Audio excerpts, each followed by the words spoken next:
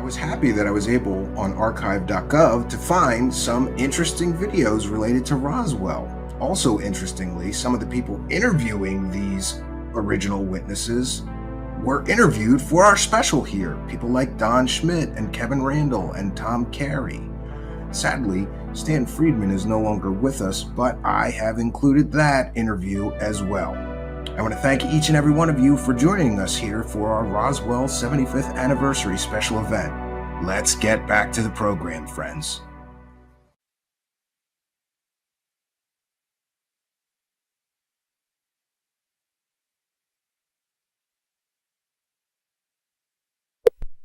What do you have? You gotta watch. No. This is Stanton Friedman. I'm a nuclear physicist with a very strong interest in flying saucers.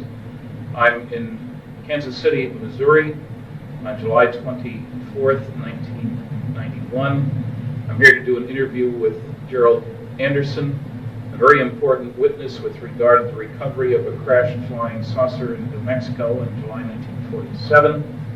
We have just had a visit with a polygraph examiner who says he has seen no evidence of deception. This is after spending several hours with myself and Gerald, mostly with Gerald.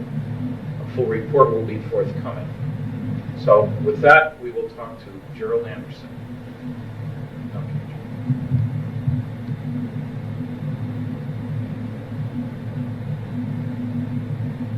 Enough. You state your name, please. My name is Gerald Anderson. Where were you born and when? I was born October 4th, 1941, Indianapolis, Indiana. Okay, and give me a summary of what happened in 1947 with regard to a crashed flying saucer in New Mexico. Well, we had just moved to Albuquerque, New Mexico on July 4th, 1947. This was approximately the day before we went out on the plains of San Augustine with my Uncle Ted, my cousin Victor, my father, my brother Glenn, and myself. We drove down to the plains of San Augustine, which is west of Socorro, New Mexico, in the Magdalena Daddle area. And we were down there looking for banded and moss agate, which, according to my Uncle Ted and my cousin Victor, was prevalent in the area. And my brother being an amateur rock hound and wanted to get some of this. And it was a way of showing us around the area. And they had relatives down in Magdalena that they wanted to introduce us to. So we had gone down there, and we got down in the Horse Springs area and had driven off onto the plains down an old rutted road for a mile or so, and seemed like a long ways. We parked the car, got out of the car, and walked down a hillside. There's a semi-forested, I guess you could say. It had pinon trees and scrub oak and stuff like that on it. And we'd walked well, not scrub oak, but cedar, and walked down the hillside into an arroyo, a dry wash, and then walked south down the dry wash toward where the agates were supposed to be at. And as we came around a bend in the arroyo that had pinon and cedar trees growing on them, we were able to see farther ahead down the arroyo, and on the next ridge line there was a large silver disc-shaped object was embedded in the side of the ridge line, and there was debris and wreckage and stuff strewn about the area, but mainly this thing was intact. I would estimate its size from an adult perspective to be something like 35 feet in diameter. I've heard other people who were there say they thought it was like 50 feet, but as an adult I would say about 35 feet in diameter, quite large. When we got up to it, there were 4 bodies there, not human. There was 2 of them who were obviously dead. One of them was obviously very badly injured, and one of them that apparently suffered no ill effects, or didn't appear to be injured, and was ambulatory, was mobile, and was just sitting there next to the one that was still alive and appeared to be dead. Were they right next to the vehicle? Right next to it, right under the edge of it. And this craft had apparently come in from the east, bounced off one ridge line, went plowing through this arroyo area and it crashed into the ridgeline and embedded itself. And they were sitting back under the edge. It was kind of tilted up like this, and they were sitting back under the edge here. And I'm assuming that this one creature that was all right had laid this material on the ground, but it looked like unrolled tinfoil that these other three creatures were laying on, like it was trying, like you do a person in shock, you know, put them on a blanket, kind of a thing. And apparently, it had some boxes there around it, and had apparently been trying to give first aid or help these other creatures when we first got there. And as we approached, the creature drew back like this, like it was in fear of us, like we were going to hurt it. And it wasn't very long, you know, in trying to communicate with it. The adults were. It seemed to calm down and just sat there and kind of looked back and forth, watching them, apparently trying to figure out what was going on. Like, what did it look like a little bit more? These creatures, all of them were about 4 foot tall, 4.5 feet tall. They had very large heads that were shaped larger on the top, and they kind of tapered down. Not to a real sharp point, but just tapered down where they were thin. And they had very large, oval-shaped or almond-shaped, I guess you could say, black eyes they were so shiny they had almost a bluish tint to them when the light reflected off of them. Their skin coloration, I think the best way I could describe that is kind of a bluish tinted milky white. It looked like someone in shock. And the ones that were laying on the ground were really looked more that way, more blue. How about ears, nose, mouth? No, there was no visible ears on the creatures, except like if you was just to cover your ear like this, to where there was just a rise there and then a hole, without your earlobe and the rest of the ear there. How about nose? It was the nose was very small, almost imperceptible, and just like 2 holes straight in, and the lips were just a straight line. Like a cut, and you couldn't see any visible lips like we have. It was just a slit, and what they never made a sound. Pardon? What hair color? There was no hair. They were completely bald. And no sounds? I never heard a sound of one, not out of any of the creatures, including the one that was. Did you see fingers? Yeah, they had fingers like this. They didn't have a little finger. They just had the thumb and 3 extra digits, except the center digit was longer. And the other 2 were about the same size. They were very long and slender. It looked very delicate. And I've made the statement before, and I'll make it again. I think they would have made excellent violinists because of the structure of their hands. They were wearing one-piece suits. All of them were dressed exactly the same. It was sort of a real shiny, silverish gray color. No zippers, buttons? No, I saw no zippers, no buttons. Insignia? No insignias. The only thing that was different, they all had this, but the only thing that was different from the silvery gray suit was that down like the seam on it, like it was a seam on the shoulder, and around the collar it was trimmed in what appeared to be maroon, like cording. The suits were continuous with their footgear. You could see right about this area down, it seemed to be less pliable than it was up here, like this was a stiffer area, like they were boots or shoes or something. But they were all dressed exactly the same. Okay, so you and your family are talking back and forth, wondering what was going on. What did your family say? I mean, did they say anything? Yeah, my brother, one of the first remarks I heard made was, that's a goddamn spaceship. There was bodies up there, and I was told not to go up there, which I did. And how old was your brother at the time? He was in his early 20s, I think 20, 21, something like that. He was a lot older than you were. Oh yes, considerably. When we got up there, I kind of meandered off to one side. This thing was cocked up, and I was standing here. The bodies were here, and everybody else was kind of down here, except my cousin Victor was over here playing and looking in this gaping hole on the side of this disc, and it's shaped just like a discus, except for a round dome was up on top, and there was this big gaping gash in here where you could see inside. It looked like a double hall. How big a length? The gash. dome. Oh, the gash. Well, it covered the greater majority from the center of the craft out. It was just like a gaping hole in there. And I'm thinking, it's like about 30 feet, 35 feet in diameter, so we're talking like 17 feet maybe.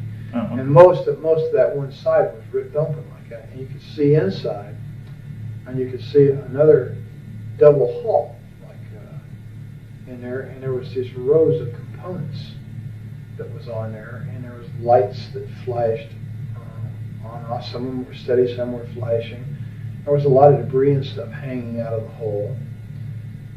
There was evidence that there had apparently been fire. It looked like it had been burnt along the edge there. The gash. Now, this wasn't a gash that could have been caused by the thing coming into the ground. It wasn't at the leading edge of the vehicle. No, this was in the side, like, it almost appeared, it was elliptical. It almost appeared as if something the same shape as the disc we were looking at had hit that same, had hit the disc and left an imprint that pretty closely approximated the outside diameter of the disc itself. And it appeared to be caved inward. Okay. And kind of like, you'd hit it like this and just crumpled and caved in and ripped it open. Okay, so you're there, you take all this and everybody's mystified. What were the circumstances outside? Hot, cold? Very, very hot. Well, to me, being the first time in New Mexico and coming from back east, that dry heat was just like being inside of an oven. It was unbelievable to me. And that was the odd part about this thing. The closer you got to it, the cooler it was. And standing under it in the shade there, next to these creatures' bodies, it was like refrigerated air conditioning. And did you feel air coming out of this thing? Or? No, it was just like it was ambient. And I remember reaching up and putting my hand on the side of it, and I think I was afraid it was going to hit my head because there was enough room for me as a small child, I was approximately the same size as these creatures to walk up under there and stand there, but I kind of did like that, put my hand up against this thing. What did it feel like? It was ice cold. It felt like it just came out of a freezer. Was it smooth? Was it rough? It was very smooth. It had a very smooth texture to it. It was obviously made out of metal. It was very solid, and it was very cold, ice cold. And there was a smell in the area. It smelled volatile, acrid, like acetone. And that seemed to be coming out of that gash, that smell. But the closer you got to this thing, the cooler it was. So, I kind of remained there. And I guess that while they were over here, my father and my Uncle Ted and my brother, and Uncle Ted was trying to talk to this thing in Spanish. And, of course, it didn't understand a word he said. And Dad tried to talk to it, and then they tried, sign language, and that didn't work. And I don't know, for some reason, I just, I reached down and touched it, this one that was laying next to me. And when I touched it, I realized, I jumped back. It scared me, it startled me, because I suddenly realized that these weren't dolls. I thought they were plastic dolls. And I was still in my mind that these are moving dolls. Until I touched it, and I realized, this was a dead thing. I'd seen dead relatives before, and I unfortunately had made the mistake one time of touching a relative who was in a casket, and I just knew this is a dead thing. And it scared me, and I ran around behind my father and my uncle, and this thing was sitting there on the ground, and it kept looking back and forth, and it just had its hands like this in its lap, and it just kept looking back and forth between the three of them, and like it was trying to understand. And all of a sudden, it just turned and looked right straight at me, between my Uncle Ted and myself. And this is when there was just like an explosion of things in my head. Things I started, feeling just terrible depression, loneliness, and fear, and just, awful feelings that just suddenly burst into my mind. And I don't know if that meant that it was communicating with me and I was the only one there I could communicate with because I was a kid. I don't know. I turned and ran, and I ran across the arroyo and up on the area that it had bounced off of during the crash. And we're just standing there looking down at this scene, you know, and my family, and off in the distance I could see cattle grazing, I could see a windmill, and I could see dust trails out on the playa, out on the plains out there. And, I was there for a little while, and then I came back down, and I guess we were there, you know, Victor was in, when I got back down there, Victor was up in the crack, and Ted yelled at him to get out of there, and Glenn went over and grabbed him by the belt and jerked him off. That's your brother? Yeah, and jerked him off and said, get out of there, you could cause this thing to explode and kill us all, you know, and then of course he went prowling around in there. I was kind of standing off to one side looking, that's why I knew that there was, I could look off these rocks that I was standing on right into this thing. That's why I knew, you know, about the lights and the components and stuff. And then, I heard other people talking, and I turned, and there was a group of people coming up the arroyo from out on the plains, from the south. They had come up there, and of course they walked up and was talking. And how many? There was an older man and 5 younger students. Boys, girls? There was 3 boys and 2 girls.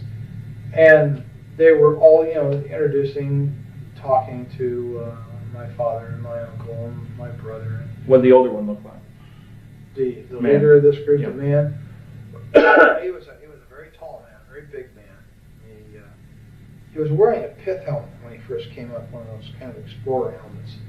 And he was bald, and I know that because he had taken it off, and he had done this, you know, a couple times with a handkerchief and put it back on. He was a balding man. And he had a round face. He was very ruddy complected. He's a big man. And he apparently was a doctor because they kept calling him doctor. And as I understand it, was an archaeological group that was out there on some kind of a summer thing. And they talked, and he apparently was able to speak several foreign languages. And he tried to talk to this creature several times in different languages, again, to no avail. How did he happen to be there? Had he seen the thing? Well, they claimed that they said they saw this thing come down the night before, flaming, you know, and they thought it was a meteorite. And they had talked about, well, in the morning, you know, we'll go over there and see this, where this meteor came down, because that's what they thought it was. And when the sun came up the next morning, you know, and they got about their business and got up, and somebody looked over and said, you know, they saw all the shiny metal and stuff across the plains there, and they realized it wasn't a meteorite, it may have been an airplane, and that crashed. So they all decided to go over there and see if there was anybody who was alive, you know, that was hurt, that needed help. They had driven over? No, they walked over, apparently, the way I understand it. And it's quite a ways across that plain, so it had to take a very long time to do this. Or they may have had a vehicle, I don't know. That's an assumption, I think, on my part. They walked. Okay, so they're around with the family. But they came across the plains nonetheless. I'm not sure if they drove or not. I didn't hear any cars. And then somebody else showed up. Yeah, they were down there just, 15, maybe 20 minutes at tops, you know, and they were picking up things, some of the students, and this Dr. Buskirk, that they called him, this one girl went up and said, look, doctor, wouldn't this make a beautiful ring? And she was holding what looked like a red rod, a red tube of some kind. It was kind of a silvery red. And he kind of snapped at her, you know, and put that down, Agnes. You don't know what that is. I think it hurt you. Just don't pick this stuff up. And she kind of said, well, yeah, okay, doctor. And then he went back to what he was doing, and she walked away and put it in her pocket. And a lot of them were doing this, sort of picking up things and feeling things. I was picking up things and feeling things. There was all kinds of material, metal, and stuff laying around. Then we heard it. I heard it. Well, we all heard it. A sound of a motor coming like a truck. And I went back up the incline there to the ridge line, and I could see out there, and there was a truck coming up. It was an old pickup truck. It was sort of a beige color or a tan colored thing, and it had a whip antenna on it. And it stopped, and this guy got out, and he's wearing brown clothes. He's got boots on, and he's wearing a straw hat, just like the kind Harry Truman always wore. And he had wire-rimmed glasses. He was a big man, and he looked exactly like Harry Truman to me. And I, I'd seen in the movie Tone News that the He was president then. Yeah, I was well aware who Harry Truman was, so everybody was. He was like kind of a hero, you know. And this guy looked like him except bigger. And I don't think he didn't look as old either. His hair was kind of light gray. And he walked over there, and they got to talking, you know, with everybody. And he told them that he worked out on the planes out there, and that he made maps, and that he had seen the wreckage from out there on the planes, and he saw the people, and he thought it was a plane wreck, and you know, just something was going on. And he came over there to see, and he hadn't been there but just a very, very few minutes when we heard all kinds of motors and engines straining and stuff. And here comes a military car with a big white star on the side of it, followed by a 6x, which is a military truck with a kind of canvas wagon type canvas thing over it, and it's full of soldiers that got guns. And right behind that was what we call a 4x, which is like a medium-sized Jeep truck situation, and it had two big high whip antennas, all kinds of radio gear in the back, and a guy back there with earphones and stuff on, and he's, you know, working these radios. And they all pulled up and stopped. And which direction had they come from? They came from the north, from the Horse Springs area, right? So they could have come off the highway there. Oh yeah, I'm sure that's exactly how they got there. They come off the highway the same way we did. Well, in the meantime, when it stopped, this black soldier, the sergeant, and the reason I know he was a sergeant, my brother told me he was, and he got out of this car, and then a guy got out on the other side, and Glenn said he was a captain. He told me later he was a captain. And this guy had orange-red hair. And all the soldiers then came running over there, pointing guns at people, and telling them, get away, get away, get away, you know. And when this creature saw these people, the military, he went nuts. He went into an absolute panic, worse than what he did when he saw us. Did he move around, or just his eyes? He just okay. Crazy, and it was like he was looking fearful. like he was looking for a place to run and hide. But he never got up. Never got up. He never left the one injured one next to him. And this redheaded officer, this guy was a real butthole. He made all the threats. He threatened to have people shot if they didn't move to away. Everybody? Oh yeah, get away, get away! You know, we'll shoot, get away from there. This is a military secret. You know, just screaming and hollering. And he told my uncle and my father that if they didn't want to spend the rest of their life in prison, they would never say anything about what they saw there. If they ever wanted to see us kids again, they'd take the kids away, and they'd never see the kids, you know, meaning me and Victor, that we'd better keep our mouths shut. If we did not, this is what was going to happen. They were threatening people and pushing people. And the students as well? And Dr. Oh yeah, they were hustling everybody. And one of the soldiers pushed my uncle. He had a rifle like this, and he shoved it back like that. Well, that was something you don't do to my Uncle Ted. Ted had a violent temper, and he grabbed the rifle and reached over top, smacked this guy, and dropped him right there. And Ted had dropped, fight had dropped with a hat. This guy's a cowboy. He'll hit you in a minute. And of course, when he did that, there was bolts opened, and I guess cocking, you know, they were cocking their rifles, and they were pointing guns at people, and everybody, Buskirk and Glenn and Dad, grabbed him, you know, pulled him back and got him away. Don't, man, they're going to shoot. Don't do that, you know, trying to stop this. And I think we came very close to having someone shot. Then they really started threatening, you know, and they interviewed. Well, did the redhead do all the talking pretty much too? Pretty much, except once in a while the sergeant would chime in and make statements like that to other people in response to the redhead. But mainly it was the redheaded. Was there a name tag? Yes, there was, and his name was Armstrong.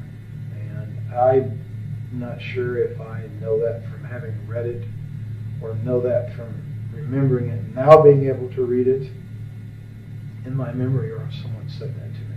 But his name was Armstrong, was right here on his uniform. Now, they chased you guys away pretty quick. Yeah, they did. and they herded us up like cattle, and they moved us up the Arroyo back in the direction we'd come from, over the protest of this Dr. Buskirk, who said, no, we've got to go the other way. We came from, I don't care where you came from, get your ass up the Arroyo. And they ran us up the Arroyo. And so you get to your car then? Right. Now, they take us up the Arroyo, and just below the hill that we came down, they broke us off and moved us up the hill. Now, this whole time, no one has ever frisked us down. No one has ever checked our pockets to see if we picked up any of this material. And this girl, Agnes, still has that stuff in her pocket, and some of the other students had stuff. To my knowledge, up to that point, they had not been searched. Whether they did so afterward, I don't know. They never searched us, ever. They run us back up the hill, and when we got to where the car was parked, where Dad had parked the car up there, there's a Jeep with a guy sitting in the back, and there's a mounted machine gun in the back of this Jeep, and all these soldiers. The Jeep pulls out, we're told to get in the car, we follow the Jeep, and the soldiers go with us, all the way back out to the highway. When we get back out to the highway, they set us right there. They wouldn't let us out of the car. They wouldn't let us move forward. I don't know whether they were making a decision or what. When we got out to the highway, this place was absolutely full of military personnel, military equipment. There was airplanes sitting out there that they had landed on the highway. Did you see any airplanes when you were back at the site? Yeah, there was airplanes in the sky, but nobody thought much about it. I didn't think anything about it. I was used to airplanes being in the sky, having been raised in Indianapolis, Indiana, the home of the Northern bomb site. The sky was always full of military aircraft. I never thought nothing about it. And when we get back onto the highway, there's observation aircraft, high-winged aircraft, and there's one, what I know now to be a C-47 sitting there, and how we didn't hear that land's beyond me. And how he landed, well, of course, I guess you could land if you're a good pilot out there, so there's no telephone poles or anything. And they had tore the fence down on the north side of that highway. And all this equipment was setting back up there, and that plane was up there, and they were taking stuff out of the plane. There was military ambulances, and there was trucks with wreckers, cranes on them. And there was tankers, like maybe had fuel or water in them. There was just, everywhere you looked, there was military. And a major recovery operation. Yeah, it looked like an invasion force. It really did. And they were all wearing these light khaki uniforms. They didn't look like olive drabs. They were light khaki, and they all had the same patch over there. That kind of blue funny patch with the circles on it was on their shoulder. And Did you have any clue as to where they came from? Did your brother or your uncle? No, I don't know where they came from. I don't think anybody ever ascertained that. There were a lot of them had MP patches. And some of them were wearing nightsticks off of these webbed utility belts. They had nightsticks, and they had 45s and holsters, the automatics in a full holster. And these were the people who were given most of the orders. They had the road barricaded off out there, and we sat there for a very long time, and we were getting thirsty and everything, and we asked, if we could go back to Horse Springs and get some water. Oh, no, you can't go through there. And right after that, they said, no, you just turn around and you head out of here now. And you go to Socorro, and this is a redhead again. You keep your mouth shut, just keep going, and don't look back. Well, as we drove away, Dad and I said, hell with it, we'll go to Magdalena, we'll get water in Magdalena, because that's where John Trujillo lived, their relative in Ted. And so as we drove away, I was looking out the back window, and I could see Dr. Buskirk and these kids. And that guy that got out of the pickup was standing there, and this Dr. Buskirk was doing just like this in this redheaded officer's face, and he kept pointing back behind him. And I guess that meant, we got to go back that way, and he was fed up with this guy or something. He was shaking his finger in his face while they were yelling at each other. And that's pretty much the last I saw of the whole situation. I don't know what happened after that, because we just kept going. Did you get home before dark? Oh, yeah, it was before dark. Of course, it was in the summertime, so it didn't get dark until way late. And we stopped in Magdalena very briefly, and it just kept going. And the adults were really funny. They were really scared. And I had very rarely, well, of course I didn't know him that well, but over the years I knew that Ted was not much of a disciplinarian. He really didn't discipline the kids that much. But he really knocked the fire out of little Victor. Victor wanted to talk about what we just saw. I just saw Ted kept telling him, shut up, don't talk about it. Nobody's talking about this. Finally, he just turned around and knocked the living hell out of Victor for shooting his mouth off. Did Ted work at Sandia then? Yes, he did. He did something out there in the technical area. I don't know. Had a clearance? Yes. And later your dad worked out at Sandia? Yes, he did. Security. And he worked there for years. Until he retired? Until he retired. And Dad had some very high clearances. Okay. When we got home, Mom was over at Uncle Ted's house, and Mom perceived instantly that something was wrong. I said, what's wrong, Glenn? He's again. And then they decided they'd tell him. Well, when they did, then of course Isabel, oh my God, you saw demons, you saw the devil, because Isabel was Ted's wife? Ted's wife, and she's a devoutly religious Catholic person who thinks anything that isn't a vision of, say, the Virgin Mary or of Jesus is quote-unquote demons, and that's what we saw. And of course Ted, oh God, he just put her off. And we really never talked about it much in the family because of the reaction it got. And my dad was really afraid, and so was Ted. Glenn especially, because Glenn made the statement about when he first saw the military, he told my father, he said, and Ted and everybody there, don't let them some bitches know I'm a Marine. Don't let them know. And of course nobody did, and he was in civilian clothes, so he had a pair of blue jeans on, and it was in civilian clothes, so he didn't look like military, or I'm sure his ass had been in real trouble. And they never checked. They just assumed, I guess, that we were. Did they ask your names? Oh yeah, they took our names. They got all that from my dad, and my brother just very cursory with, just hard to talk to him at all. He let Dad and Ted do most of the talking, which was pretty smart, I think, under the circumstances. And of course, they never really asked me any questions at all. You were just a kid. Yeah, I was just a kid. And well, you first went public with this. Now, let's first square away. All the other four that you were with are dead. Yes. That's been some time. Yeah, my brother died of a heart attack in Mexico City. My dad died of a heart attack in '78. And Ted and Victor were killed in an automobile accident in the mid-'60s, and I assume it was '65. All right, now, there's a strange diary that's turned up.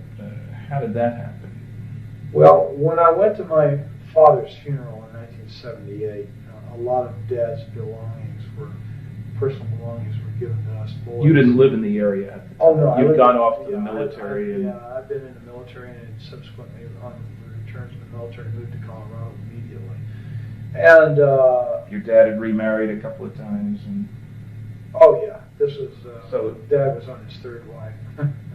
And his personal belongings and stuff, were kind of given to my two brothers and myself. And my cousin Valley Jean was there at the funeral. That's Ted's daughter? Yes. And she came up and was talking to me, and she said, here, you were there, you need to have this too. And she handed me these photocopies. And at first, I thought, well, what is this, Dad's diary? She said, no, it's my dad's diary, but you were there, you need to have this. And then it dawned on me what I was looking at, and because I read a little bit of it. And so I said, yeah, okay, and I didn't want to talk about it at the funeral because Roz's side of the family, God bless her. That's your dad's third wife. God bless her, I loved her. But they were very religious, and they would have viewed this exactly the same way as Isabel had, as evil. And I really didn't want to have any problems with them. We were kind of on shaky terms. We didn't see eye to eye religiously, so we're not quite good. But you're active in religion now, aren't you? Oh, yes. You're a deacon in the Episcopal Church? Right. Okay, that means you actively participate in lay Eucharistic ministry. Okay. So I actively participate. I serve on the altar. What do you do for a living now? I'm a security officer in the state of Missouri. And you've been doing police sort of work for several years now. Oh, yes, about 9 years all total. And you also are going to college to be a nurse, and you've already got a couple of associate degrees from community colleges. Right, yes. One Associate of Science and one Associate of General Studies, and I'm working toward my Bachelor's of Nursing. In roughly 2 years, I will have my Bachelor of Nursing. I'll be a licensed. Now, to be a security officer, you have to be licensed by the state of Missouri, do you? Yes, you have to be a certified law enforcement officer, which means that you have to have gone to the state academy, the Department of Public Safety. So that's not just a Basic. pickup thing. Oh, no, you have to It's a attend the professional. academy. Yes, it's definite. Okay. And you have to work for the state under these conditions. You have to not only be certified, but you have to have prior law enforcement experience. Now, when we get back to the diary for just a minute, when you were hypnotized by John Carpenter, a psychiatric social worker, and he was asking you questions about the diary, apparently you'd been told that there were a number of copies of that around? Yeah. Something buried out maybe there too? Yeah, as I understood. Well, in fact, in conversations with Valley Jean after the fact, after I got involved in this thing through the Unsolved Mysteries thing, I was told that that wasn't the only diary. That what I had was a copy. Well, it was a photocopy. Okay. And that there were a lot of these copies around, and apparently Uncle Ted or someone had put these out through different people in the family and friends and stuff for reasons, I don't know, to keep them from getting lost or something like that. You know? Okay, now when I asked you for the original, you contacted who? Well, yeah, Valley Jean. That was Valley Jean. Okay, Right. she was in a convent, Right. and she was reluctant to do anything. You had to call a number of times, as I recall. That's correct. And you talked to the bishop? Somebody talked to him. Yeah, I talked to a bishop. And he convinced her to send the stuff to me. Yes, apparently. Okay, because I got it directly from Colorado with a cover letter that strongly indicated that she didn't want any more to do with this. That was part of the agreement. But that she considered this the work of the devil, or words to that effect anyway. Yeah, I think she's of the same opinion that her mother was. Okay, It was so the work of the devil. And you see, all I ever had of this was the photographic copies that I had showed you originally. And as I understand it, you received the original. I received the copies, original the from which originals. those had been made. They were partly burnt. She mentioned she had intended to burn them, but because of your persistence and with the agreement that I never contacted her, she would send them to me. And as you know, when I had forensic analysis done, it showed that the ink dated from the early 70s. The paper could have been available in 47. So it was clearly not an original. But it was also done before there was any publicity about this case. Anyway, because I know I was the first one to get involved. Exactly. Now, as you know, we have discovered, not I, but you had identi-sketches done by a police artist of the various people involved in this. Right. And as you know, there is a picture, several pictures that seem to indicate that Dr. Buskirk was Dr. Winfred Buskirk, who had received his PhD at the University of New Mexico. And you had described him as in his late 30s, early 40s. It turns out he was 39 in 1947. He was bald and been bald most of his life, even up to then. Was there other contact between you and he at that time, as far as you knew? Your family and him, or? I don't know. Well, not to your knowledge. Not to my knowledge. I don't believe my dad had ever contacted him. There's a possibility that Ted may have, and I'm not sure why. I think Valley Jean had alluded to the fact that Ted had been in contact with him, and that they had corresponded and this kind of thing. But as far as any personal knowledge of it, no. Okay, now you didn't tell your story really until the Unsolved Mysteries program was rerun in January of 1990? That's right. That's when you contacted them, got my address, wrote me, wrote Yeah, Kevin Randall, yeah. and It was we're a little kind of- upset that the program wasn't quite accurate. Well, yeah, that was the whole thing. It started off as a fluke to begin with, because everything that I saw didn't jive with what I had seen personally. Yeah. I guess I was kind of miffed, here all these years. I had been primarily forced, by not only by others, but by, my own sense of survival to keep my mouth shut. And wow, here it is, it's on TV, and he got it wrong. And so, I just impulsively called the number and told the lady, wait a minute, no, the thing was wrong.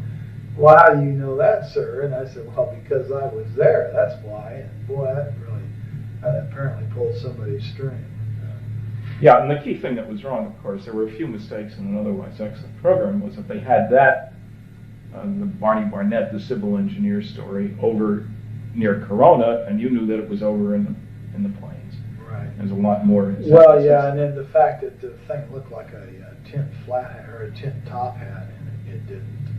It was disc shape, and Barney Barnett, or whoever the guy in the truck was, did not drive right up to it on a road. It wasn't parked conveniently next to a thoroughfare, Right. And it was just things like that. I don't know. I just, for some reason, I thought, well, geez, look. It's already public. Yeah, the story's out, and let's get it right, Of course, I don't think I realized at the time, how involved this was going to be, but What kind of response? you live and learn. Now, I got you together with John Carpenter, the psychiatric social worker, and you guys had several sessions, and then we flew out to the site. Uh-huh. You're reasonably convinced now that the second time around out there we did find the exact location. Yeah, the first time in, it was like 43 years. And we're in a helicopter. And I was in the air this time, and last time I was on the ground. And so, the landmarks were a little confusing. I was positive I was in the right place. But until we actually got on the ground, John and I, and retraced the route in there that we had come in the car, I wasn't absolutely sure. There was two ridge lines there, and I wasn't really sure of which one it was. And I had the feeling that the first one that I had pointed out was the correct one, but once I went in on the ground on foot with John, I knew instantly that it wasn't that one, it was the other one, and I'm absolutely positive that that's where I was at. There's no question in my mind. And you will recall that you described the woman who sold you the pop on the way in? Right. And we found the older woman there who said that was exactly what she looked like. That's right. And I'll never forget that lady because I had it with the heat. I'm telling you. Back seat of that 40 Plymouth, down those dirty old roads and stuff, and for mile after mile. And of course, my dad was one of these kind of people. When he got in a car, it was point A to point B nonstop. I don't know why. He just never stopped to smell the roses along the way. And so, I was pretty sad shape, and I remember that lady quite well. What kind of response have you had? You went public. I mean, John talked to a newsman. You both talked. He called me. In the Springfield paper carried a very straight, very large article, and that got spread around by lots of people. So suddenly you're a celebrity, if you will. What kind of reaction from the people who knew you on campus where you worked, your friends? Oh, very, very few negativists. There's the noisy negativists, we have those. But in general, generally supportive. 99% of the people were incredibly supportive. Only one professor at the university was of the negativist type that was vocal about it. Everybody else is just 100% supportive. The majority of these people are absolutely convinced, even without this story, that extraterrestrial life forms exist and that the people are flying around out there and moving between systems and stuff. And it's just an unbelievable amount of support. You didn't lose your job. Oh, no. Your boss didn't give you a hard time. Absolutely not. In fact, I think I can publicly say that my boss is extremely supportive because he is a avid ufologist himself. He's fascinated by the subject, and you won't have any problem convincing him either. And my boss has a master's degree. He's not someone that's untrained observer that's given to hallucination. Most of the people who are the most supportive of me are people with very high educations, very, very solid education, very solid, upstanding degree people, not given to hallucination. You attended a UFO conference with John Carpenter, and he gave a paper, I guess, and introduced you. Sure did. And you got a response from that audience too. Yeah, 100% supportive. were quite relieved and made very, very welcome. And, Well, you've been interviewed by a number of other people, Linda Howe working on a documentary and so forth, seems to have bought the story now. How much contact did you have with Kevin Randall? a very brief telephone call. I came home from work one day and there was a message on my answering machine, and as you well know, I have a tendency to be hard to get a hold of. Yes. And he'd left his number, and of course I had his address and yours, and I had sent cards to both of you, something to the effect, if you want to know what really happened down there, call me. Yeah. And he had called and I wasn't there, and he had left his number, so I returned his call. Now, I talked to him very briefly, primarily because I didn't like the man's attitude. I don't feel comfortable with people who call other people liars and charlatans and phonies and say that they rig their research to make it come out the way they want. And when someone starts telling me this kind of thing, then the first thing I want to do is I want to get away from them. And this is exactly what I did. Now, I understand that this man claims that I talked to him for 2 hours and that he has a 2-hour tape of one contradiction after another to me, and that's not quite true. Okay, there's been no other contact with him. No other contact. I won't give the man the time of day. And Has any other investigator, any of the noisy negativists approached you directly? no, none at all. The only other investigator is you yourself, or Don Berliner, and Bob Bigelow and John Carpenter. Okay. And of course, you're quite familiar with our involvement. And you agree that on that first trip to the plains, it was you, I, Bob Bigelow, and a pilot in the helicopter. Yeah, Joe Channing, the pilot, was in the front seat on the left side. I was in the front seat on the right side. You were directly behind me. No. You were directly behind the pilot on the left side, and Bob Bigelow was directly behind me on the passenger side. Right, and then we met up eventually with Don Berliner and Right. John Carpenter, They and were spent at- the next 3 days. They drove to Daddle. They drove the Jeeps and stuff to Daddle, and were waiting for us at Daddle when we landed in the highway island out there. Right, and as you recall, where did we refuel the helicopter? Springerdale, Arizona. So we it's not flew far the to side. Arizona, that's the Oh, point. no, it was just a matter of a few minutes, actually. 25 minutes maybe at the max, west of where we were located. All right, I think we may pick this up another time, but I think that'll do us for now. I really appreciate the time and trouble and effort and all the rest of that, and on to bigger and better things.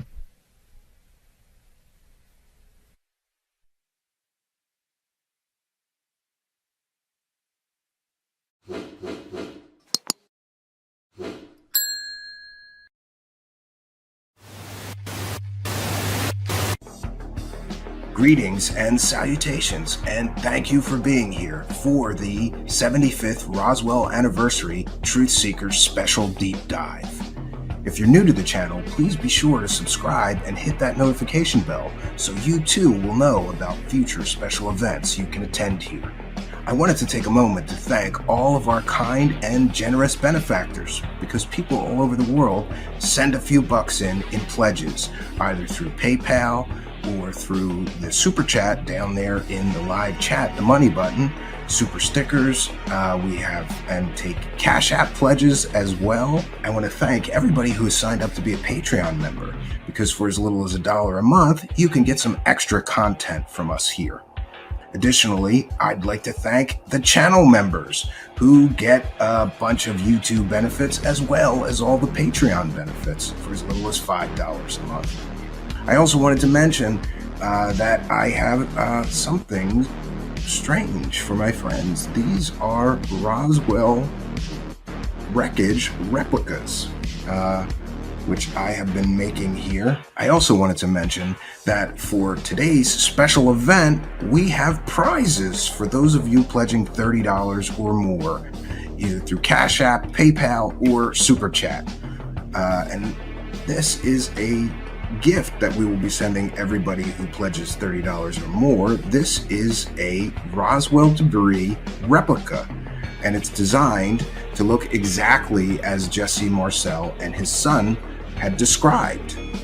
This is the so-called I-beam wreckage.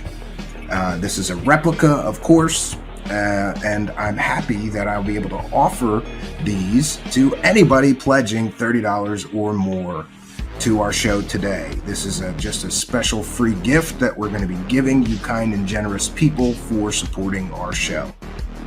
Well, friends, let's get back into it.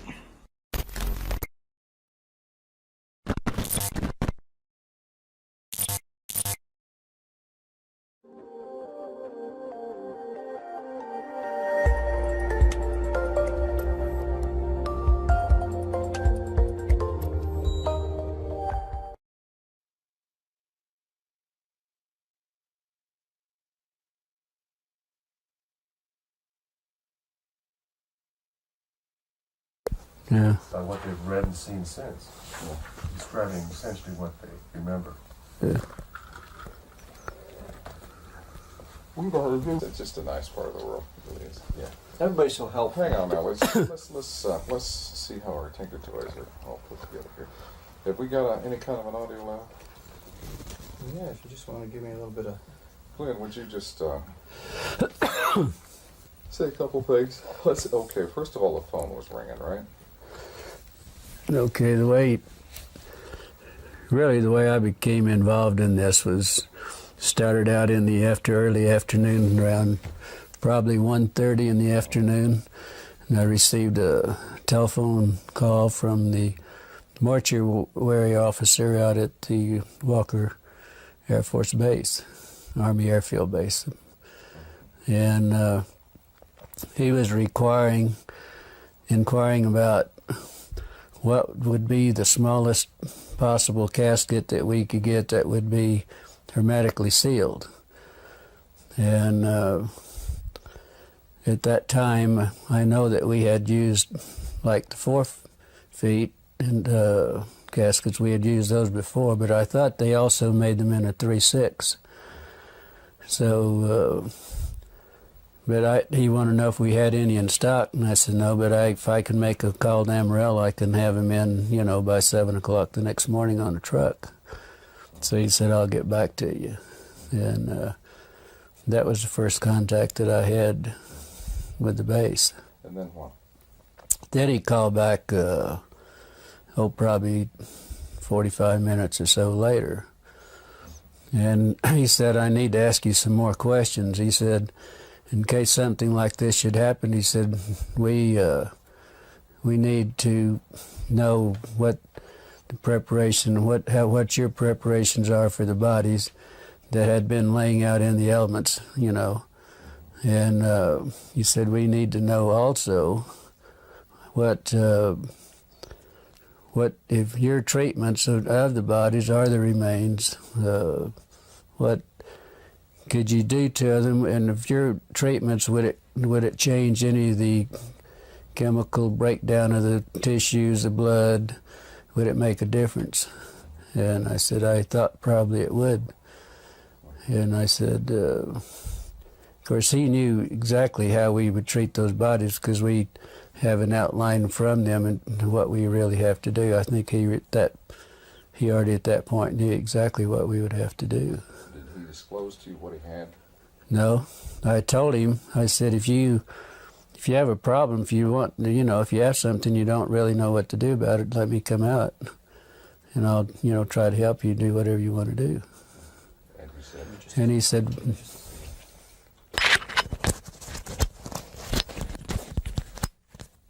okay. and he said, no, he said, Let's that- just back up just a minute there. Let's start again with, you were saying you told him that you can come out and take care of what he had, right? yeah. Why don't you pick it up from that point again? So, and he said, well, we don't really have anything. He said, we're sitting here thinking in case we should get involved in something like this, what would be our preparation? Should we do? Then I went through, I said, do you really want to know how we would do it? Well, yes, we would like to know. So that's when I explained to him that we would have the vats that we would fill up with formaldehyde solution with water, and we put the bodies in them, let them stay there for 24 hours and then take them out. And then we would pack the bodies in, would be a sawdust and really a lime, what we would pack them in, then wrap them in the plastic. That's bodies that were badly decomposed. If there was tissue, deep tissue, we would have to do it hypodermically with needles to get to the deep tissue. Then we would have to aspirate the cavities if the cavities hadn't already ruptured, and then put some cavity fluid in those. I said that's, kind of normal procedure. Now, at one point, you finally offered to take care of it for them. Well, I offered 2-3 times, yeah. Can you review what that conversation at that point? You mean when I offered to take care of them? Yeah. He said, well, we don't really, right at this time, we don't really need your assistant, but he said, in case something like this should happen, then he said we would be prepared and we would know what to do. Then we got back onto the subject of maybe not damaging any of the chemicals, compounds or anything with the bodies, or tissues, whatever, because and they wanted, how would you pick bodies up like that, and what would you do not to contaminate any of it? Didn't this begin to seem a little strange to you at that point? Well, I thought maybe what happened, they might have had a VIP or, some officer and something that happened. Maybe they didn't want, wanted to keep it quiet, and they probably wanted to do it themselves, not be involved with the civilian businesses or anything. So, after these conversations, you were curious, and you went on out to the base, as I understand it. Can you review that? Well, I didn't go out to the base. Yeah, I was curious, but I didn't go out to the base, and probably a couple hours later, then I'd got an emergency call. There was an airman that was injured in an accident, and I took the airman to the base. He rode in the ambulance with me, and I took him out to the emergency room, and that's the way I became really involved out the base. I didn't go out just because I was curious.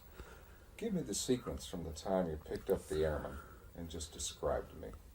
Well, when I got the call, I left the funeral home in the ambulance, went to the scene of the accident, picked the airman up. I did not place him on a stretcher because he had a head injury in the nose. I think his nose was fractured. So I did some minor first aid, and then he sat in the front seat with me all the way to the base.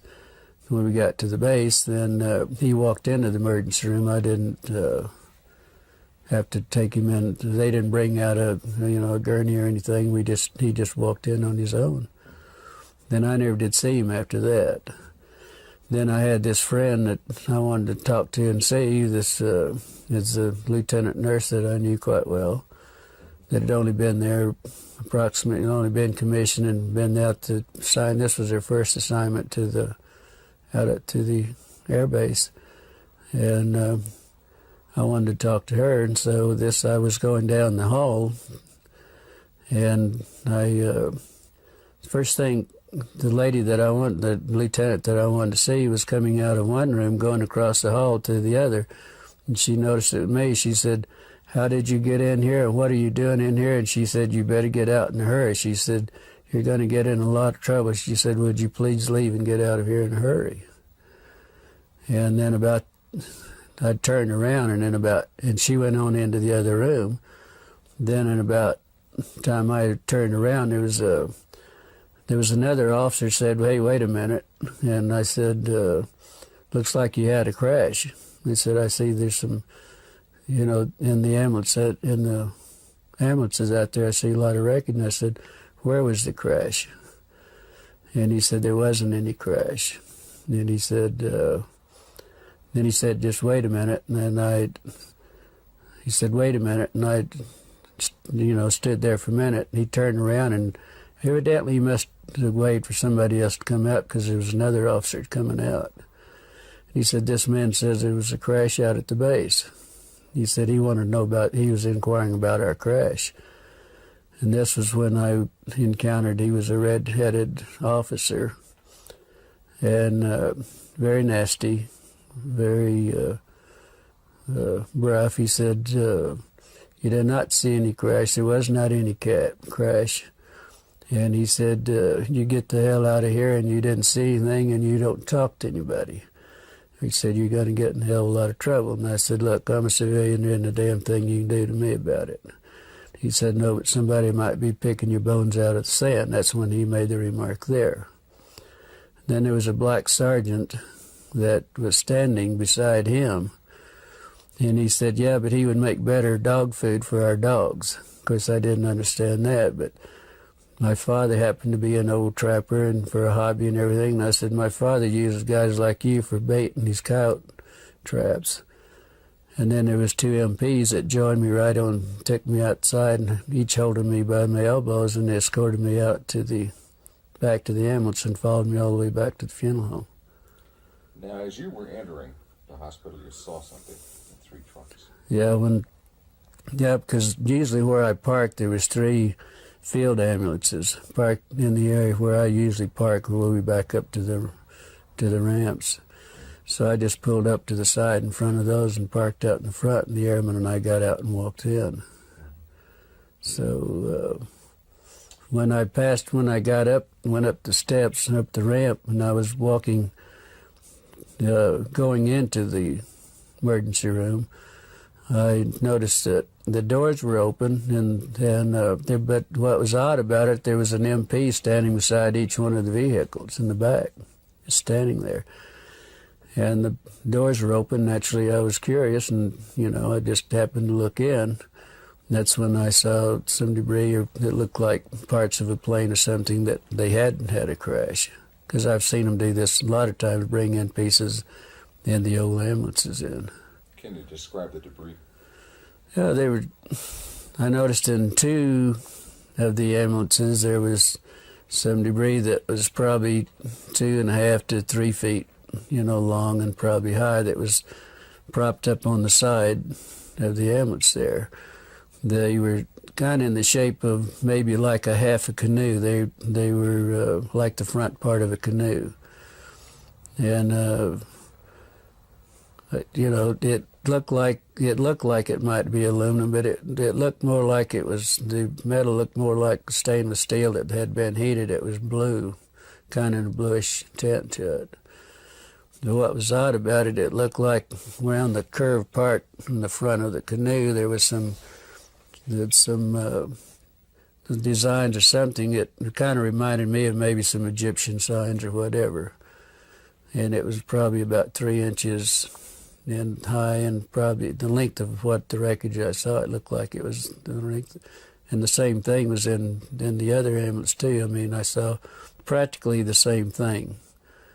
The pieces that were practically the same size, and the insignias looked like whatever that might be was part of the wreckage. How did your friend feel about what she saw? Well, I didn't know really until the next day.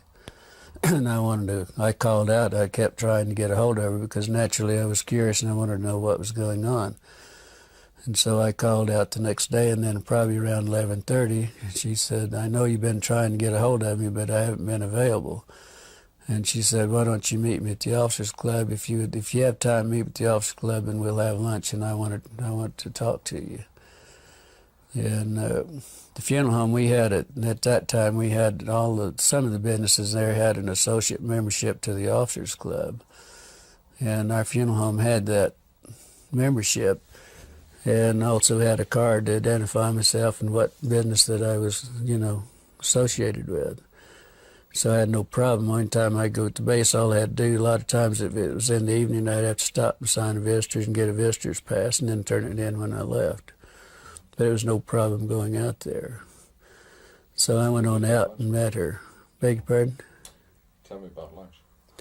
Well, we, both ordered. I'm not sure, remember what we ordered, but it was just a light lunch. But she was so upset. She looked like she was, in shock, is what she really talked like and looked like. And she said, I said, well, I was just curious. The only reason I want to talk to you was curious on what happened. And she said, well, you won't believe it. And she says, I don't believe it either. But she said, I got in a lot of trouble on this thing. I'm not real sure about this. But she said, then she pulled out of a little purse or little pocketbook, whatever she had there.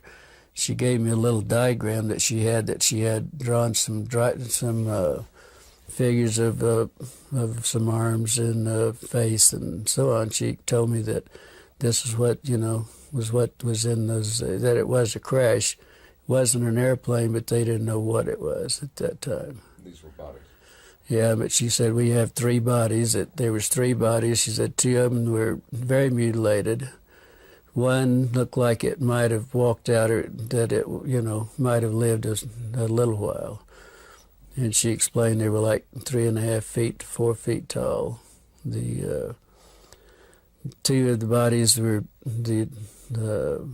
you couldn't identify much because they were practically destroyed, and it looked like maybe that they might have been a predatory animal or something might have been doing some damage on the bodies too.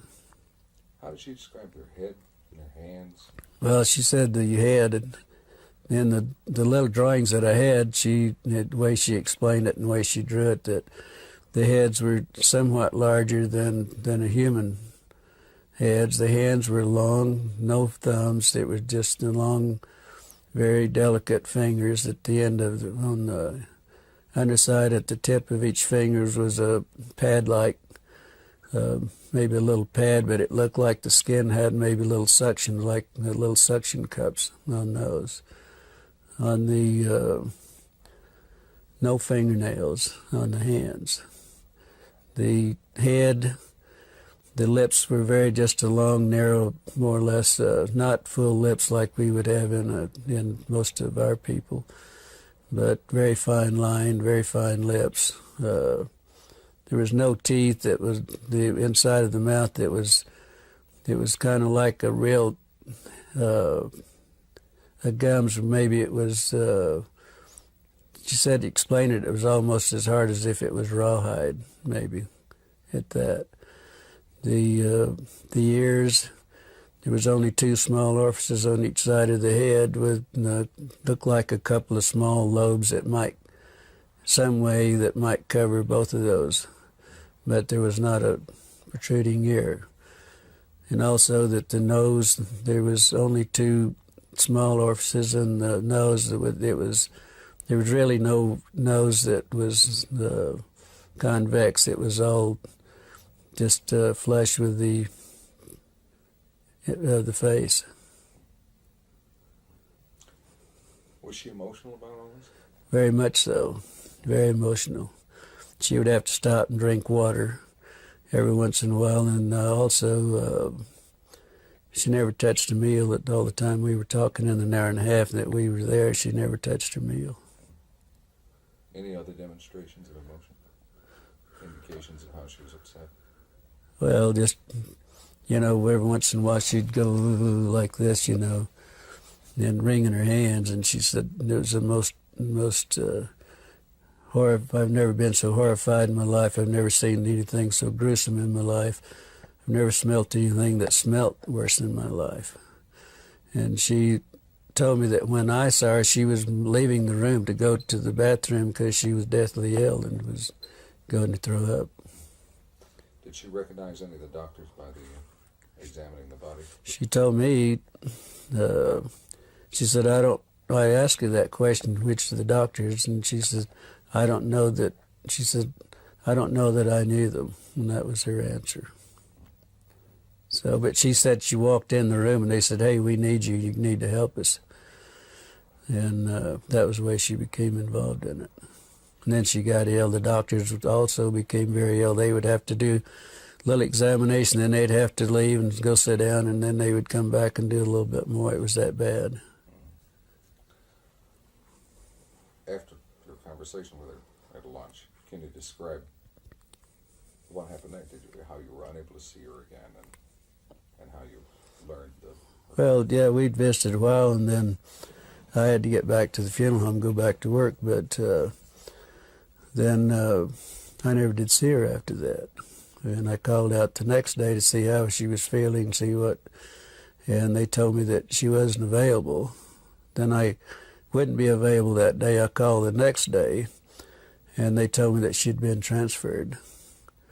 And it was rather odd because she'd only been at the base less than 3 months. That was her, on commission less than 3 months, and that was her first assignment. So it was rather odd that she would be transferred out, within 3 months. So Later on, you attempted to. I guess you got a letter. then about 2 weeks, probably 2 weeks, at least 2 weeks. Could have been a little longer, but I know it was at least 2 weeks. I got a letter addressed to me at Glendennis at the Ballard Funeral Home. With she didn't sign. It didn't have any returned address or anything on it, but inside of the letter, there was just a note. She said, "I don't have time to write. I will write later. This is my APO number," and that was the extent of it. So then I wrote back to her and asked her more or less how she was feeling and why the sudden transfer, and then I hoped that she wasn't in any trouble. It was just a short note. I really didn't go into a lot of detail or anything. Then probably 3 weeks or probably a month after that, then I got the letter that I had mailed to her. It was returned. It was stamped return, and also it in red printing it said deceased. And that's the last time I ever heard anything about it. Then, then I went out to the base a few days later, and I was talking to one of the nurses, and I said, whatever happened to the lieutenant? And she said, well, the rumor is that we heard that she was killed with 5 other nurses in a training mission in a plane crash. And that was it. No indication of where? Well, it was in London, England. She said in the note that she sent me that she was in London, stationed in London. And that was it. That's the last time I ever heard. Do you believe that she's dead? No, I don't think so. After all that's happening and after, threatening me and everything, I doubt very seriously that she was. I would hope not. What would you like to say to her if she happened to see this? Well, if she happened to see it, if she feels like if she wants to talk, if she feels like I would like to hear from her, yes. See what's been going on in her life and why she wasn't able to contact me. If she, feels like it.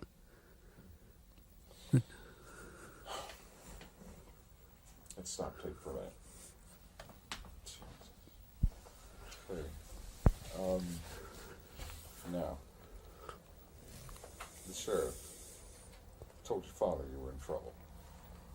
Okay, what happened there? Then the next day after I was there, when I had the problem with the officer and the black man, I was told my father was contacted by our sheriff, George Wilcox, which was a very close friend of my father's. They were very good friends. And he called to see if my father was home because he wanted to come out and talk to my father.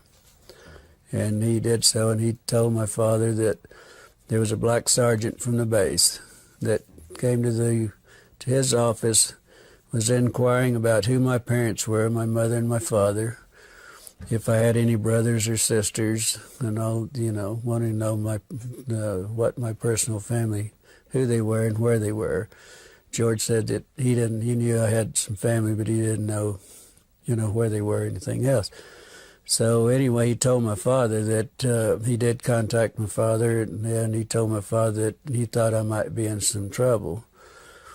And but they evidently didn't explain why I was in trouble. So, first thing my father did was get in his car and come to the funeral home. He said we had to talk because he and I were very close. We were real good friends. The best friend I ever had was my father. He said, I've got to talk. He said, if you're in trouble, he said, we've got to do something about it. And I said, I'm not in trouble. He said, well, you are. He said, George Wilcox told me that you were in a lot of trouble.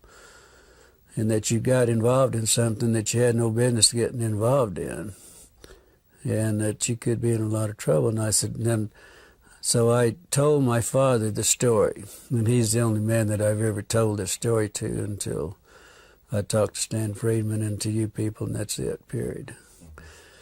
And I did tell my father what the story was. Of course, it was, you know, it was unbelievable for him.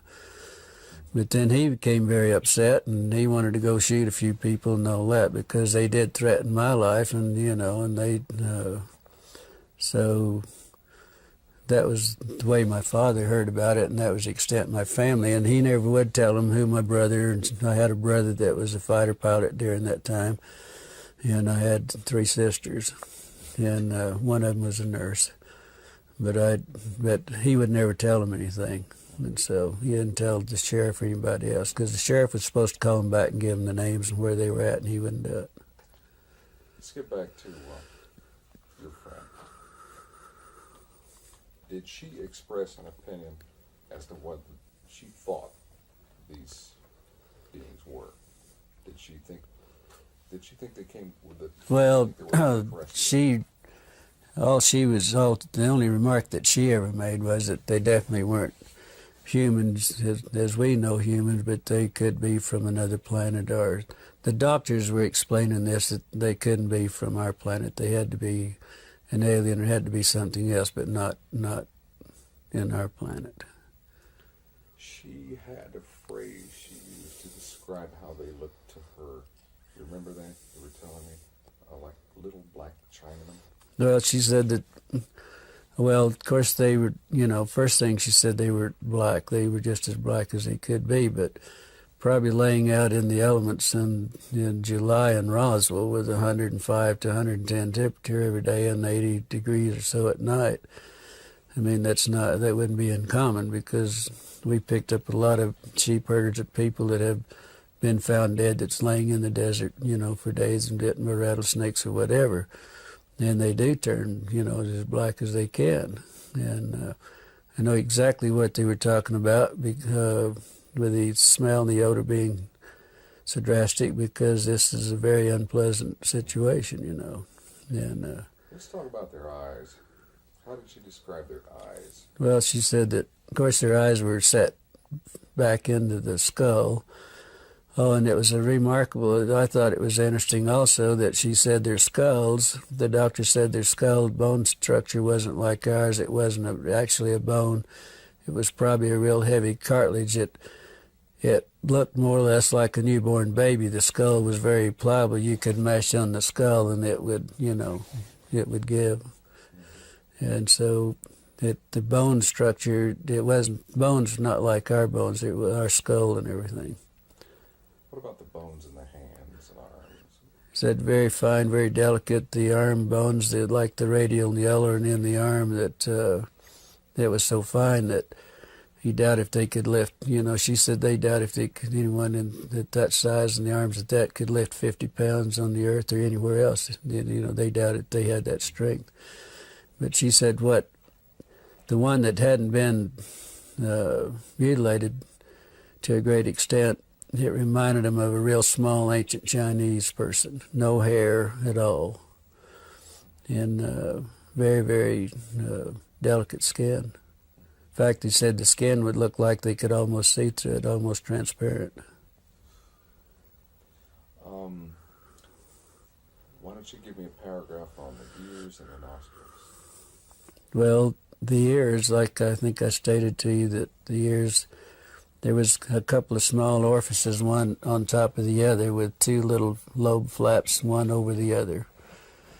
They didn't really know how those, if they had any significance, how they worked or what. They didn't go into that. The nose was only a couple of very small orifices, holes right there, just above the lip line. But it had, there wasn't anything covering it. And it was just like 2 small indentations there, and that was it. Said it was very unusual. Does anyone else, Don, Carol, do you have anything that you think You're talking about the hands. The hands. Yeah. Describe the hands. The hands, well, there was one hand There was one hand that evidently that wasn't attached to the arm. And she said that where she got sick and left the room was that this doctor had the long forceps and picked the hand up and turned it over. And that's when they noticed that there wasn't any thumb. None of the bodies had any thumbs or anything. They were just long, very fine, very delicate fingers, no fingernails. But right at the tip of each finger, it looked like there was a pad. And in this pad, it looked like it might have had very small they were like little suction cups, very minute suction cups. The doctors, that's the way he explained it, that was looking at it. Let's have tapes right now. Okay. We need to get the arm as well. Okay, yes, the Which arm. goes with that. We need to pull out the arm. Really? In the magazine we publish, and with the pads at the tips of the fingers. Maybe you can get can you get a copy of them? I can send you a copy, I'd be happy to. It's amazing. It all fits together. That's the And they thing. would It not just have fits known together. about Obviously, they would know about your information. Yeah, well, see, I've never discussed this with anyone. My father was the only person I really ever discussed this. I didn't discuss it at the funeral home or anything else. I never discussed it with any of my family, period. I never have until I met Stan Freeman 2 years ago. It's the first time I ever discussed it. Would you have an interest in some dubs of testimony that we get from other people here? I'd be happy to. Oh, I'd love to, yeah, but I'd love to.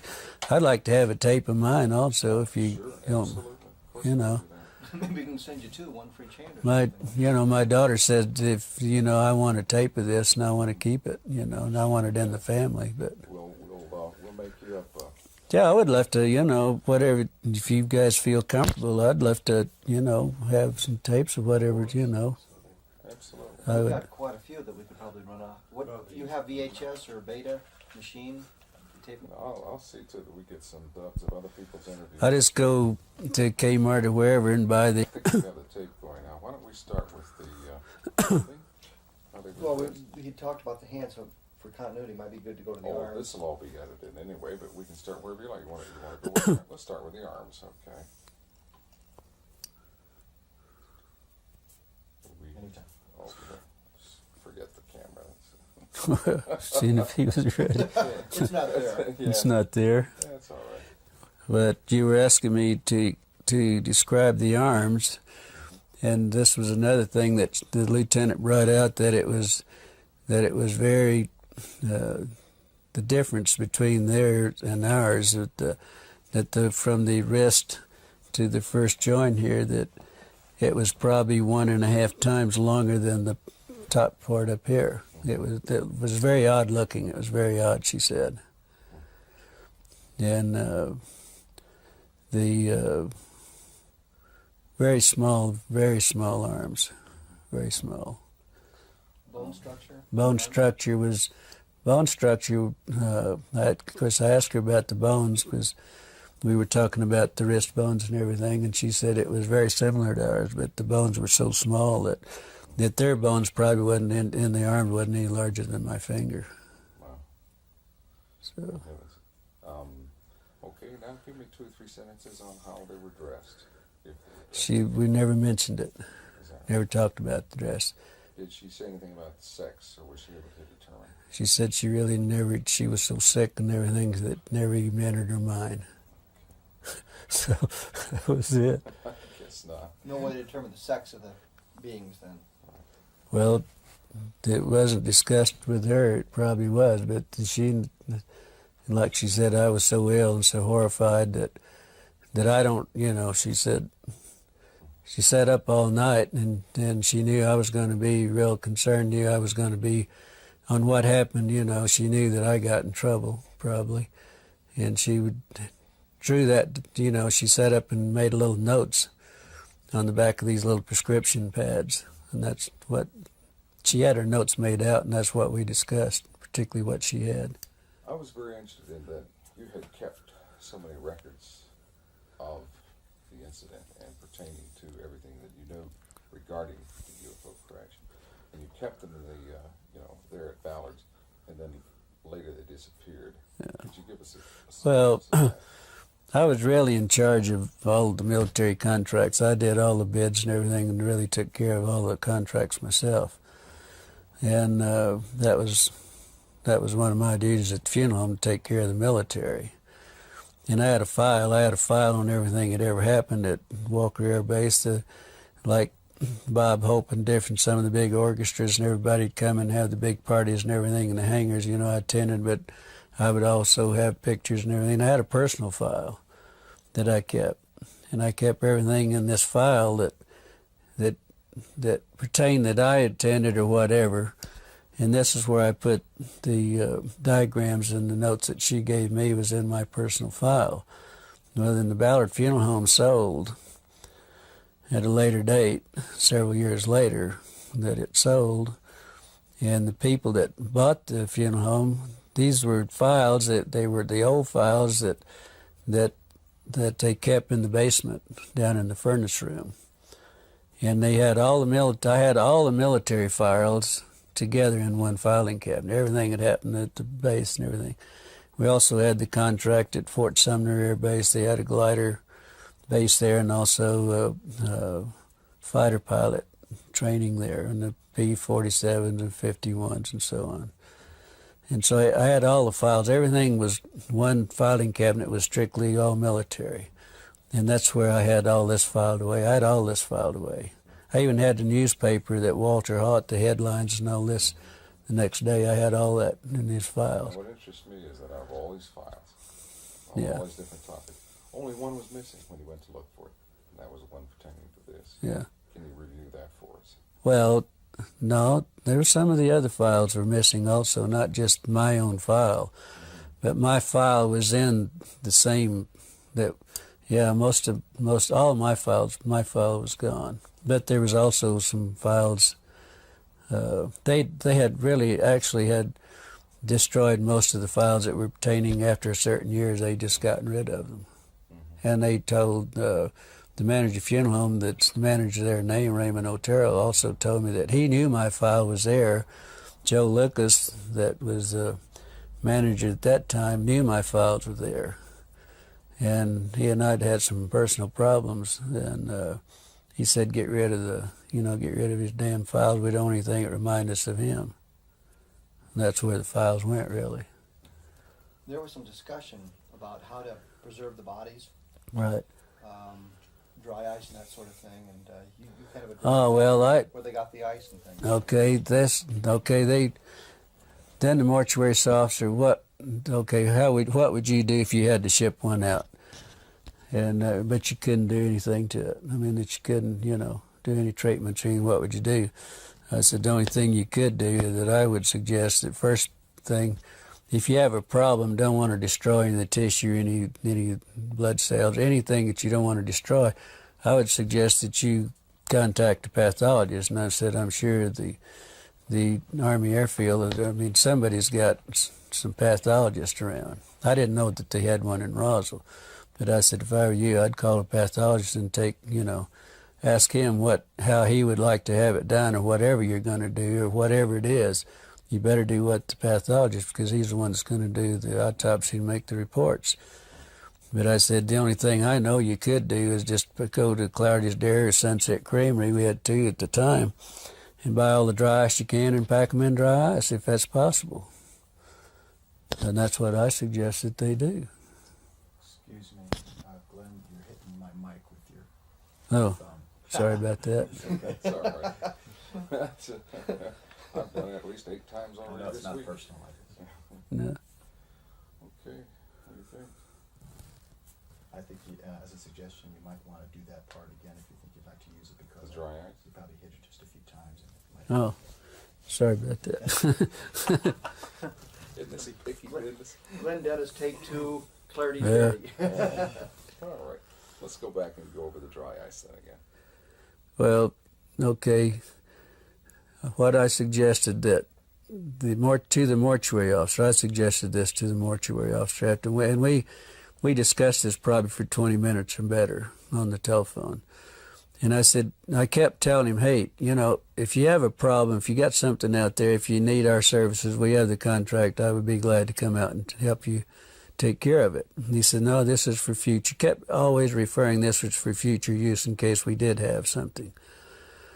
But then I said, well, you know, first thing you better do, you better get a hold of a pathologist. I don't know whether you have one at the base, but I know you probably have the top pathologist, you know, something similar to those words. And I said, that's what I do, and you better let him give you the instructions, and then you better do what he tells you to do, because he's the one that's going to do the autopsy. And you don't, if it's this sensitive, you better do what he tells you. But I said, the only other suggestion I can make, that you go to Clarity's Dairy or you go to Sunset Creamery, buy all the dry ice you can and pack whatever you have, whatever the problem is, you better pack it in dry ice and then do whatever you have to do with it, because that's the only way. They tried to put it in the morgue. Out at the morgue, they had 2 refrigerated body compartments that we used to put them in, and then we would go out and get the bodies from there. But they always brought the airmen to us, but on the dependents and everything, we went out for them. But they weren't cold enough, and it became so offensive. They were afraid they were going to, upset everybody in the hospital. So they later moved them over to a hangar, and that's the last that she knew anything about them too. The lieutenant knew anything about them, but she didn't know how they moved it or anything about it. But they were taken to a hangar because the odor was so offensive they couldn't. That, like they said, it was upsetting everything. That's great. So, Fantastic. Yeah. Did she ever tell you where she thought or where she was told the bodies went from Roswell? I'm sorry. Where the bodies went from Roswell? Did you know where they were shipped out? Did you know where they went? She didn't know. She She never, never told me. She never mentioned any. never suggested them. No suggestion whatsoever.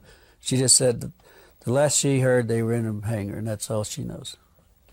And we never discussed anything else.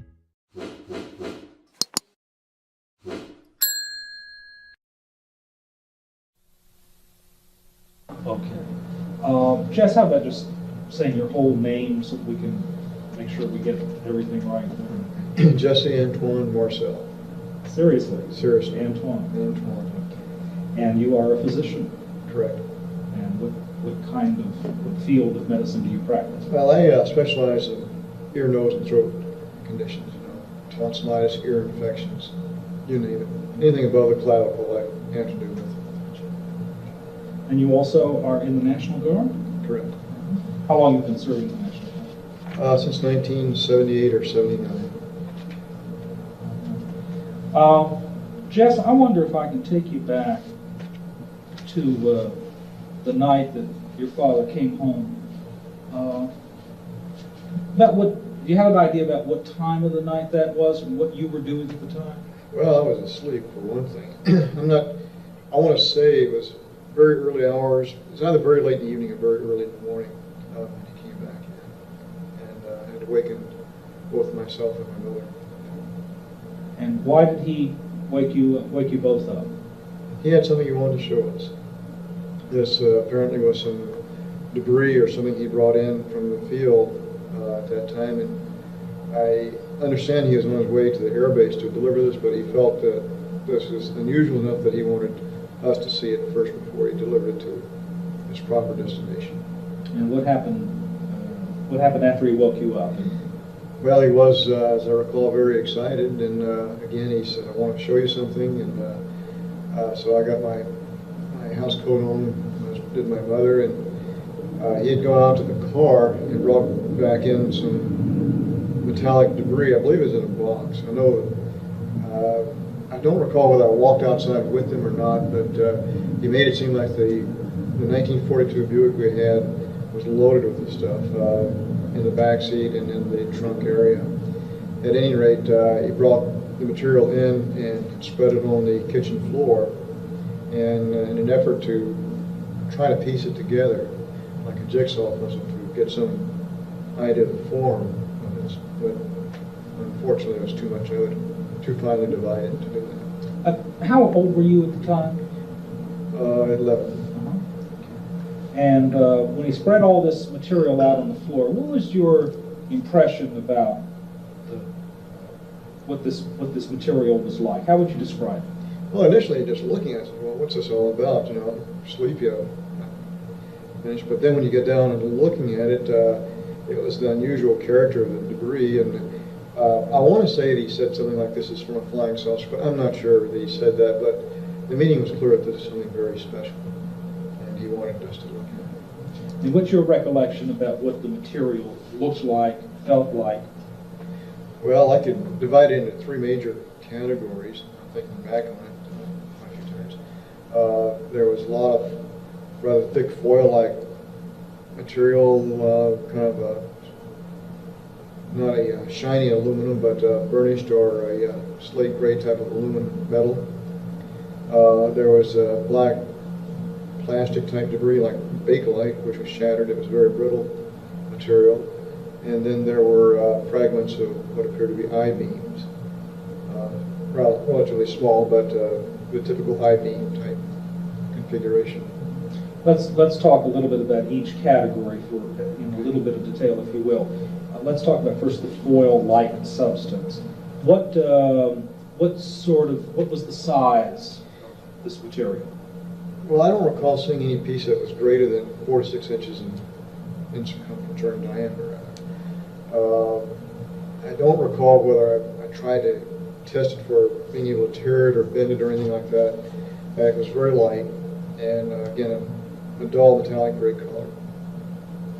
And there was a lot of that.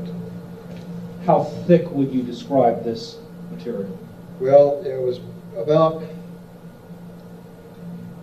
thicker than the usual kitchen foil. I guess there's a newer foil out now for heavy-duty use that is used in storing food, and that's approximately what it was like. In terms of thickness? In terms of thickness. Any other similarities to everyday household items that people? Well, it's metallic, that's about all I can say. Not shiny. And the pieces of the foil-like substance, what shape were they? Well, it was shredded, at least, torn. So irregular in shape? Irregular, right. And there was a lot of this material? Well, enough to cover the floor with. Was this... and more, because there was a lot more left in the car. That's what I was going to ask. He didn't bring in all Oh, of them? no. That was only one portion he had in the car. Okay.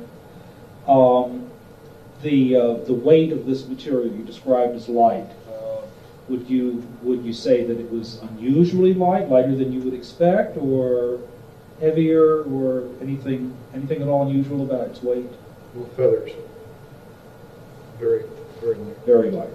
In other words, you could take a piece and it wouldn't just fall to the floor, but it kind of drift down fairly slow like a feather will. No, that's very interesting. And did you actually see that? No, I did not, but this is what, I would have thought it would be like, if I would have done that. I would have felt it drift fairly slow. Light as a feather. Interesting. What you described as almost plastic or bakelite-like material. Tell me a little more about that. Well, it was black, brown in color. Again, irregular pieces. About a 1/16 of an inch, maybe a little bit greater in thickness. And brittle. At least I suspect it was brittle because it shattered like glass. I want to make sure I understand. You didn't actually see it shatter, No.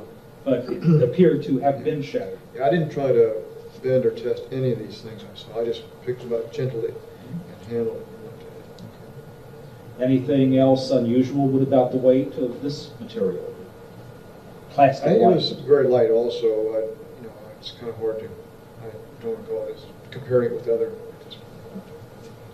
Anything else worthy of comment about this material? Would you recall?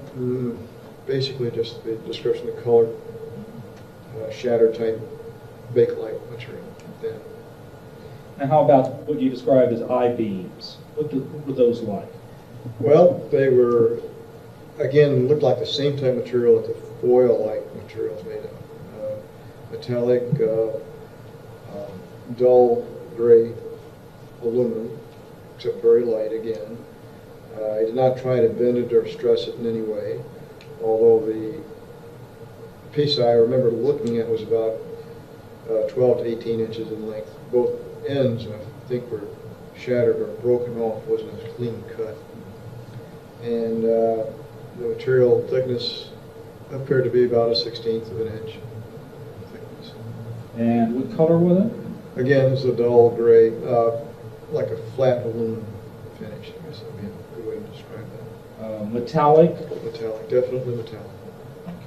Anything else unusual about this particular piece of material? Well, the most unusual part of this whole thing was what was on the I-beam, on the inner surface of an I-beam. Because as you look at it head on, there appeared to be a type of writing on the mainframe itself. This writing was definitely a purplish violet hue. It did have an embossed appearance because you could, if I recall, you could rub your finger on it and you could tell it had texture. I don't recall seeing any lines or letters of any kind, but it was more like geometric shapes. Or, well, it's hard to describe it. It was curved geometric shapes. There might have been some triangles and circles, but it was solid. Is it possible you might have mistaken it for Russian, Japanese, any other language?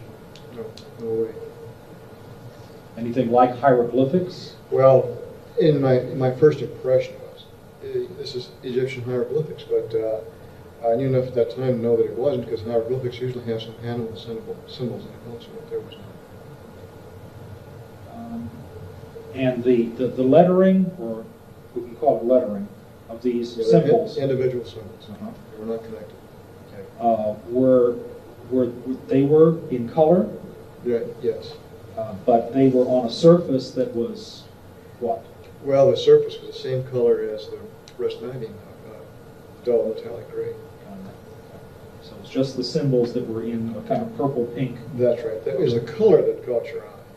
Here in all this mass of metallic gray pieces, here's this flash of color. What do you recall your father saying that night about how he came into possession of this material? I don't recall a whole lot of the mechanics or the logistics involved. I do know he'd been gone for quite a while. I'm not sure exactly how long he'd been gone even, but if I remember saying something about this came from a crash site or from some fellow's ranch or northwest of Roswell. And you said at the outset that he appeared to be excited. Yeah, that's the reason he got us up out of bed. Why was he excited about this? Because he felt this was something very unusual. He felt it was probably something we'd never seen before, we'd never see again. And again, I want to say that he said the words flying saucer, but I cannot be sure about that. I'm almost positive he did, but I can't recall verbatim what he said.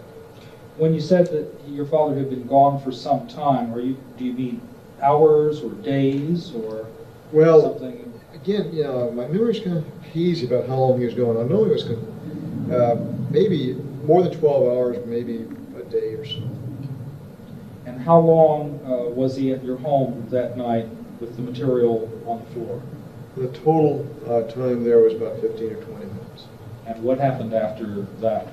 Loaded it back in the car and took off. Do you know where he went? Well, he was going back to the base. So that was my understanding. When did you next see him? Do you recall?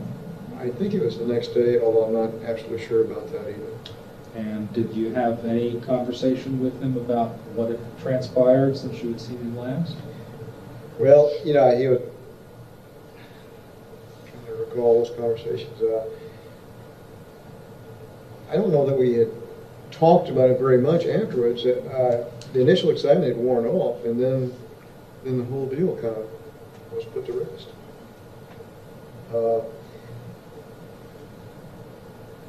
There's still a feeling like there's something very unusual about this. It was not, something commonplace, like they would like to say weather balloon or radar target. Your father didn't think it was a weather balloon or a radar target? Never did. Do you think it was? Well, even at that young age, I had kind of an interest in electronics and weather and things like that. And I'd seen weather balloons, and I'd seen pictures of radar targets. That was not one of them. Was it like anything you'd ever seen before? Not really. One thing that sets it apart, of course, was those I-beams with the symbols.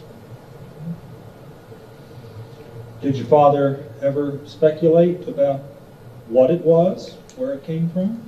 We would talk about it periodically over the next several years, perhaps, and we'd always thought that it was something very unusual. It would, yeah, I think initially they might have thought it was even a Russian weapon or something. That was for the reason for the cover up or the burying the story. But later, it was determined it was not a Russian. So that left one other possibility, that it was something from out of our atmosphere. Was your father in the habit of discussing his work? Well, he was in intelligence. No, he was not. Not in the habit of discussing his work. So I guess it wouldn't be real unusual for him to be rather quiet about it. Tight-lipped with it, yes. He was not given to, verbal diarrhea about things like that. But he obviously did eventually talk. Yeah, as time went on, the seed had been planted in the back of our minds that there's something very unusual about this. And from time to time, you'd read about some UFO sighting in the paper, and it would trigger maybe a little conversation about what this was. Knowing your father as you did, what do you think motivated him to go public with this account as he did? Well, this didn't happen for years. And he was a radio amateur, loved ham radio. And I don't know the exact scenario, but I can picture that maybe they were talking on ham radios. He was talking on ham radio with somebody. And maybe the discussion came up about a recent UFO sighting. And he would say, oh, by the way, I was involved with one. And I could picture that as being the mechanism that this thing came out. I don't know that to be sure, but that's, I think, most likely way. And when journalists and people came to ask him to be interviewed for this, do you think he had any reluctance? Do you know if he had any reluctance about speaking more publicly to a wider audience about this? Well, this is many years later, and it lost track or touch with the Air Force community. And I think at that time the uniqueness had worn off a bit, where he felt less constrained to keep quiet. Kevin, I don't have any more questions. Anything that we failed to cover that's important? When your dad came home, did he ever suggest you weren't supposed to talk about it? Was there any kind of discussion about what was said at the base and let's not talk about this anymore in those first few days? I don't recall that exactly, but I think the implication was there. That it's over with, don't say anything more about it, at least don't even bring it up. Did, after he came out with the story in '78, was there ever any contact with anyone in the Pentagon or anybody from the military suggesting that maybe he had spoken out of turn? No. Going back to the first statement, too, I never discussed this with any of my friends either. I had a lot of friends and acquaintances in Roswell, and I can definitely say I never even told them about what was going on. Later on, you had suggested that it was in high school before you really ever discussed it again with your dad. Did you ever discuss it with any of your friends in high school when the stories would come out in the newspapers, or suggest to anybody, well, these things are real? I don't recall ever saying anything about it. When you would see these stories in the newspapers, kind of what was your reaction to them? Was you kind of, I know something more about it, or? Well, my initial reaction is maybe most of these were hoaxes and maybe a misidentification of things, but I do know of one that was not a hoax or misidentification. Was it the feeling of you, your father, your mother, that it was extraterrestrial in origin? Yes. We felt it was all a very unique experience, that we just happened to be at the right place at the right time to see this. But was your feeling that it was extraterrestrial? Yes. Actually, my own personal thoughts was, after we started sending satellites around, the Russians in 1957 with the Sputnik, I felt that maybe this was a probe that happened to land on our planet from someplace else. From another planet. From another origin. When you had the debris in the kitchen, was there any odor associated with any of the debris at all that you can recall? No. Did the material feel cold to the touch at all? Well, it was metallic, it was a hot night, Mm-hmm. so it didn't, I'm sure it's the ambient air temperature, whatever that was at that time. Is there any possibility that your dad might have slipped a piece out of the box to keep for his souvenir? No possibility. He'd never think of doing something like that? Not at all. His background was intelligence. Was that his job all through his military career? Was he always in intelligence? Well, that and photo analysis, interpretation. Mm-hmm. They're Now, involved. did there have been stories that he flew as a gunner? Well, he did man the guns, I know that. I think what happened, he was a navigator, or he went aloft many times to view the bombing runs personally. Mm-hmm. Despite the fact they had photographs, but he could get more information by being there on the site. Mm-hmm. And I do know one time that they were shot pretty badly, and he had to take over the guns. He must have known how to man the 50 calibers for some reason. I know he did that. He described sitting on an empty box of ammo and having some slugs go between his legs through the box from a Japanese firing at him. and was quite excited about that, I imagine. Another time they were shot down. They had four engines shot out. The plane and the B-29 doesn't fly very well on two, and then the third one gave up. They're going down like a rock. Did he have to bail out, or did they? He bailed out, yes. Bailed out. So his military career, he was basically in intelligence mostly for his for his military career. And he would get stick time as a pilot too, as much as he could, a non-rated aviator type. We know how that works. Yeah. There are many stories about his military career. He did not stay for the full 20. No, he did not. He got out as a lieutenant colonel. Major. He was given a reserve commission of lieutenant colonel, but he was on active duty as a major. So he never served as a lieutenant colonel? He never served as a lieutenant colonel. I know a lot of the reserve papers he got to was addressed to Lieutenant Colonel Jesse Marcel, but he never had the privilege. The lieutenant colonel. So he got out. He had no military pension. No. He got out of the service, went back to home in Louisiana. Was a TV radio repairman, or Right. owned a radio, television, and sales service. and that's what he did until he retired. Yes, he did. And the first time you remember him really talking about this, you were in high school. Said something while you were in high school.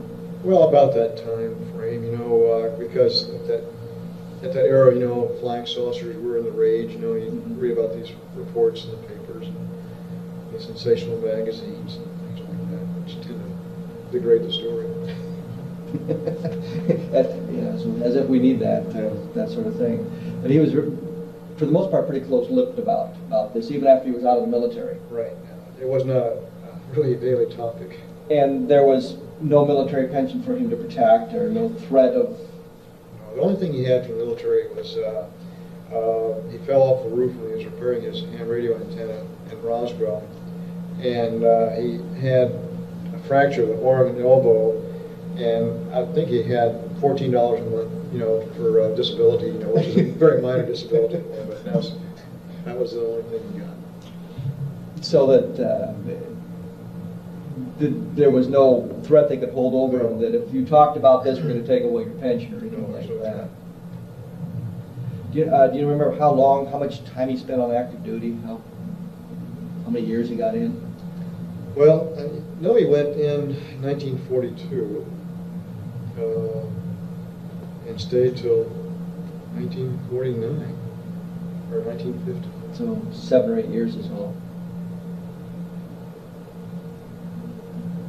And there was the story that's been published that he wrote the speech for Truman when the atomic bomb was exploded by the Soviets. Any truth to that, or he provided the intelligence information for the president? I have a vague recollection of something of that nature, but I don't know that he wrote the speech. But I do know that he was in on preparing something, gathering information. As part of his intelligence function. Right, yeah, but that was not really a subject of conversation. Did you ever notice your dad, or did your dad ever break security other than this one time when he brought the material home? Although he really wasn't breaking security since it wasn't classified yet. Did your dad ever break security at all that you can recall? One other time. And that would be when? I don't know whether one. I guess it's. I hate to bring that up, though. I don't know whether. Okay. But so, as far as you know, your dad really never broke security. Right. He never really talked to the neighbors. He never talked to friends about what he was learning with his job. No, it was all pretty.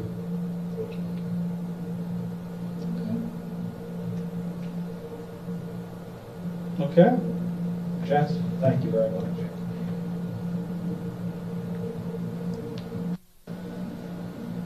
I'm just going to ask you some questions just to get you started. No. Okay. Vern, tell me about your relationship with Barney Barnett. How did you know Barney? I first met Mr. Barnett. I was with the 333rd Bomb Group in Dalhart, Texas. At that time, Mr. Barnett was living in Mosquera, New Mexico.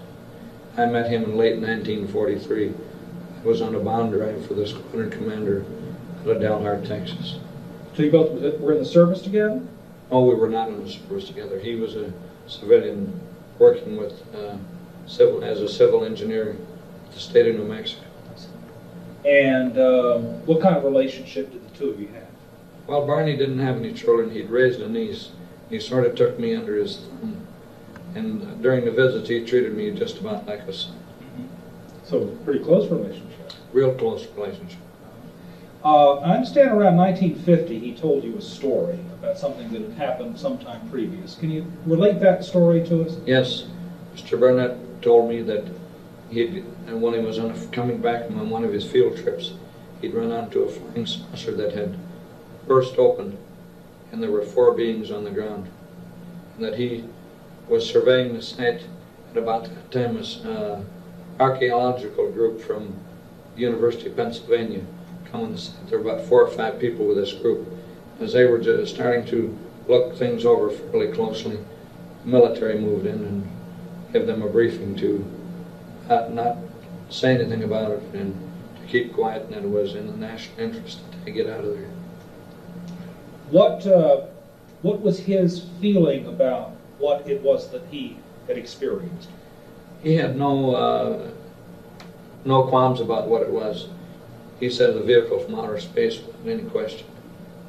The beings on there were not exactly like human beings. Similar, but not exactly. How did he describe them? He described them being about 3.5 to 4 feet tall, very slim in stature, and with their heads were hairless, with no eyebrows, no eyelashes, no hair, and sort of a pear-shaped head with the top of the head being smaller, or larger, I mean. Any other characteristics about their appearance? Only one thing that he mentioned is the hands were not covered. They had 4 fingers. How were they dressed? They were dressed in some type of a tight-fitting suit. It looked like sort of a metallic, but not metal and not nylon. And it fit to the body very closely tight. But they were not wearing any headpiece at all. And I don't recall that he said anything about what they had on their feet. Were all of these beings dead when he found them? They were all dead in only a short distance from the craft. The craft had burst open, and he said that they hadn't seen anybody inside, but they really hadn't had a chance to look. These were all outside the craft and quite close to the craft, within not too many feet from the object. How did he describe the craft? Typical flying saucer. Disc-shaped? Disc-shaped, and of pretty good size, not small. It was a craft that probably could have carried quite a few beings, and it wasn't one of the little small discs that was reported in somebody's place. It was probably 100 feet. Big. Really? How did he describe the impact site, if at all? He said it had come to rest at a sort of on a, not a high bank, but a sort of a ridge or a bank, and had hit against the bank. It had split there. But otherwise it was intact. Did he describe any other debris or wreckage besides the... There was no, according to him, there was no wreckage or debris around his craft. What, did he give any description about the archaeology team? Nothing, except there was 4 or 5 people. And they were obviously there for a dig, and they had just come upon this just about nearly simultaneously. He just arrived there, and here they come. Any names of any of these individuals? He didn't have any names because the short period that they were there, and by the time the Army rounded him up and told him to get out of there after they briefed him what and not to say and so on, he got his pickup and headed back for his office. Did he ever tell this story to anybody else? He went back to his office, and his boss, he started to tell him, and the boss told him, "Barney, don't tell me anything about it. I don't want to hear about it. Just forget it." And he says, when I was told that, he said, having been told not to say anything, he said, and I'm not going to have people think I'm crazy. So I never told anybody else until the time he told me about it. Did he ever experience any form of harassment from the government? They were harassing him on income taxes. And I know that one time I visited him down there in 1950, and he was really nervous. This was either the 2nd or 3rd time they had audited him. I can't understand why they would audit him, because he didn't do any outside business. They had all of his income from his job. What kind of man was Barney Barnett? Barney Barnett was a real private individual. He didn't smoke, he didn't drink. His family and himself were very private. They associated with people, but not too much on a social basis.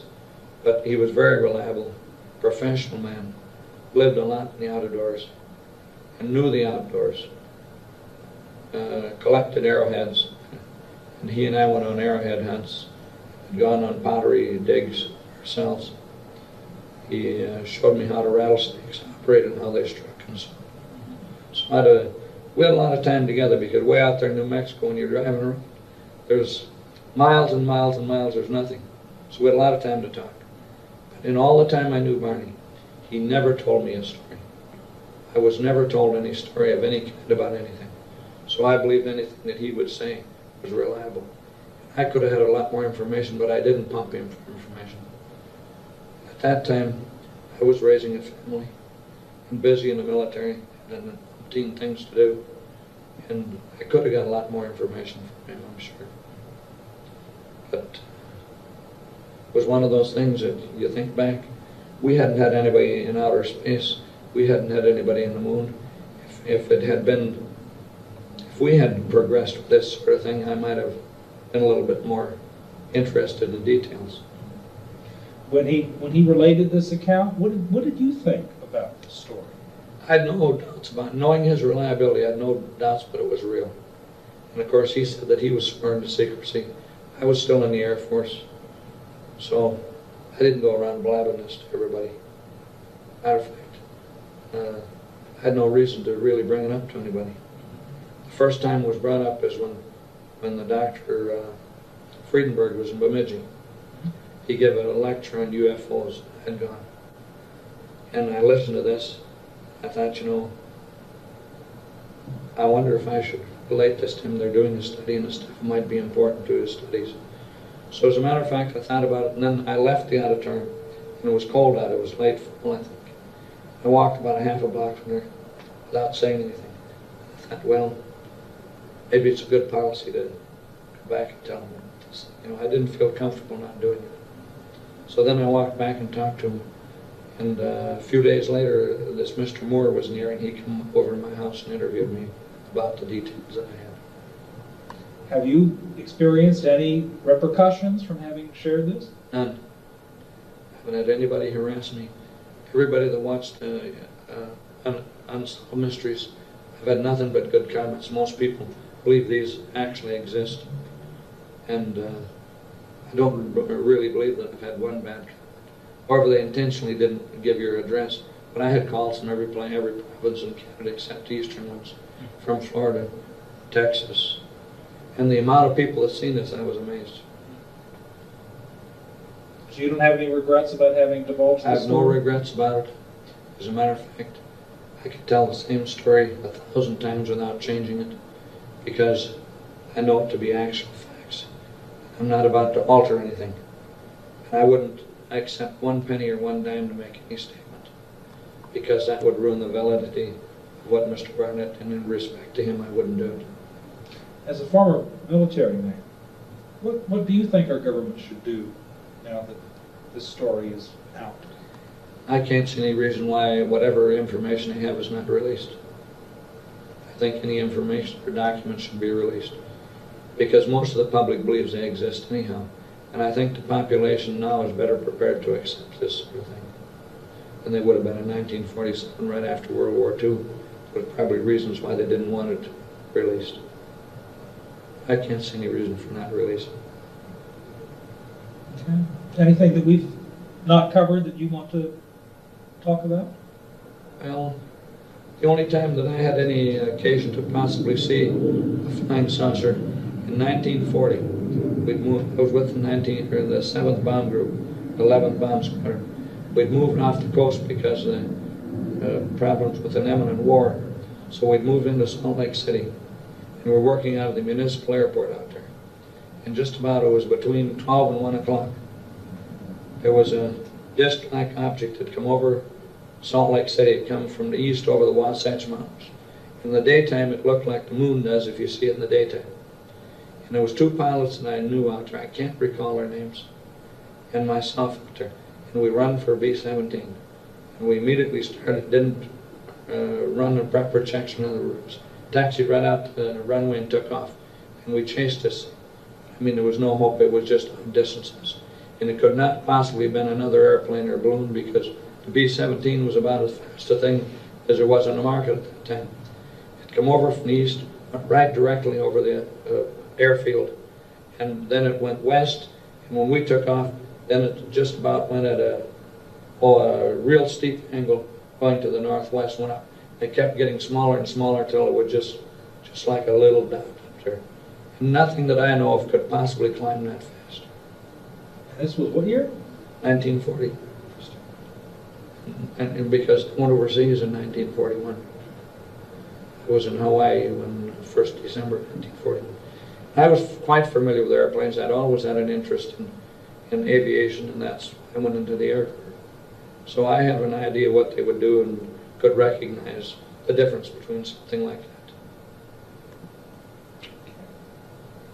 Thank you very much. I appreciate all your time. Well, I hope it works out good, but that's basically what they were pretty accurate in, trying to reconstruct. Mm-hmm. And they did film about 20, 30, 40 minutes of me. Mm-hmm. But they only used portion, and they reconstructed some of the rest of it. Mm-hmm. Did you, you were satisfied then with the dramatization part of it? Pretty much, but there was some details that would have changed. Uh-huh. And of course it was impossible for them to know every detail. If I had been on their site, I could have told them some changes they could have made. Yeah. Like Barney wearing a pith helmet? Yeah, wearing the pith helmet. Well, and another thing, he had glasses. Uh-huh. Because of that, when he opened his snake's mouth and the venom came up over his glasses, that's how I vividly remember. I can picture in my mind the venom still streaming down his face and on his glasses. And he'd hit the glasses mostly. Uh-huh. And it was just kind of a white foam and just, good thing he wore glasses, I guess, huh? But that's the type of individual he was, an outdoorsman. Uh-huh. He knew the Southwest, he knew the outdoors, and he was the type of individual that didn't exaggerate on anything. We did a lot of things outdoors. And I know that New Mexico, because I know what a vast uninhabited area that place is. Yeah. That's why the group in New Mexico was kind of laughing about some of the things I was telling them. Because they know what you're talking about. Yeah, they know exactly. But I'd been through a good portion of our state and I'd lived there. I lived in Clayton, New Mexico one time. Uh-huh. Where are you living at? Bemidji. Uh-huh. Still in Bemidji. Still in Bemidji. And I put in 21 years in the United States Air Force, retired from them.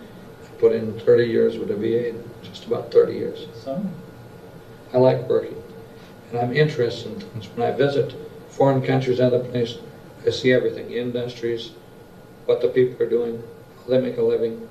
You know, I'm not one contented just to sit back and go and lay in the sun somewhere or go to the beach, whatever. yeah. I just like to get in the mainstream of things. I'm interested in what's going on in the world and out of this world too. Yeah, obviously. Vern, could I ask you to just sign this form for me?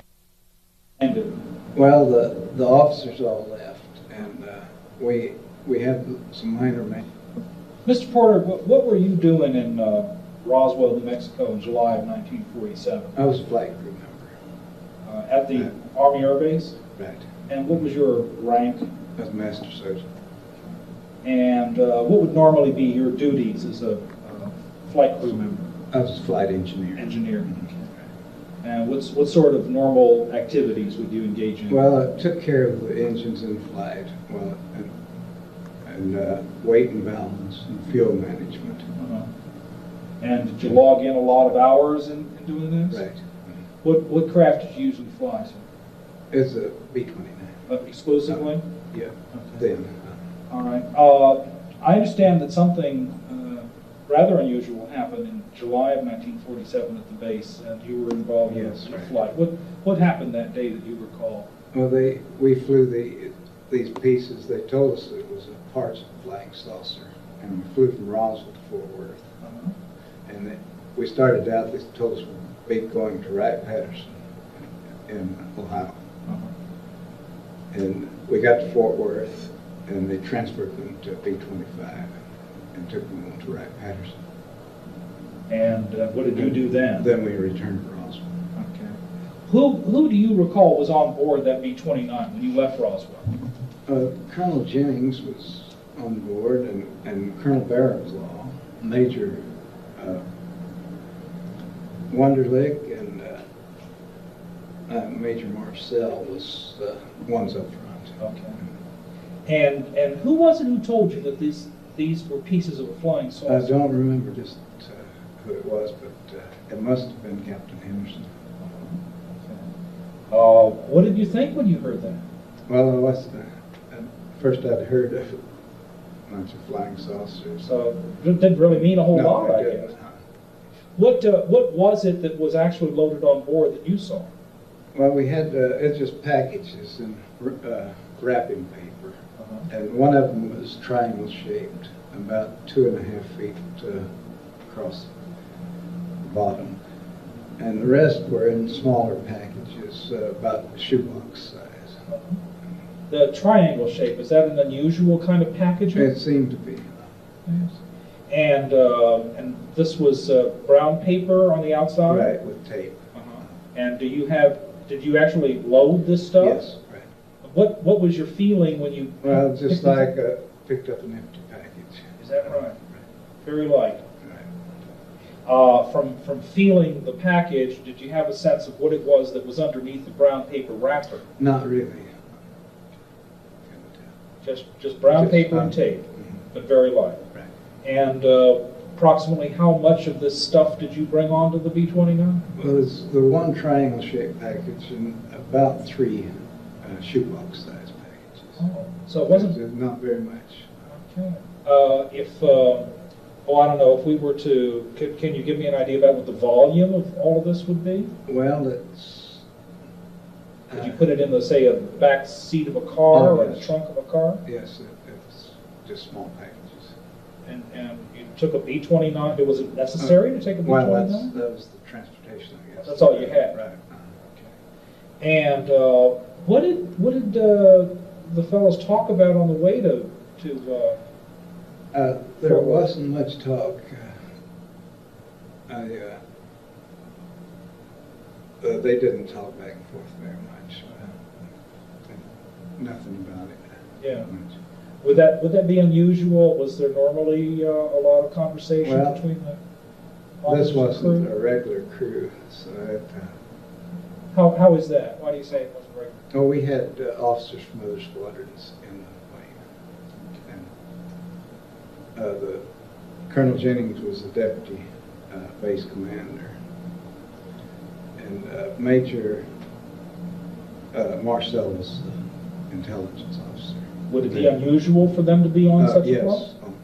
Right. And you arrived at Fort Worth at Carswell, Right. and what happened then?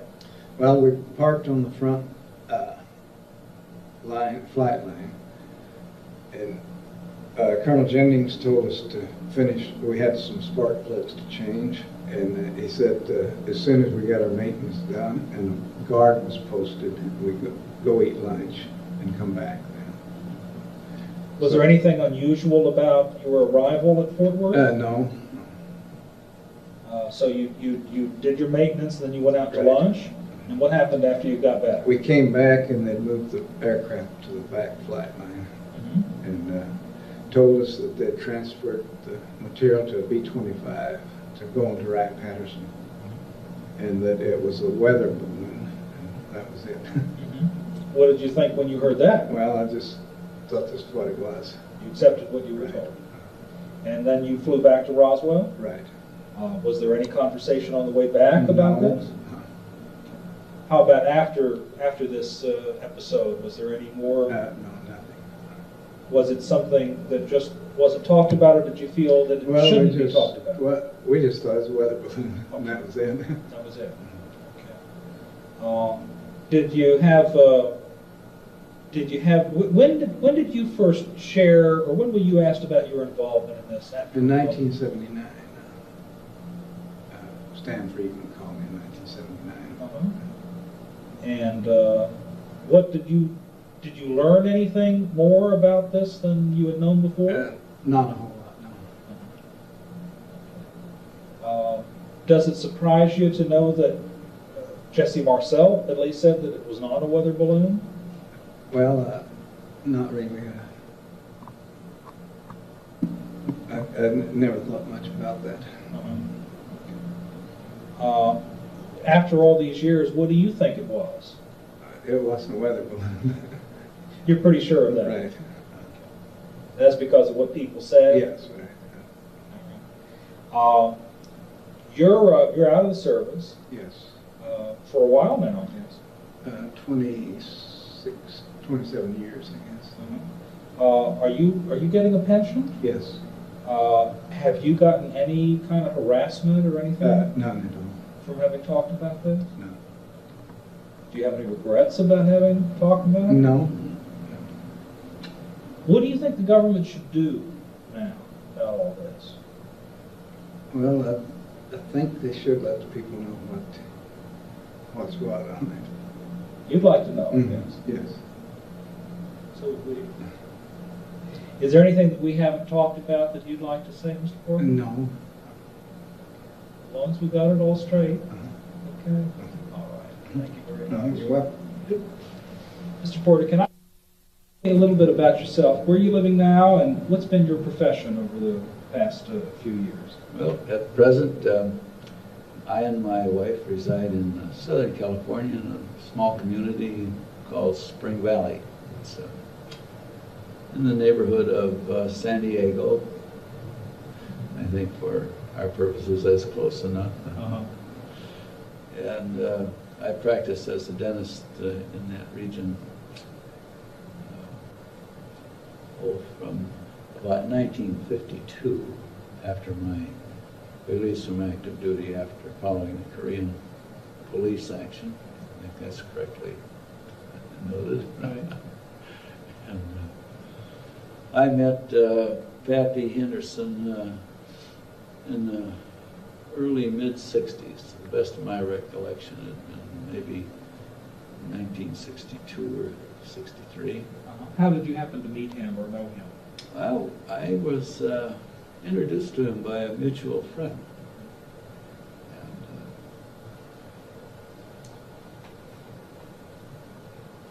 we were, of course, one of my other vocations other than dentistry has been practice of studying metallurgy. And I think that's probably what got Pappy and I together. And as the years went along, I went into other ventures. I wound up actually joining one of his because it really proved to be interesting, and I described that fully at our meeting today.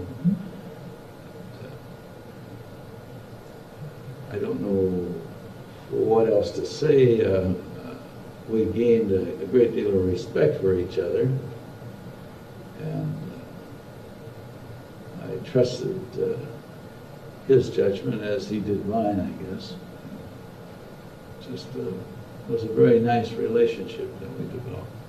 And when did he tell you about something that occurred that was very unusual in 1947? Well, it was, as near as I am able to tell, it would have been, and I think it might have been perhaps the 30th anniversary of that event. Because it was right about that time, in the summer of 1978. And what was it that he related to you as to what had occurred? Well, and he, of course, we will understand, we were in a public place where we met frequently. But we did speak in quite, in a great deal of privacy, let's say. And he told me about the Roswell incident. When that incident occurred, why, I happened to have been in a period of inactive duty in my naval service, and I was living in northern Minnesota. And I guess the wire service never reached me. I was actually unaware of the Roswell incident. It was casually mentioned in our newspapers, perhaps as late as a month later. Who knows? But northern Minnesotans weren't too worried about what happened in Mexico. So what did Pappy Anderson tell you happened? But he said that he had an unusual job to perform while he's in his Air Force service. And, that he transported wreckage and bodies of the alien people to Ohio. It was that simple. And Jack was a man of few words, really. And in our habit, the way we dealt and talked with each other, we really didn't waste much time. We said it, and that's it. There's nothing more to it. Did he describe any of the wreckage to you? Not really at that time. It was just a smashed pile of, I guess, space wreckage, spacecraft garbage, and I guess some of the passengers thereon suffered their death, of course. And I really was more or less privileged to just be listening, so I refrained from asking a lot of questions. But he did say that these people were small, and that there were quite a number of them. He never described the actual number to me, but since I've, of course, been filled in somewhat, I'm still not sure that there were what they even claim now. There may have been a lot more. Did he describe their appearance any further than saying they were small? Not to me. I think he found the kind of distasteful. I was pretty well tuned into Jack's feelings, you know. And if something was bothering him, I'd be sort of aware of it very soon.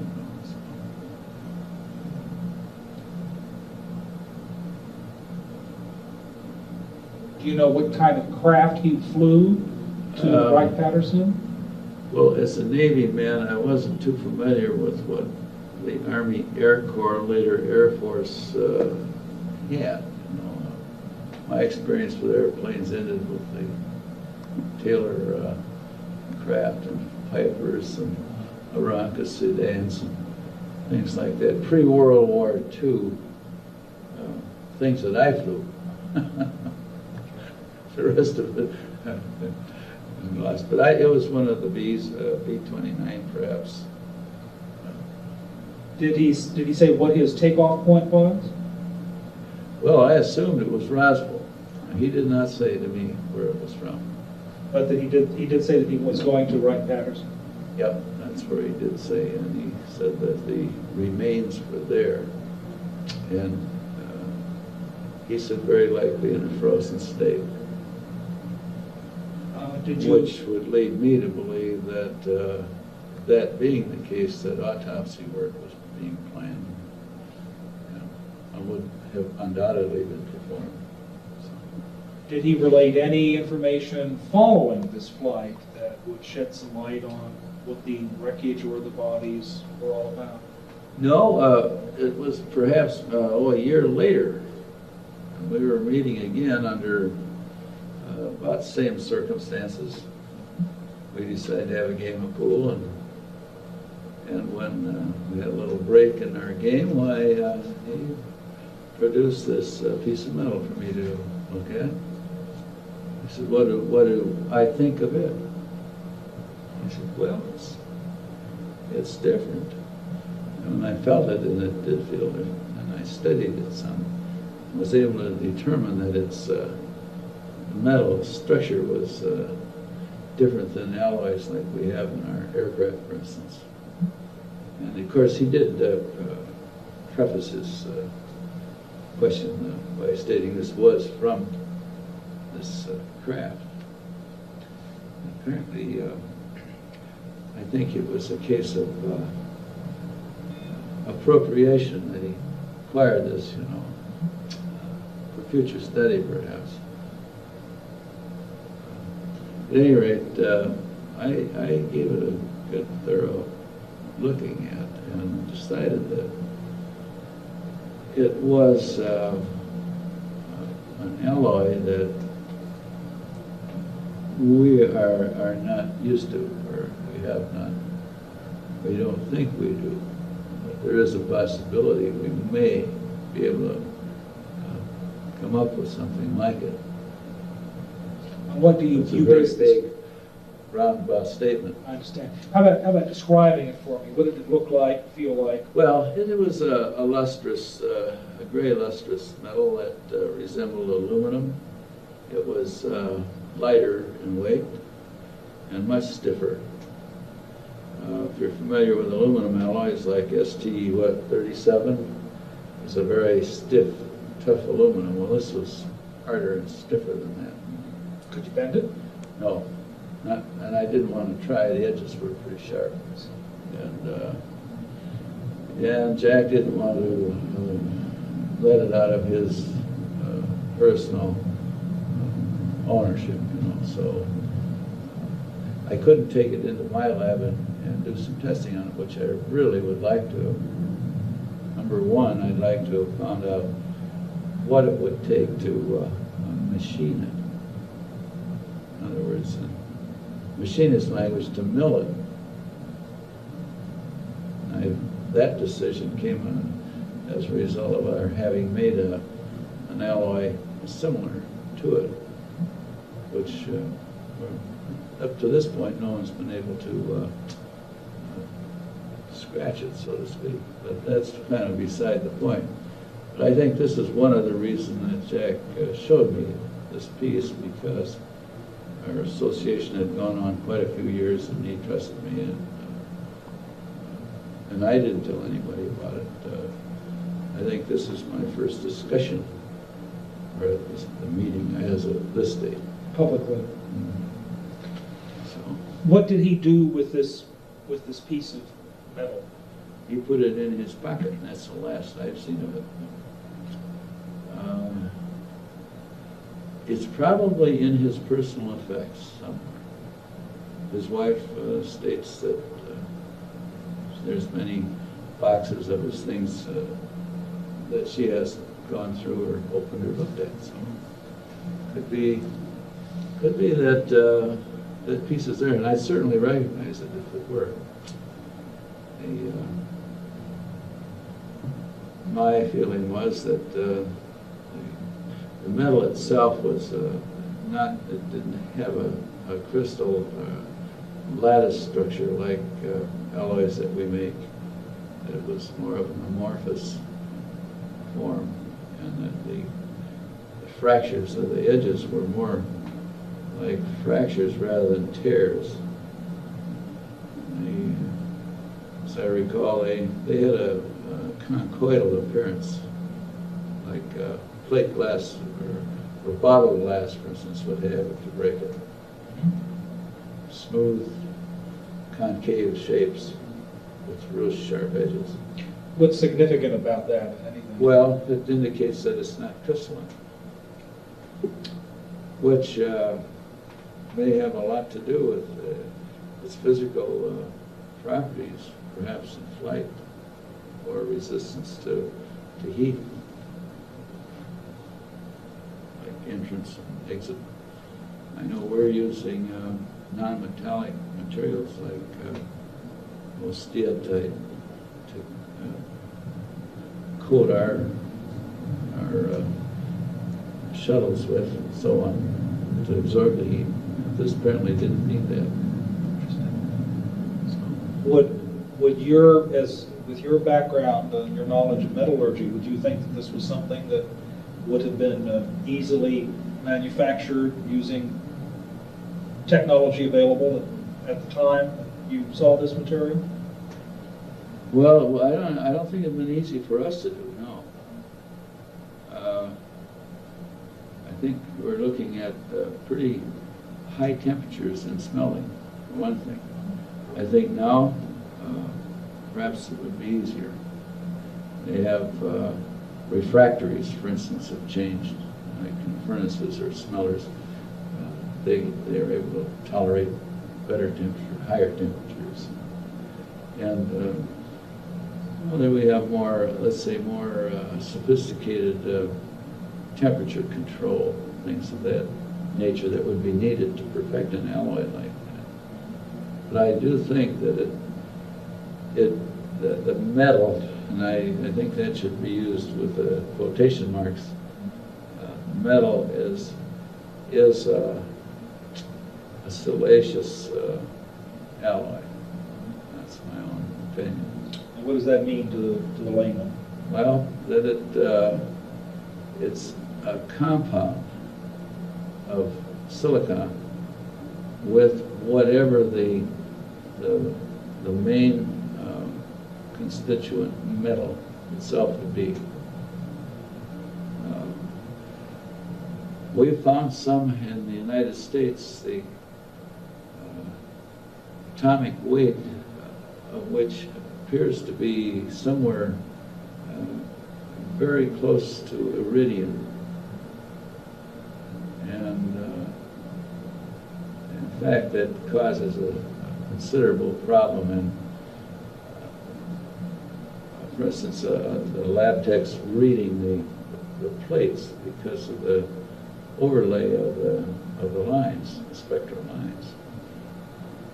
And in fact, there's one material that was smelted and the button made, which proved to be a similar alloy, but it's one we made ourselves. And it weighed a lot more, though. It was heavier. What is your own belief about what this fragment was from? What does it represent? Well, I think it was one of the structural parts, not the thinner materials. I know that Jack himself, well, he stated to me as far as the thin materials go that was the lining of the craft, and that when properly energized it produced perfect illumination inside, that you had a total easy light with no shadows. But That's why I asked today this gentleman that, I think it was Jesse, uh-huh. that had his hands on some of that thin material, if he had seen it in the dark. Right. I guess he hadn't, or hadn't paid any attention to it. He's pretty young then anyway. So. Well, that would be kind of interesting to see if it could be energized or polarized, maybe is how it would need to be. It's hard to say. Take a little, take a good old scientist, maybe one of our physicist friends could tackle that and light the place up with a piece of that, you know? It's fairly possible. So. What do you think this was from, though? I mean, what was this? What was I think this that thing that was recovered? Yeah, well, I think that metal, that thin material, was different. I didn't see any of it, but from what I'd seen in the pictures and so on, I don't think that's the same metal. Is it your feeling that this was from an extraterrestrial spacecraft? Oh, yes. Well, there's no question in my mind about that.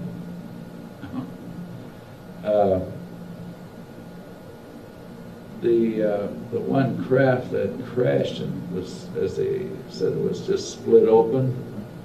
The color of it, the way it looked on that photo, is about the way that piece that I had to look at looked. I'm sorry, which photo are we talking about here? Well, whether it was a drawing or a painting or a reconstruction, I don't really know, but it was here today that I saw that. Okay. That's more or less what it looked like. Slightly mistreated, maybe. You know, by temperatures. No doubt in your mind, though, that this was from outer space? I have no question but what it was from outer space. The bodies? Sure. Well, there's no reason we don't have a franchise on the universe. Yeah. If you're interested in my thinking on that matter, why, I don't think we have a franchise on being the only good guys and or bad guys either, for that matter, in the universe. Obviously, this was something that was considered to be highly secret.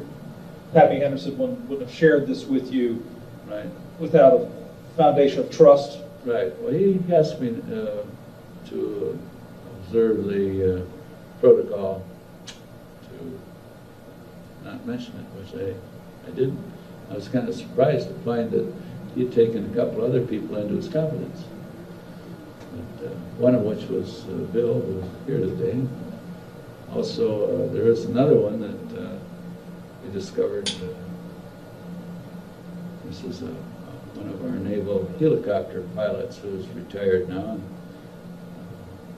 Was aware of what Pappy had seen. But he was pretty choosy about who he talked to, I think. Did he express any feelings about the secrecy aspect, or why it was that he wanted to share this information with? Well, Jack had become ill with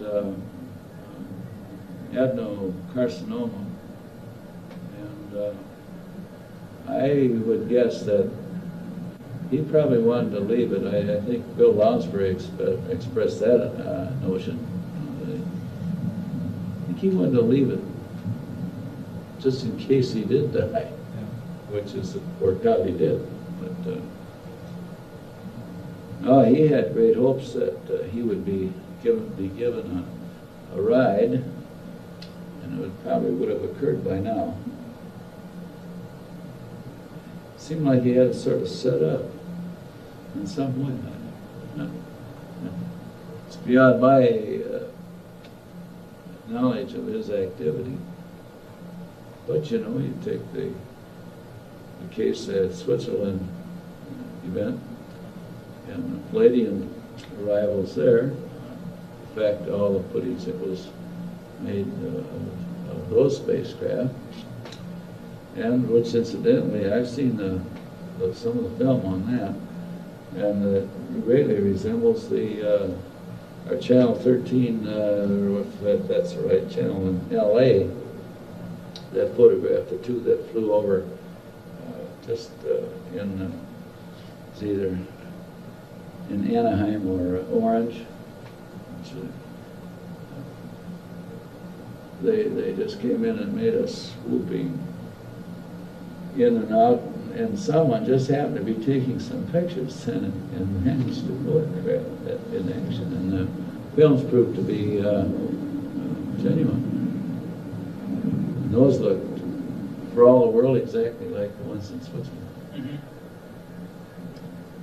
And, yeah, Pappy made a great effort to apprise me of what all that Swiss thing was about. In fact, he spent quite a bit of money on books for me and things of that nature, some of which involved some of our own military, where they were doing intensive study to verify the authenticity of these Swiss landings.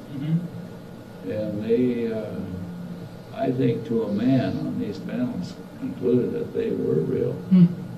And all the school children over there, I've seen pictures in movies of those people. You can't have 38 kids all give you the same story, usually on anything. But on this one issue, boy, there was no question about it.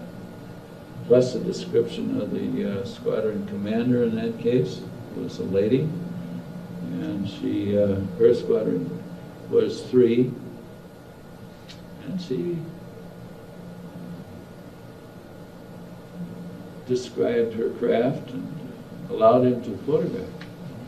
As far as this metal fragment is concerned, do you have any idea where it is now, today? No, I don't. I think if it's anywhere, it'd be in his personal effects. It was pretty traumatic when Jack died. At that time,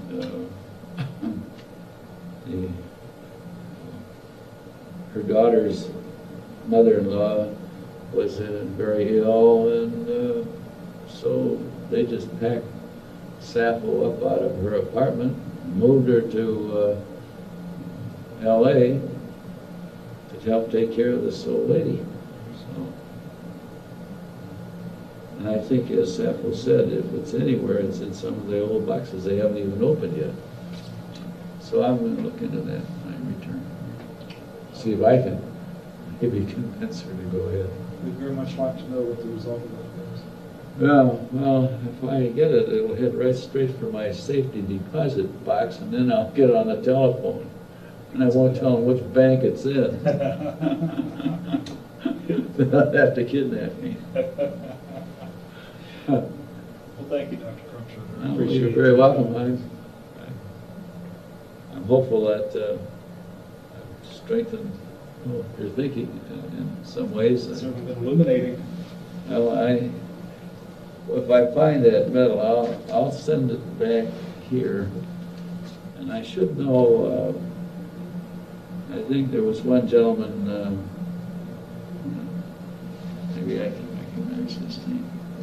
Somebody on our board? Oh, David Schwartzman, I bet you. Yeah. He's with a the white shirt. geologist at Howard University. Yeah. Yeah. Okay, and I thought he'd be the one that, he seemed to be the most interested in that piece of metal, and also in the smelling techniques that were developed to... I bet you know about that stuff. Yeah, well, he really got a kick out of it when I told him about our misfiring trying to cut that at Johns Hopkins University. I mean Stanford University. And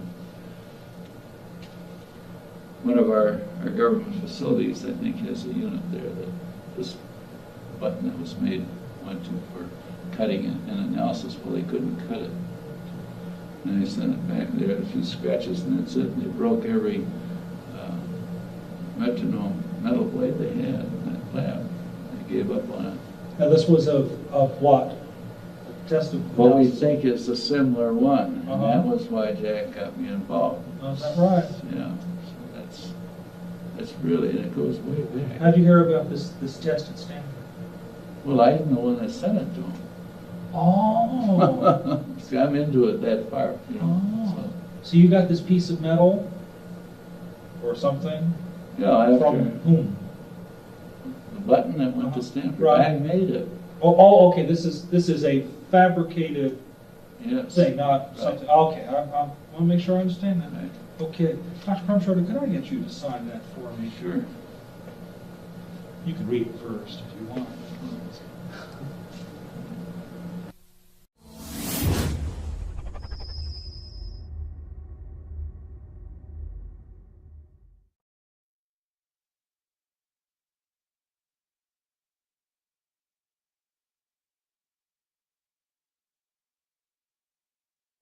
Okay, I'm Judd Roberts in Roswell, and I was a minority stockholder and the manager of a radio station here back in those days. Radio station. KGFL. Okay. And we got word of it with the rancher himself. Word of the crash. Oh, I beg your pardon, of this UFO. Uh-huh. Of course, there was a release that came out of Walt Hutt's PIO department out at Walker Air Force Base. And so we followed it up. I did not go out because I To the crash site. I did not go out to the crash site. Excuse me for being so hesitant about this. If I'd look at the camera instead of you, it perhaps would be easier. Well, that's why I'm sitting over here, so you can talk to me. Okay, so that's it. Be that as it may, we... So you were aware of something going on out there? Definitely. And then... Directly from Walter's press release or other sources? Other sources. As a matter of fact, I don't know whether I should say this or not, but it was true. We hid out the rancher for one night. We're aware of that. Yeah. Where? Yes, and we did some transcriptions with him and so forth. Good old wire recorders, if you will. Where did you hide him out? We had him out at Mr. Whitmore's house here in town. He lived outside of the city limits on the east side. So you were present at the actual interview? I was not. You were not. I was trying to run the station at that time. The question that we ran into is the very next morning, some friendly person, probably from Clinton Anderson's office, called us from Washington and said, we understand that you have some information, and we want to assure you that if you release it on this matter, because it's not supposed to be released, it's very possible that your license could be in jeopardy, and so we suggest that you not do it. And he said, when I mean in jeopardy, like maybe 3 days. Was there any suggestion when you got that phone call? I mean, did Walt Whitmore hesitate about releasing the information? Did he say, well, we're not going to release it, or we might release I it? made this decision. So you got the call? Yes, I was at the office, you see. See, W.E. Whitmore, with whom I worked, had different office hours than you and I. And he was a great nighttime worker, and he came in about 6 o'clock at night to talk to me about the radio business, about the time since I'd been there since 6 o'clock in the morning. So you got the phone call from Washington? Yes, yes. And they told you that your license was in jeopardy. Did you? They indicated that would be a very negative thing. What convinced you that they meant business and you were really talking to somebody important? I don't even remember who it was who identified himself. Was there any? But he convinced you. But he convinced me because they'd already made such a stir about the releases, you see, to the newspapers and so forth.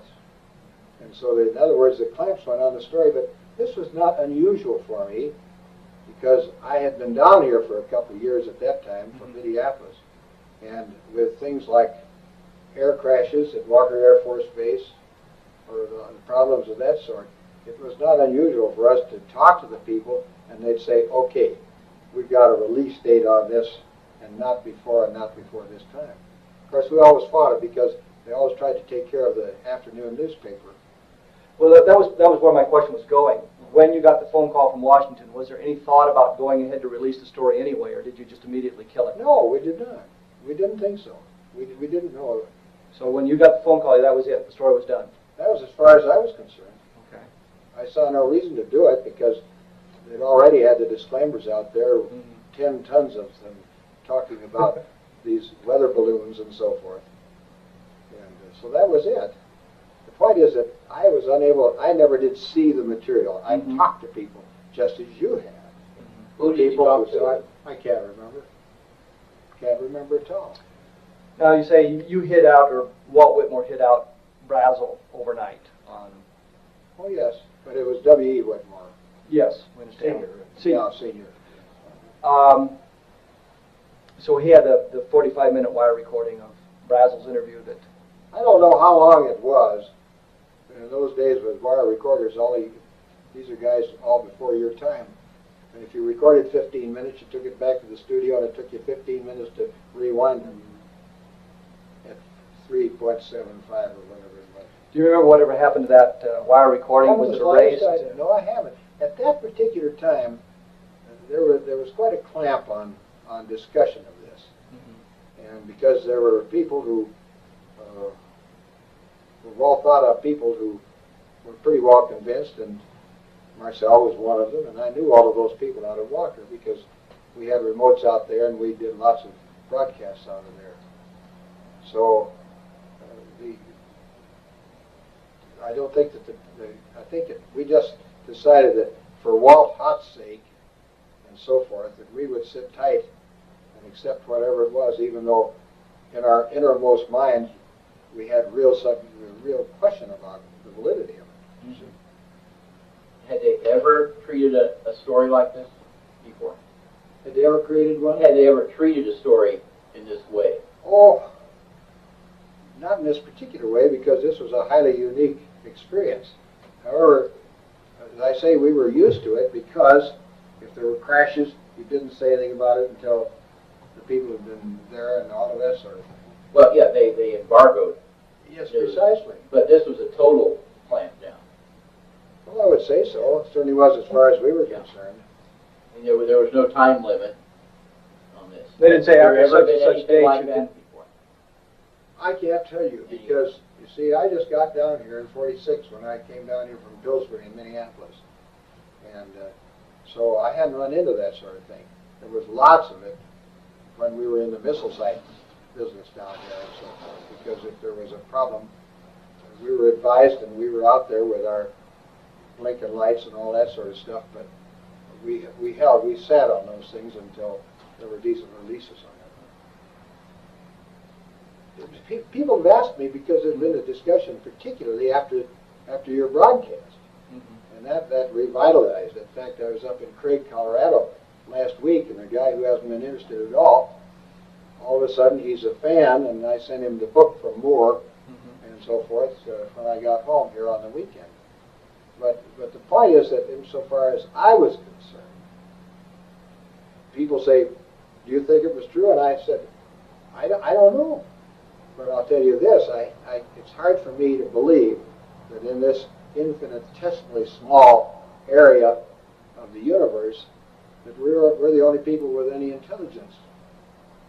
So if there are, and another thing that interested me is because I had a friend who had a lot of hours with, I think it was with Northwest at that time, and he had, I don't know how many hours as captain. And when he said he saw something off the left wing, here's a guy who, when he makes a statement, if you're a disbeliever or an unbeliever, you say, boy, I don't want to fly with him because I think he's a nut. So he puts his own business in jeopardy, as it were. So W. Whitmore had Brazel overnight. Yeah. Did you actually see Brazel himself? Did you ever see Only when they first came in, yeah. How did he come across to you? I didn't talk to him very much. Mm-hmm. Frankly, we were hiding the things for Halloween, and we didn't want to make much of a stir on it. And Whitmore's lived way out on East 2nd. So that's about it. Did, so Brazel is with Walt Whitmore overnight. Yeah. Did the military come and pick him up, or did Whitmore take him to... I think he turned them over. Would it be fair to say that Whitmore surrendered him to the military, or is I that don't too think strong? so, because he was just a guest overnight. Okay. So you don't surrender a guest, unless your name is this guy over in Iraq. But was the military, but the military was looking for him, though? I think so. Yeah. Was W. Whitmore hiding Brazel from the military or from your rivals? We just had a good story. So Whitmore was more worried about protecting his story than the military finding where Brazel was. We had no reason to hide him out, particularly, except we wanted to do some talking to him first. It so happened that it was all for nothing because we didn't use it. Okay, so that next morning, Whitmore decided he wanted to go out to the crash site. No, I decided that. You I decided. wanted to go out because Whitmore dead out there. Went out to the crash site, or? Yeah, I think, but I don't know. He couldn't get any closer than I did. I thought we could do it with a back road or something. So you followed the back roads out toward Corona. Sure. What happened when you got out toward the Well, crash they site? just had some roadblocks, that was all. And what That was on one of the back roads. Well, they had the whole thing. You used the word cordon a minute ago. I presume that might be it pretty well. I didn't pay that much attention to. I wasn't driving. We had another guy, and I was more interested in just getting out there, and disappointed because, believe me, we didn't get close. You say another guy, you happen to remember who that I was? haven't the slightest idea. We had about 6 people working for the station. So you went out to the area, you were stopped by the... Sure. How did they do that? They just say, sorry, the road's closed. This is a restricted area. Military men. Yeah, we were used to that. Were they in a Jeep? Were they in a car? I can't imagine. I imagine they were just one of their blue sedans that they had. And as you approached, the fella came out on the road and waved you down? Sure. But as a matter of fact, the reason I'm so vague, I don't mean to be intentionally, is because at that thing, it wasn't really a big deal. Because we'd had these experiences before where some accident had happened and where they just kind of blocked off the whole area. So it was perfectly reasonable as far as I was concerned. So you didn't get out to the site, you were turned around at that point and came back to Roswell. How close did you get, roughly? I'll bet I wasn't within 15 miles. I don't know. I haven't any idea because at that time, as I say, it wasn't important. We wanted to see the stuff we heard about. And of course, by that time, it was all picked up. Certainly that day. That's about the story. You said the stuff you heard about. What did you hear? What do you recall? Well, one of the things that I still remember specifically is that the material, they said, was as thin as the wrapper on a Lucky Strike package, but you couldn't break it, and if you twisted it and scrunched it up together, it would come back to its own deal. They tried to burn it, and so forth. And it was a good mystery for a small town. But of course, we had at that particular time, we had a lot of military people here, as you know. Do you notice any extraordinary military activity in town at that time? Of course, everybody started watching the sky. So there was an attitude within the town itself. Oh, very aware. And my thought was, looking back to the old days of the invasion, if you remember. War of the Worlds. Yeah. And the effect it had on people on the East Coast particularly. And I thought that perhaps maybe this was a good reason. I have reason now to believe that it was more than just protecting the public from getting upset over something. Because after that, we got into little Lubbock lights and all of these sort of things. And people that I knew who were highly respectable, people, long-time guys, ranchers and people like that, who saw some of these things, and they had no reason to kid anybody about standing on the side of their pickup and watching these lights go back and forth up in the mountains. They're not the sort of people who needed to do that, or was it their nature to be that sort of person? Around the station, what was the general reaction to the weather balloon story? Hell, the weather balloons were being launched about a block from us every night.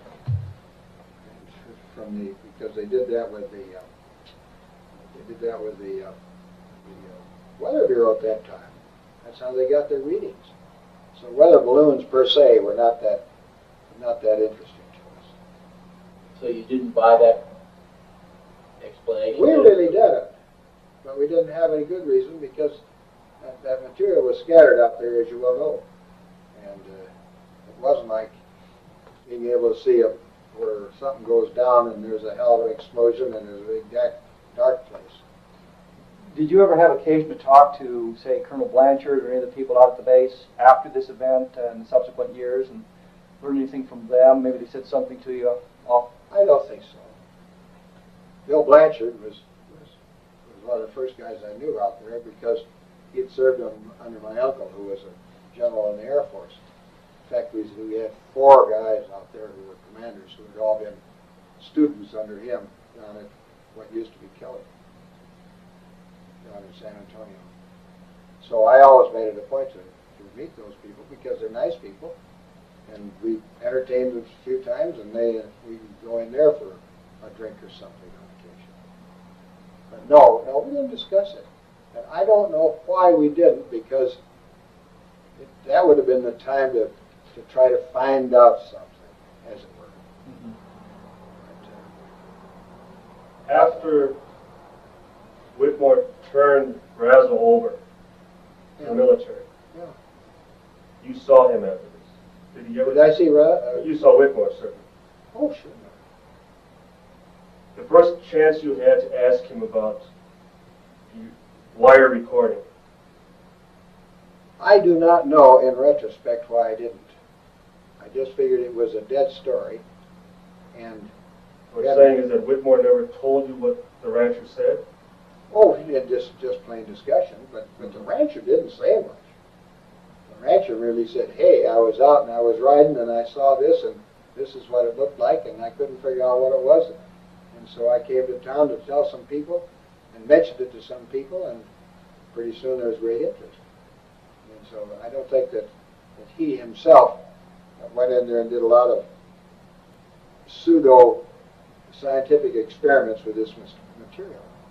There were all sorts of stories about bodies being loaded into planes and all that sort of stuff. And part of that first bunch went right down to Fort Worth, to Carswell. And the rest of them, I understood, went back to, who's at Akron? You mean Dayton? Whitefield? Yeah, Dayton. Yeah. You say others, you mean other aircraft? Or? Yeah, the presumption was. Do you hear any bizarre stories of aliens running loose in Roswell at the time or anything like that? No, we did not. We'd probably been too scared to notice it. After all, that was all pre-ET, and we didn't know how friendly these folk are. So basically, all you really know is a little bit of what Whitmore told you about the rancher finding the debris, coming into town, and then attempting yourself to go out to the site and being turned back, and receiving the phone call. Now, are you sure it was Clinton Anderson's office and not? No, but I would assume so. He's our senator. Could it have been Dennis Chavez? Oh, well, it could have been Dennis Chavez, I presume.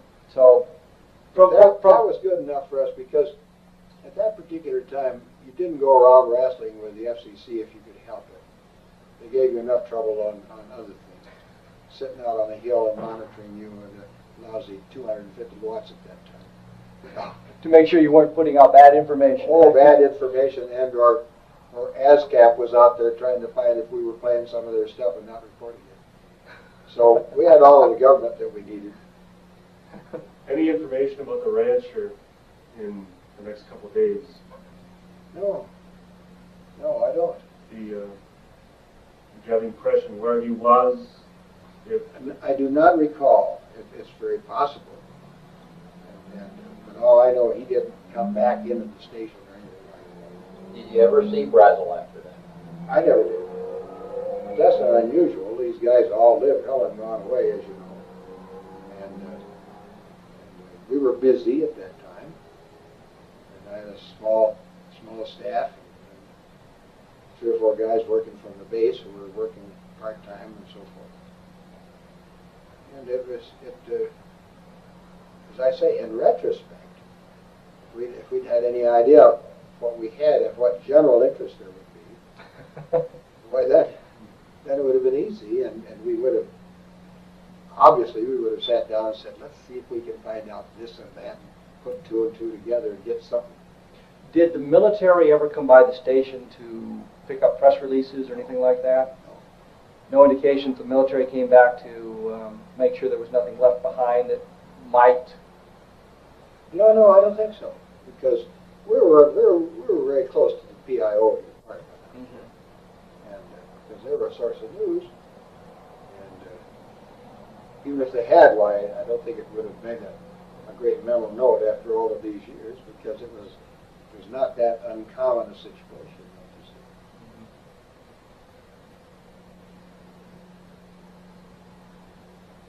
Through the years, and certainly since resurrection involved, stories involved, any people that you've talked to, any former colleagues or anyone else that ever voiced an opinion or related any tidbits of information to you? Oh, that I didn't have? Mm-hmm. No, because it was usually, do you believe this stuff? And it so happened that I believed it to some extent at that time, and then ultimately I just felt more and more that this was a possibility.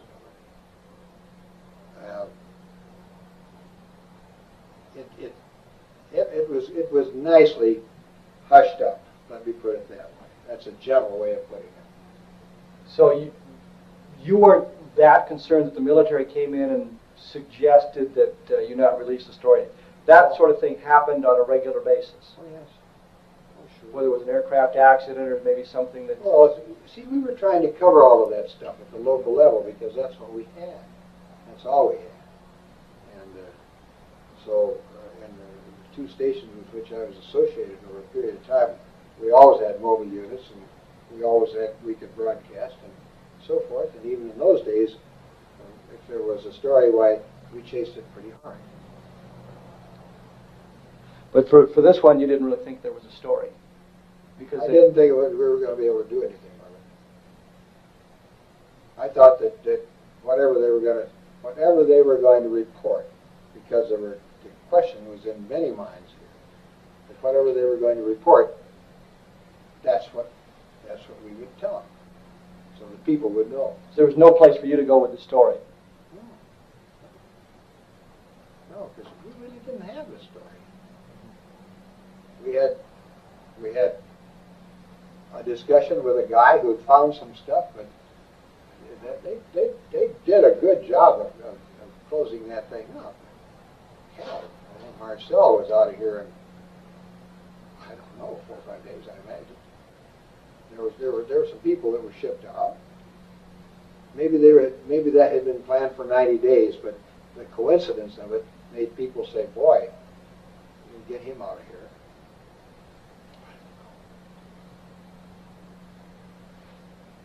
Was there much talk among the townspeople? Oh, Then? oh my, yes. Sure. It's the most exciting thing that happened since they sold the prize bull at the 4-H sale. Covering all the big news. Yes, I mean, secondary story, but next at the bull.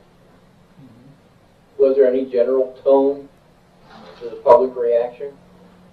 That they believed it, they didn't believe it, whatever? I wouldn't have any idea, because we never did run a poll or anything like that. I would suggest that there were some people who said, "Boy, this must be a big story, or they wouldn't have made such an effort," and others who said, "Some nut." So a weather it balloon. was a weather balloon, and that's good enough for me if they told me it was a weather balloon, by George. Which side were you on? I was in the middle between them at that time. I obviously have gone to the there was such a thing now, but only on the basis of small bore logic that, as to repeat myself, if we think with this little dot, and it's getting smaller and smaller all the time, even though this thing isn't working too well up there now, but the fact is that for us to consider the fact that we are the only people with the intelligence to do that, and there's been so much stuff to the contrary since those days that I don't know. All I know is I think that to keep repeating myself, which I don't mean to do, but you can cut it, I presume. But the point is that why should we think in this little weensy part of the universe that we're the only people who were ever created with any intelligence? I know people who think there are other intelligences in space that are perhaps way ahead of us. And this might have been, maybe somebody came down and said, hey, we saw some flares down on that little old place over here on the atomic test. We saw some flares. We thought we'd send somebody down and take a look, see what was going on. And so they did, and they had the misfortune to do some bad navigating or something. Well, that's a new way of putting it. How did you know which ranch to go to? Because we had talked to the guy when he came to town. And he actually told you, he gave you directions or told you? All of these old timers knew where exactly where the ranch was. Mm-hmm. Everybody knew where all of these ranches were. Big ranches at that time. And, I was busy in the station, and that was a very busy 7-day-a-week job because we covered sports and we covered this and we covered that, and I did all the selling of all the advertising, what little there was. And so my job was to stay right there and run the thing. Whitmore himself was an absentee owner, and that's the whole story. Looks like that's it then. Is this deposition over then? I believe so. I think you've done a heck of a job. Well, no. I'll turn this off for you. How's that? Fine. Were they in your program? Where the discussion, they thought it, and they never bought the idea that it was a reflection from somebody's glasses down on the ground. I'm just putting the date on this now so that we've got a picture of you with the date. So that we. Well, I wish I could be more helpful because I'd love to see you guys come up with some real solutions if you could find it. We're getting there. Yeah. Are you? Putting the little bitty pieces together. In fact, we feel we can put the whole timeline together. Which is why your story is important, because you have a couple of little pieces that help fit it into the whole chronology. So, I can never convince you how important your story is to us. Well, I realize because I'm impressed that you are willing to take the pieces. But that thing is pretty well shattered out. You've got to pick them up, don't you? It's shattered and it's old. And find out. Oh yes, That's the big problem. Hallucination. I know I saw it. Well, we're rolling now. We've got the tape going. So you're Mrs. Lyman Strickland, Marion Strickland. Yes. And we're here in Roswell, New Mexico. Again, September 27th. Which it says right there on the official thing. And we'll turn that off. And so, let's go. You were saying you knew Mac Brazel. Yes. He was a neighbor. Yes. And you lived out near his ranch in the summer of 1940. The ranches joined on a corner. They cornered. Okay. In which direction? It was southeast of Corona, and the cornering was in the same direction, southeast of Corona. So you were farther from Corona than Mac was? No, he was further. Oh. That ranch belonged to the Fosters at the time. You knew Mac how long before the summer 47? We moved there in 1939, and I had 3 small children. Excuse me. Can we help you out with anything there? Or? Turn that off. Yes. Back on. No, that's okay. We were talking about Mac Brazel. Well, we moved there in 39, and I had, my youngest child was only 3 or 4 months old. And I didn't get around to meet neighbors, but my husband did. And he undoubtedly knew Mac from very soon after we went there. We bought the place in 39. So, Mac came by. He would stop, and sometimes at the barn, sometimes he came in the house. I just knew who he was. He was a very friendly guy? Yes, he was a very self-sufficient country man. He was very dependable and self-confident. He was not stupid. he was not a highly educated person. Moving ahead to the summer of 1947, leaping right ahead, you're of course aware of the events that took place in July of 47. Yes. Now you have no personal knowledge of what happened. You didn't see anything. You didn't go out to the crash site or anything like that. No. You didn't No, I think Mac went to, see, we were on a spur that was off of the main line that went from the Foster Ranch to Corona. And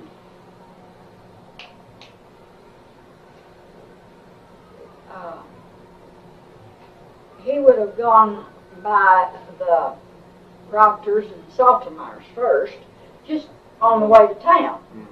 But he would come out of his way to come by our place. But he came by and told us about it, and probably tried to get Lyman to go down and look at it. Sally said she... Now Sally is your daughter? Yes. Okay. We have two sons, but they're both deceased. And she thought that she could remember him wanting Lyman and the boys to come down, and the kids. She was one of the boys. Literally. And she said that that was a busy time of the year. If it was dry, and it was dry more than it was anything else, they were feeding or marking lambs or one thing or another. Now you said you remember the thunderstorm? Or? Oh yes, because we had this is the house that was built later. We had a little old dinky shack that had a porch that wasn't any wider than that. And my husband, all ranchers go out on the porch to see where it's raining, how much and who got some. And he had to stand out there and see where it was raining, and there was so much thunder and lightning that I begged him to come in the house, and finally there was this terrible thunderclap, and he came in and he says, "Boy, that hit something." You know, it has a different sound. It has a hollow sound. So he thought lightning had struck something. Yes, and it was 2 or 3 days after that Mac, no, it was longer than that. It was a week or two. Did he didn't see the lightning hit anything? Or just No, that's hilly country, and the clouds were hanging low. They were pretty low. So then you and Lyman, nobody went over with Mac to see the stuff. No, Mac went to the Proctors and maybe the Saltimers. I don't know if he went there, but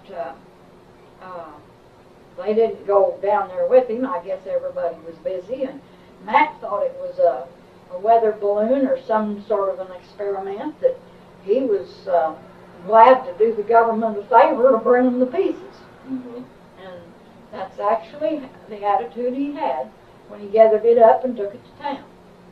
So he brought it into Roswell. When you say town, Roswell. Yes. And what happened to him in Roswell? Did he ever talk to you about that? Very secretly, and he didn't talk to me a lot. But they were around my table, Mac, and I don't know whether Bill Brazel was there or not. I don't remember that.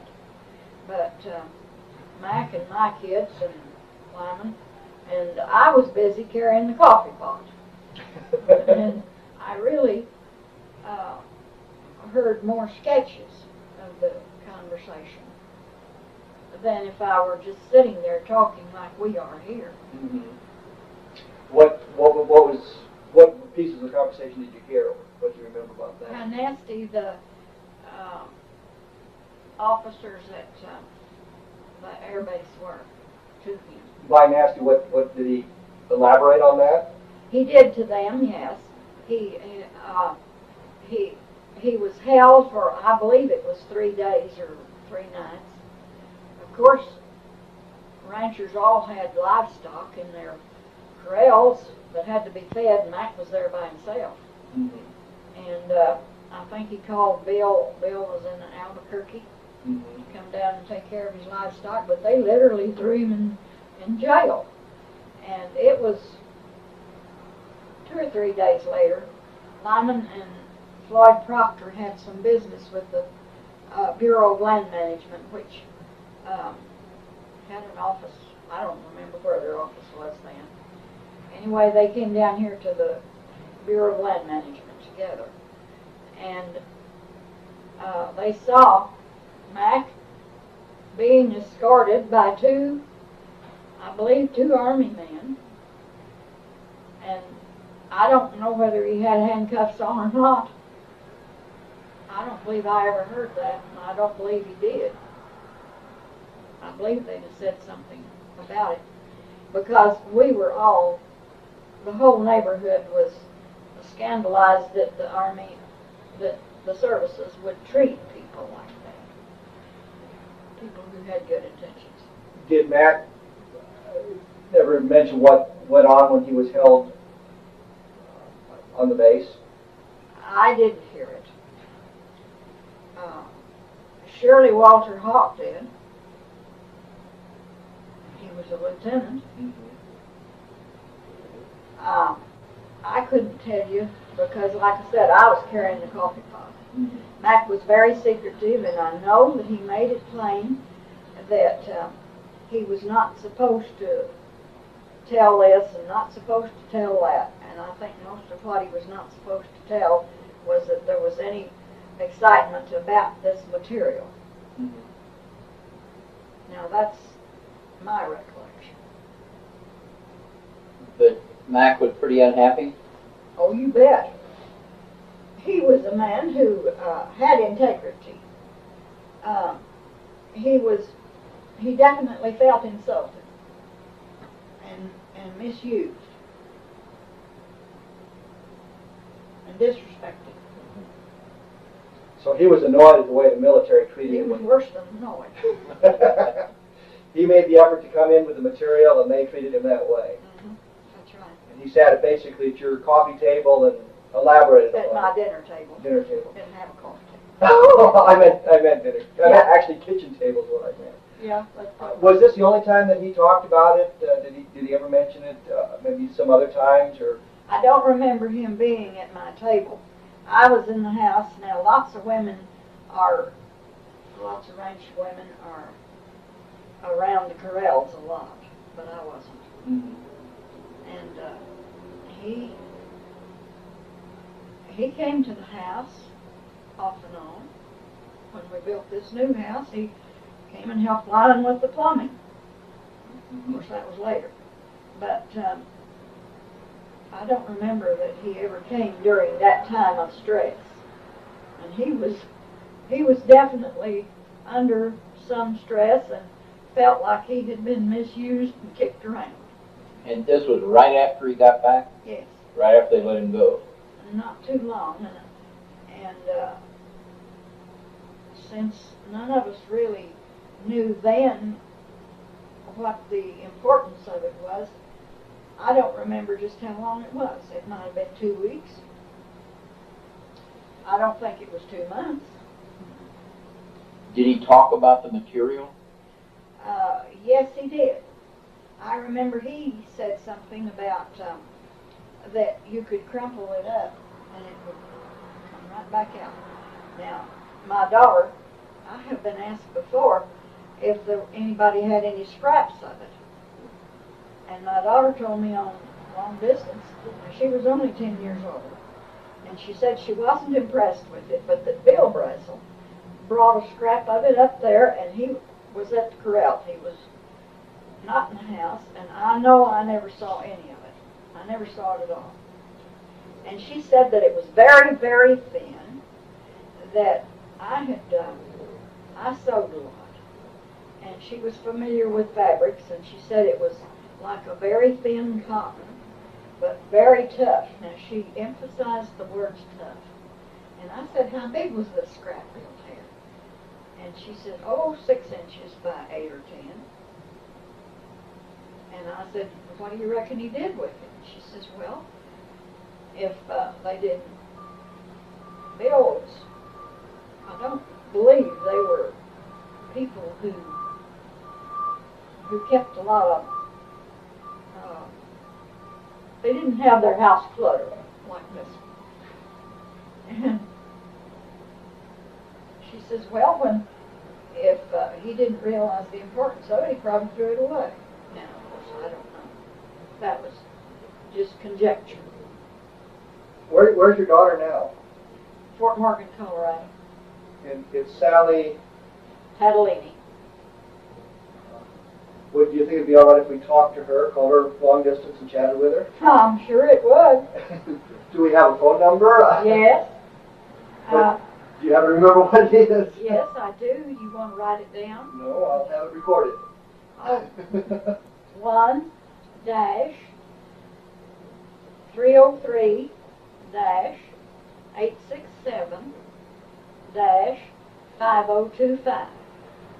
That's her home telephone. And that's Sally Catalini. Catalini.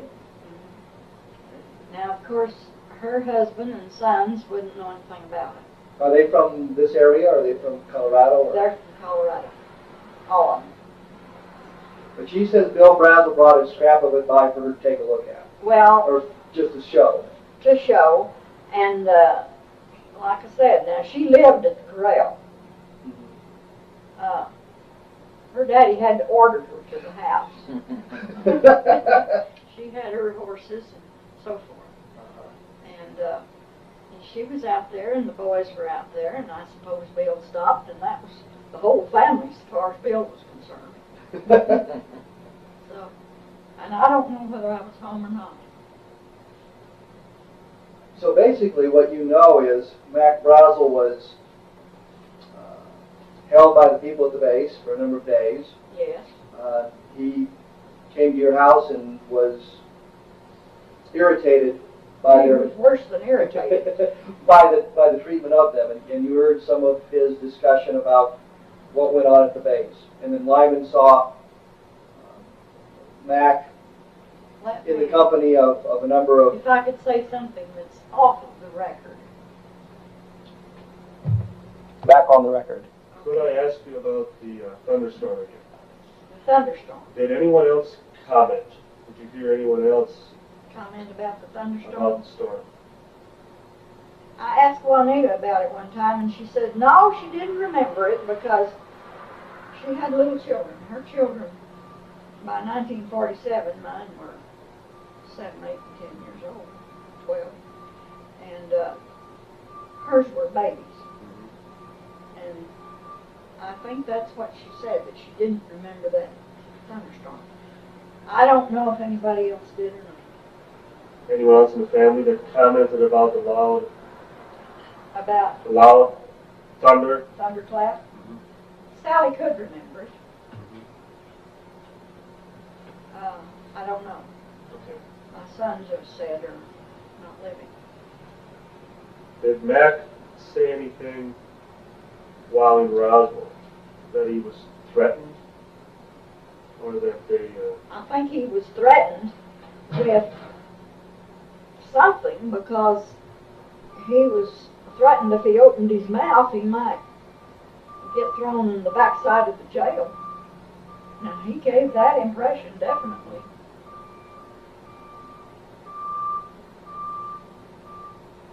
He must not tell anything. He said that he wasn't supposed to tell anything. Yes. So he was angry, but yet he also took it serious. Yes. That he couldn't say anything about it. Yes. Was that unlike him, that he would Yes, it was unlike him. buckle down against something that was He a threat? was a very upfront person. He would be likely to say what he thought, and if it fitted, if you didn't like it, well, so what? So what? So what would it take to get him to keep his mouth shut about something? A serious threat. More than just a physical threat. I think so. But I don't know of any threat that was given. Right. Like I said, I was carrying the coffee for him. Could they have done anything else to try to shut him up?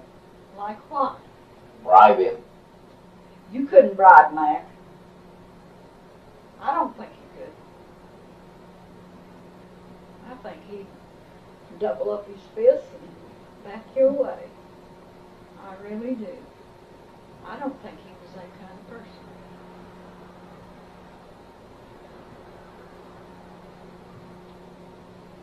Has anybody else made any such remarks about Mac? Well, I was just going to ask, as far as his financial situation prior to the incident. I don't know much about his finances. His wife lived in Alamogordo and had a home there, and I've been there, and it was a nice house. No, well, it was just a nice house in a nice part of town. It wasn't extraordinary in any which way, but it was a nice home, and she had a pretty yard with flowers. And I don't know whether she didn't want to live on the ranch or what, but the Foster Ranch was a big ranch, and probably the pay was something important to Mac. Any idea what a man would be paid to run a ranch in those days? No. I know what we had to pay hired men when we hired them just by the day, but I don't have any idea what a ranch manager would have got. What did a hand get per day back then? A common hand would get about $60 a month, and or $5 a day for a day's work. If it was hard work, and if it was somebody that knew what he was doing, like windmill work or fence work.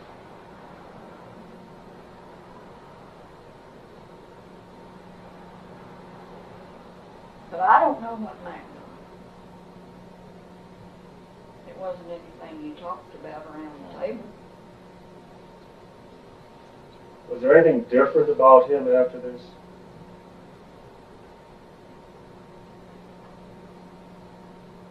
He might have been a little more reticent because he felt like he was disgraced, and he really wanted to square himself with his neighbors. I think that's why he talked a little, because he was afraid that the neighbors might think he had done something of a crooked nature. But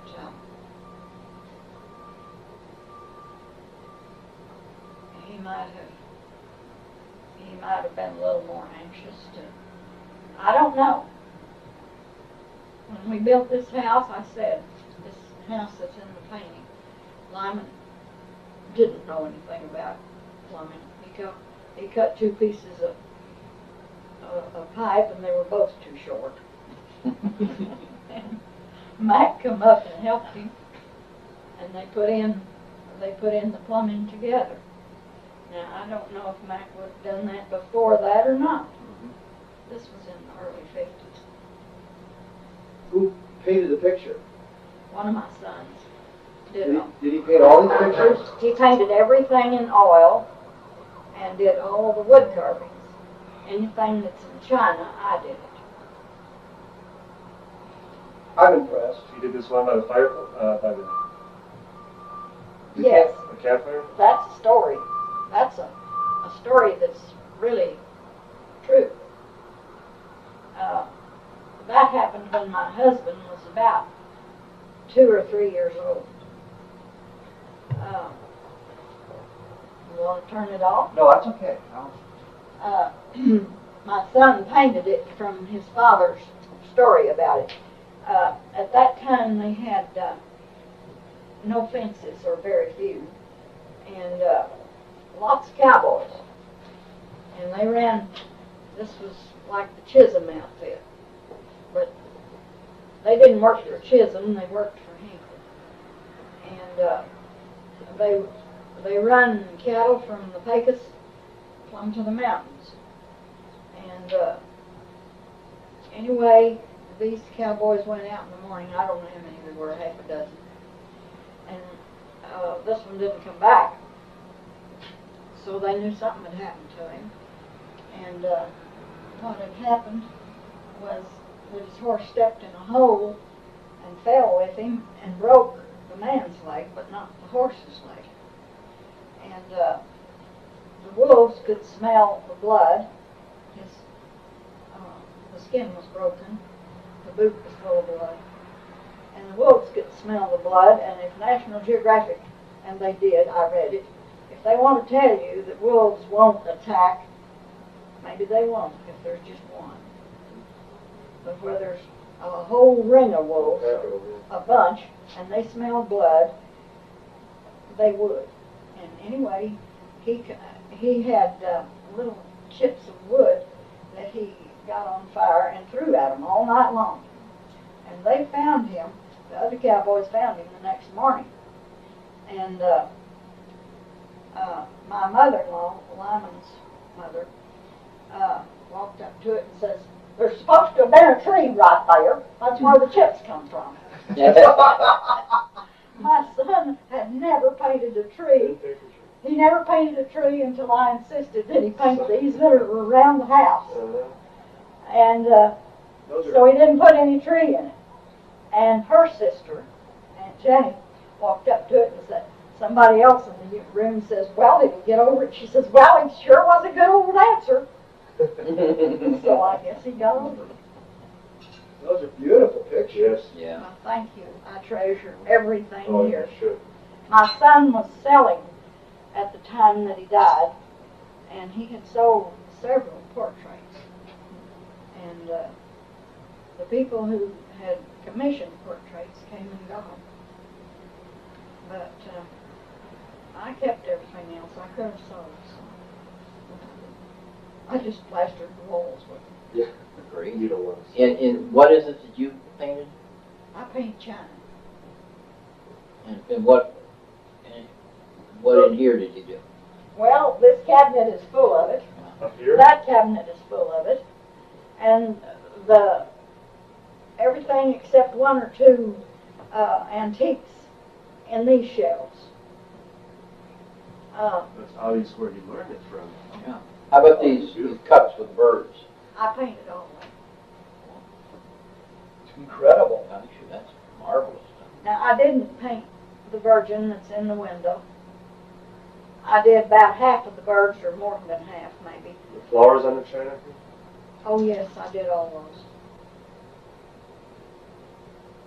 It's really realistic. Well, thank you. I've enjoyed doing it. My son was painting at the time that I found a lady who gave lessons, and that was her husband that came with the onions. And I thought, well, I've always enjoyed China, and I'll do this so I don't interfere with his work. Like heck. He had talent that I'd never have. It's obvious. I wouldn't say You've got a lot of talent. But it's obvious that he had lots of talent too. He had a lot of But it was pretty much a sideline for him. That's true. talent. He was 40 years old when he died. And he had really just gotten into the artistic efforts. He drew from the time he was 4 or 5 years old. Things that you could, well, I'm his mother. Things that you might say, this is awfully good.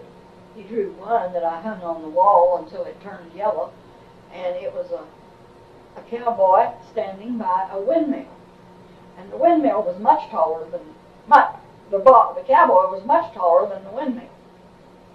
So you know who was the most important. Mm-hmm. But both were very good. And he was 4 when he drew that. But I have paintings of his all over. I have a grandson and 2 grandsons. They're this daughter's sons. One of them is an art teacher.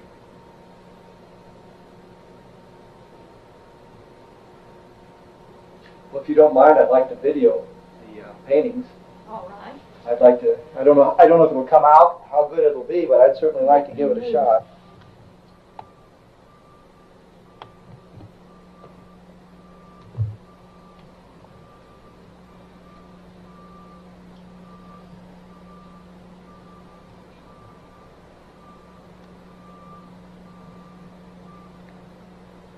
And you say this is his house, or your house?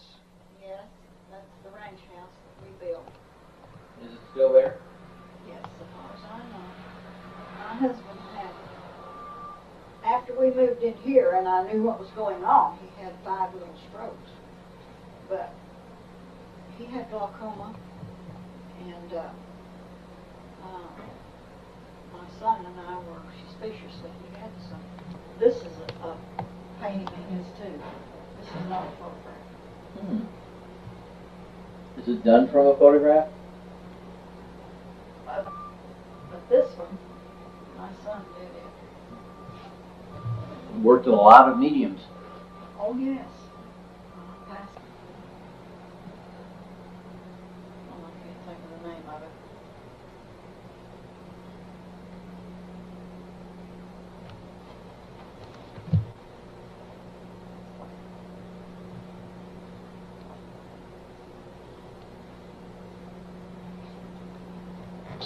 He had glaucoma and was treated for it for several years, and his eyesight was such that this old excitable woman wouldn't ride with him, except on a ranch where it didn't matter. But we were coming back from Roswell with a load of feed, and I was driving. We had a 3/4 ton pickup, and usually loaded it with 2 or 3 tons. This is what approximately? This was maybe in the 50s. I couldn't tell you exactly. It didn't have anything to do with me. Right.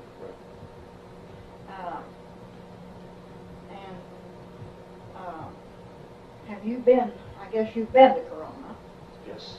and have you crossed the Gallo and then gone up by, what was the Reynolds Ranch then? There's a long straight road right along the top of the, I'd call it a mesa. It stretches for at least 2 or 3 miles, just as straight as a river. You come up from a deep draw and go up on this long straight road. Well, go That's back. from Corona. This is going to Right, to Corona. Corona. And the cutoff that is 59 miles out here, and then it cuts off to go to Corona. It wasn't paved then. And anyway, go back to 1942. About 1942, there were lots of Army planes going over, because that's right on a direct line between here and Albuquerque. And there was one that had the bomb sight. If you remember, they had a bomb sight that they protected with men's lives. And the planes were fixed so that they blow up if they didn't land just properly. Well, anyway, this plane circled this was night, we had gone to bed, it was about 10, 11 o'clock, and nearly everybody had tin roofs. This was 1942 now. You could see the tin roofs shining in whatever light there was, and this plane, you could tell it was in trouble because of the way the motors sounded. And they circled every ranch house in that area, ours included. And by the time you think of what to do to go down to the field with your pickup and shine the lights on the furrows the way they ran or something, they were gone and gone on to some other place. Anyway, they spotted this long road across there, and they tried to land and it blew up. They cordoned that off for a week, gathering up pieces. And anyway, this was 1950, and I was driving real slow, and up out of the Gallo, which is very sandy. You don't cross the Gallo just anywhere. It's so sandy that you could bog down in the sand. Came this red light, just as round as the moon. A large red pulsating light. Came up out of the Gallo, came directly at us, and all I could think of, we were up on this long road, all I could think of was that it was a plane that was in trouble when trying to land. And I know that Lyman agreed. We must have talked something. The bar ditch was awfully deep, and we went off on that side. It's a wonder the thing didn't turn over with the load we had. But anyway, he got out and run down the hill, and I had a heck of a time getting my door open. But I did get out, and I saw it knock through the windshield. And this light came right straight over us and stood there, just as still. And all at one time, it took off and went on in another direction. Now, it didn't occur to me at the time until the next day. There was not a sound. No sound. You were outside the pickup at that time. I was outside the pickup. I was not seeing it through glass. And there was not any sound. And I said to Lyman, I'm going to call. We had a telephone bill in, too. And must have had part of this house built. And I said, I'm going to call White Sands and tell them they lost one of their rockets. He says, you just shut up and don't say one word. They'll make a fool out of you. And they already had 2 or 3 people who had seen things. And I was just convinced it was some earthly thing that had gotten loose. But I would like to ask you all, is there any theory of anybody has had a theory that this is a light thing? I mean, like we send a searchlight. The searchlight doesn't make any sound. You throw a baseball through the air and it makes a sound. And I can't help but think that if it appeared to me that this thing was not over 100 feet above, maybe not that much, I couldn't really tell. It was pitch dark. It was something I'd never seen before. And has anybody ever How's the seen weather like? clear? Yeah, I remember there was no muddy roads, no nothing like that. I've heard hundreds and hundreds of reports like that. And you heard that they don't make a sound. Has anybody said that it could be something that's beamed from somewhere else? Your guess is as good as anybody else's. Speculation theories about holographic projections that almost appears to be 3-dimensional from a projector. It's not even a solid object, it's just a projection, just a ball of light. Well, this was We a can't pulsating, red, round thing. What shade of red? I'd say it was a little bit yellow red, just a little yellow red. There's lots of reds to it. Orange red. More orange red, yes. If I'm going to my palette, I'd pick up yellow red. But it would be an orange red. Well, we even have lots of reports of huge vehicles hovering over people's heads with no sound at all. And they can tell that it's a vehicle. Yes. Daytime. And no sound. Well, how do you explain that? Because like I said, you throw a ball through the air and you've got a sound.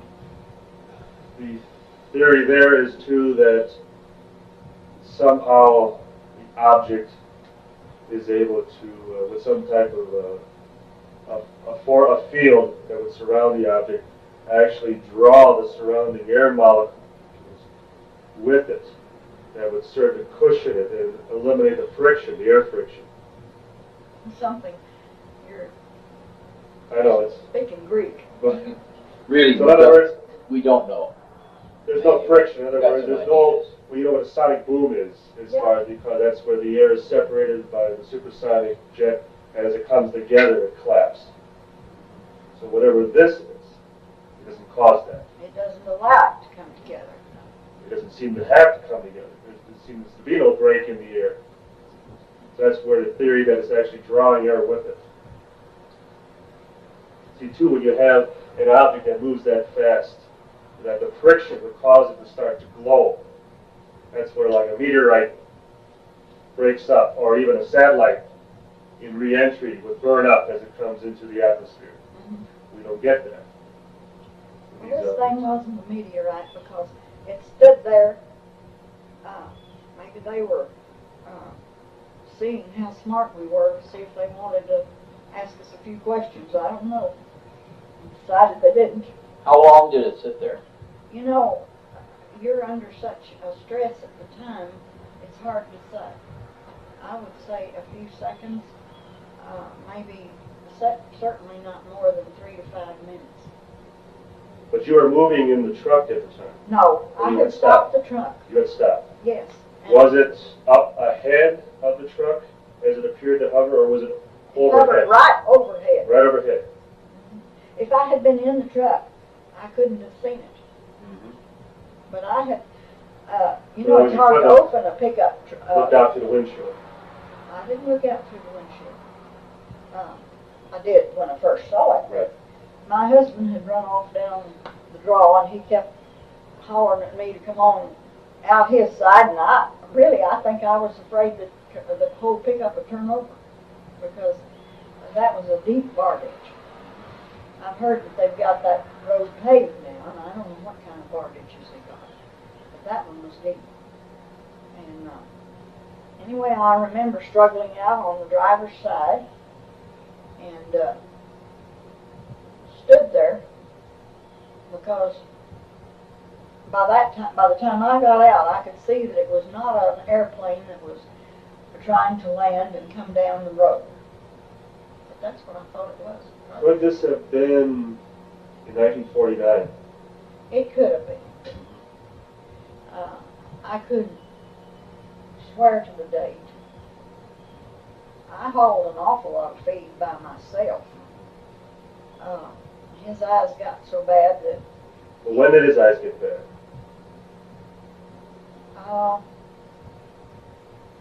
I guess he had some eye problems from the time I first knew him. But they were not treated until in the late 40s. And by that time it was really too late. He was blind for 4 or 5 years before he died. And he died quite a few years ago, right? 6 years ago. Well, 6 years ago. 7 years ago. In January, next January. Yeah, he lived to be 86. And anyway, he and Clenny Saltemeyer saw some things. I don't know if they ever told Juanita or not. And I know I saw one that looked like a campsite about 11 o'clock at night one night. I went, this was a crooked road that went from Saltemeyer's to our place. And we had had a lot of sheep stealing. I've got a snapshot over there of where Treats put out a sign that said there would be that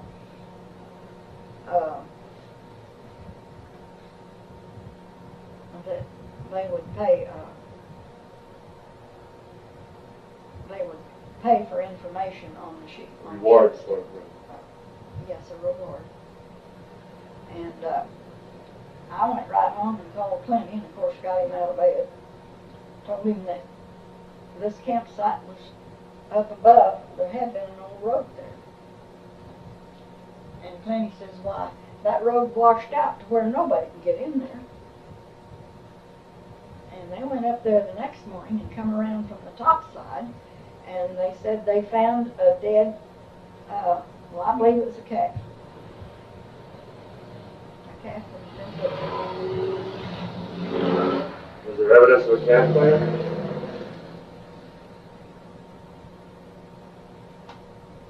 You know, I don't remember, but I do remember what looked to me as I passed it like lights, lantern lights that would show through a tent, through some of the openings in the tent. Anybody moving around? No, I didn't see anybody. See, I was driving, and I didn't want to sit there if that was sheep stealers, wait for them. And I didn't know that the road was washed out. It was in Clinty's pasture. Then in our pasture there was a bluff on the, we called it the Bonita. And to me it would be 100 feet down, maybe it's not more than 50. But they had it fenced off so the livestock wouldn't come up there and graze and fall off. And it was very rough. You couldn't get up there with a pickup or even a Jeep because pieces would fall out and fall into the canyon below. And that was above our house. And as we turned the corner to come in, been to a ball game one night and come in after the ball game, and here was a light going down like from one fence post to the other. Just as clear. I don't drink. I didn't plan. This ball game, you remember anything about the weather? No, I wouldn't have gone if the weather had been very threatening. Not that we lived in a remote enough area and had livestock that, I guess I'm an old stick in the mud. I just wouldn't have gone. I'm not that crazy about sports. My kids were, the boys were playing. One of them. The other one went to private school. You had an interesting time. You know, I think so too. And we saw the first atomic bomb. Oh yeah? Yeah. Saw the flash? Yes. And this is true. My husband was one of those that thought if you didn't want to get up at 3 o'clock in the morning, you were probably a little lazy.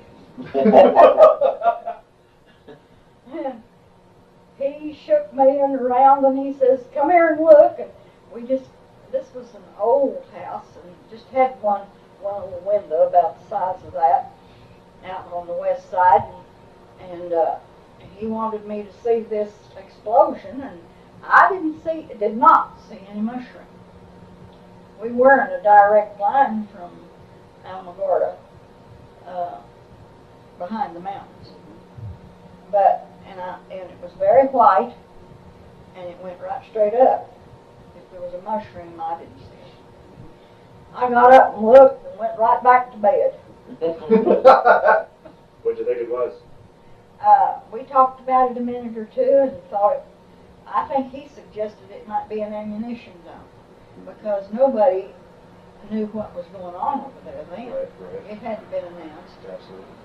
And that's what we decided it was, and I thought, well, it's an ammunition dump, so what do you got me up here for? So I went back to bed, and I think he went in and made coffee. Had you heard any rumors about what was going on? If so, I don't remember it. We had an awful lot of drought, and we also had planes that we know they came out of Alamogordo, out of the base there. that scattered something that dispersed the clouds. And out here I've got a government bulletin in an old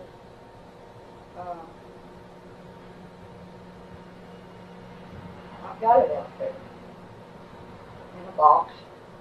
I know where it is. It'd take a while to go find it. Anyway, the ranchers all really, they thought that these young boys were doing this. They were buzzing windmills too at times, and they thought they were doing some of it just on their own, just to be funny. And they made a protest, and there was, I can't remember that man's name for sure. Anyway, the general, and he came in from El Paso, and he told them that it was not his boys that was doing that. It was a group that was assigned to experiment with the weather.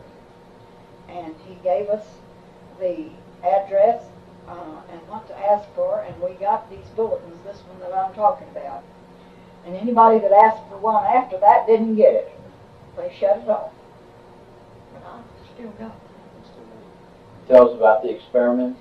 The experiments were going all up and down the Rockies, even into Montana.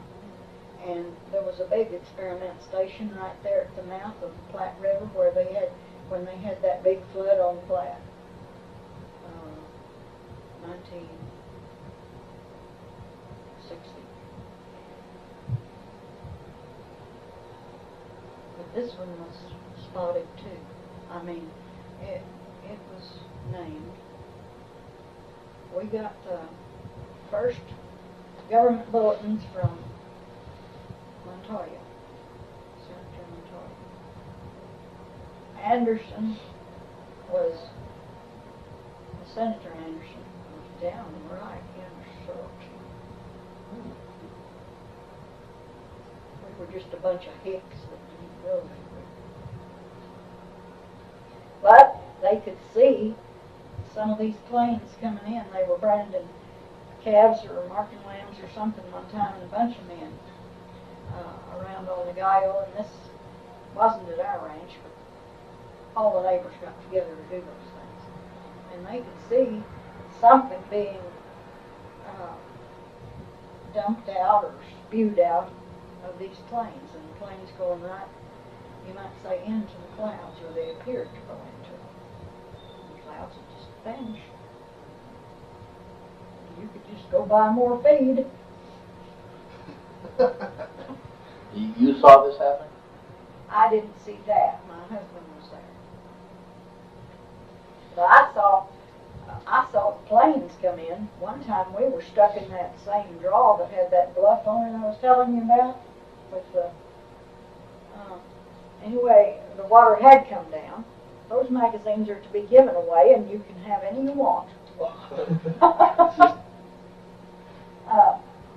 We were stuck, and there was the biggest old black cloud up above, and we needed rain and needed it bad. And we were just working like crazy to get back.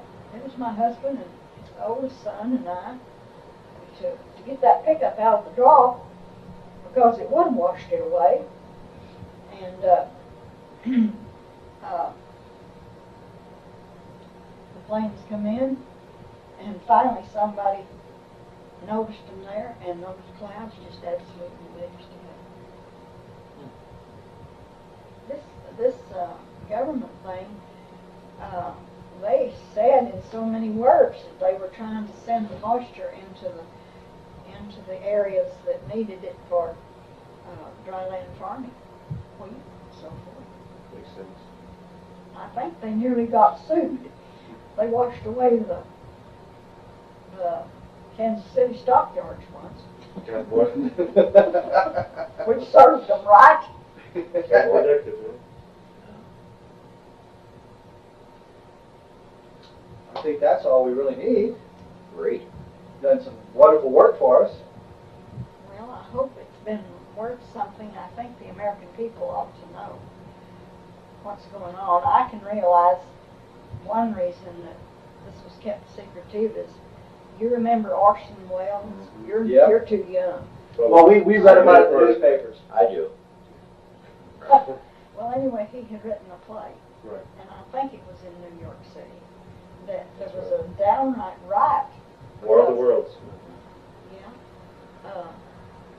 People from the other worlds were coming, and the people in New York City just panicked.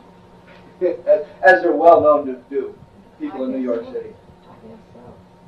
Anyway, that's the only reason I can see why they can't be honest. Of course, now they've had so much practice Yeah. at being dishonest. Yes, and Second nature. they have been used to the idea of their superiority and lording it over the rest of us. Mm-hmm. We're just the taxpayer. We're just children that have to be taken care of. Yeah, we're just the taxpayer that Yeah. they can gouge for more money. So what do you believe crashed out at the Foster Ranch in 1947? What do I think? Well, for several years I really thought that it might be something the Russians were experimenting with, but I don't think so anymore. I think that perhaps we have the greatest technological advances of anybody in the world. And they haven't found any living people on any other planets, but they got to come from somewhere. So you believe it was from somewhere else? Yes, unless we find a group of people in this world that are smarter than we know about, I don't think it's from this world anymore. I think that'll do her then. Thank you very much for your time. I'll make a copy of the tape. I won't promise the quality will be very good. I'd like to buy two. I'll make 2 copies and send them to you. Don't worry about Yeah. it's there. It's very simple to do and it doesn't cost anything. Your pleasure. You get more sort of our payment for, Yes. for you helping us out. Well, thank you. I appreciate it very much. Okay.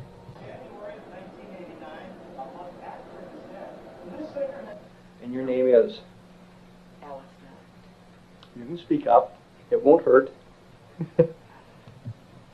And we're here in Delhart, Texas on October 1st. And you were a niece Yes. of Barney Barnett. Of his wife. Mm-hmm. And you, did I understand that they kind of raised you for a while? Or? They I was real close to them. They babysat me, about for 2 or 3 years. Mm-hmm. And they helped spoil me. They did not have any children of their own. Uh-huh. So, Barney was a civil engineer for the Soil Conservation Service, working in an office in... Socorro, New Mexico. His office was in Socorro? Yes. Okay. He was employed by the U.S. government, you know. You remember the story that Barney told? But I remember that he saw, one time we went to visit, and I don't know whether it was before my husband and I married or after, I don't recall the date, but he said that he saw a UFO fall. Mm-hmm. He was out working in the field, and I understood that he was out in the St. Augustine plain, and he went over to where it was, and where it fell, and he got nearly to the side, and there was a group of people on a geological or archaeological hunt, and they were over there. I don't remember how many people he said, but they got nearly up to this UFO, but it was close enough to see some creatures, or he said they didn't look like human beings out there. And along came a government, or some trucks. No, with government you mean? I guess it was government. You know, as I say, it's been a long time ago. And someone came along, and I understood it. I don't know whether it was Army or what. I think he just termed it government trucks, and they told them to go on back and he wasn't specific on whether it was Army or just And said I don't government? recall. Did he have any clues to where the archaeologist came from?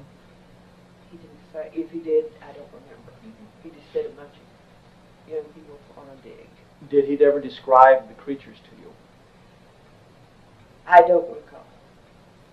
He said, did he give you a number? Do you remember if they were, and they were all dead? So far as, they weren't moving. So he never said that one might have been alive or might have been No, injured? I don't think he got that close to them. He didn't get right up to the side. Seems like there was a fence, and they blocked it off. Or they may have had him move back to the fence. I don't know. But you don't know exactly where this was, other than you think it was up in the... I feel that it was up in the Daddle or Magdalena, what he termed as the high country. The high country. And he didn't give you any clue as to what side of the plains it would have been on, or whether it was closer to Daddle or Magdalena. If he did, I don't know. And I don't really think he did. Did he ever describe the object itself to you? Say anything about that? Do you know, I don't, what, since you've heard about all these others and things, you don't realize, I don't recall if what he said or what has been put into my mind, or, that I, not that anybody's put anything into my mind. Well, but what you've read and you've read the books, you about, saw the Unsolved and you've Mysteries talked program. about, and things that you've talked about. And there's been talk of UFOs ever since. But your memories then are just pretty vague about what he'd said. That's right. Except that I do know that he said he saw a UFO. And that there were creatures in it. And or he saw people or whatever. So, and I believe he did describe it as a round thing, but as I say, I don't know what. Do you recall now, in the subsequent years, what his feelings about UFOs were? No, I don't even recall us talking about What's your feelings about him? What do you think? it. Well, since he saw one, I know that it's true. So you believe, based on what Barney told you, Yes. that flying saucers are real, and they're piloted by beings from other planets? Is that a fair assessment? I don't know who they're. I just know that they're real. Or this, yes. But you trust anything Barney told you on that? Yes, part? I would. Was he ever known to play practical jokes or spin tall tales or anything like that? Oh, I don't know that he'd play practical jokes, but not spin tall tales. So he was very... But he was serious about this. This was serious. Did it ever come up more than one time that you remember? I don't recall. So, and you have really no clue. I'm sorry. No, I recall it so far. That's fine. That's exactly what we want. Is exactly what you remember, not what others may have said or things that people might have said, but what you recall yourself. So you really have no clue as to when he mentioned this to you, other than it may have been in the 50s. It was in the middle or latter 40s or early 50s. Early 50s. But it's been real early 50s. I feel like it was before the 50s. So it might have been 49 or 48. So it might have been right after, close to the time it happened. Do you remember the context? I'm sure you don't. Remember the context of the conversation, how it came up at all? But it made enough impression upon you that you remembered at least a few of the details. Anything else that you can think of that... Not a thing. So you have... I've tried, to rack my brain. To, it seems ridiculous that we didn't discuss it later, and we may have. But I don't recall. We were all busy, and you see them maybe a day or two at a time.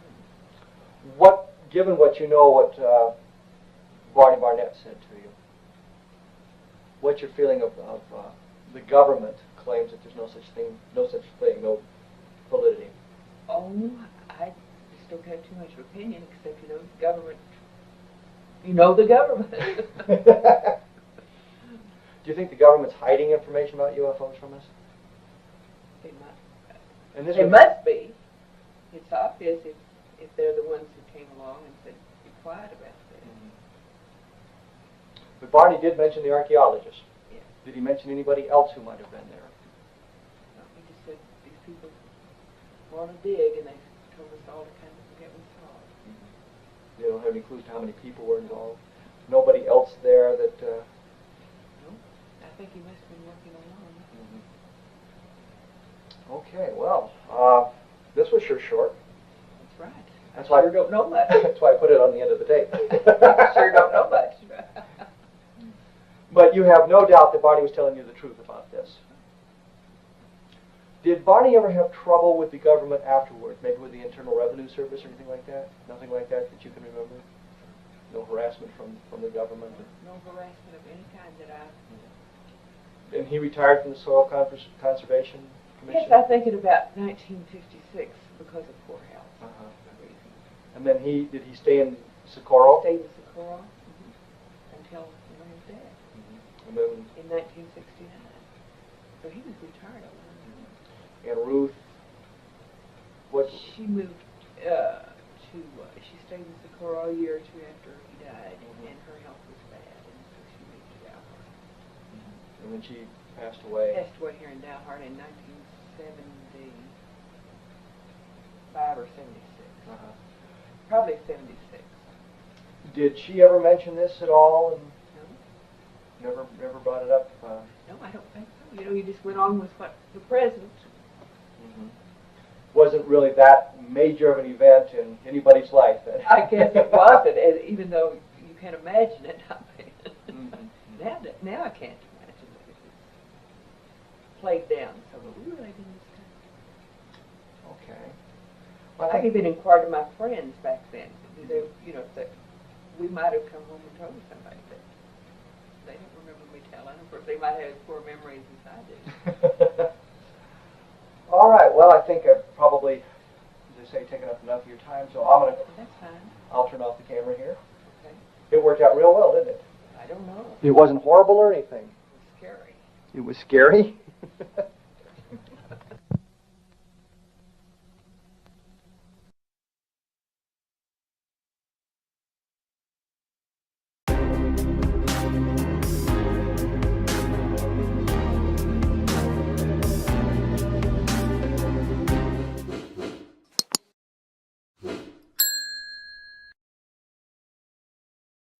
Saston.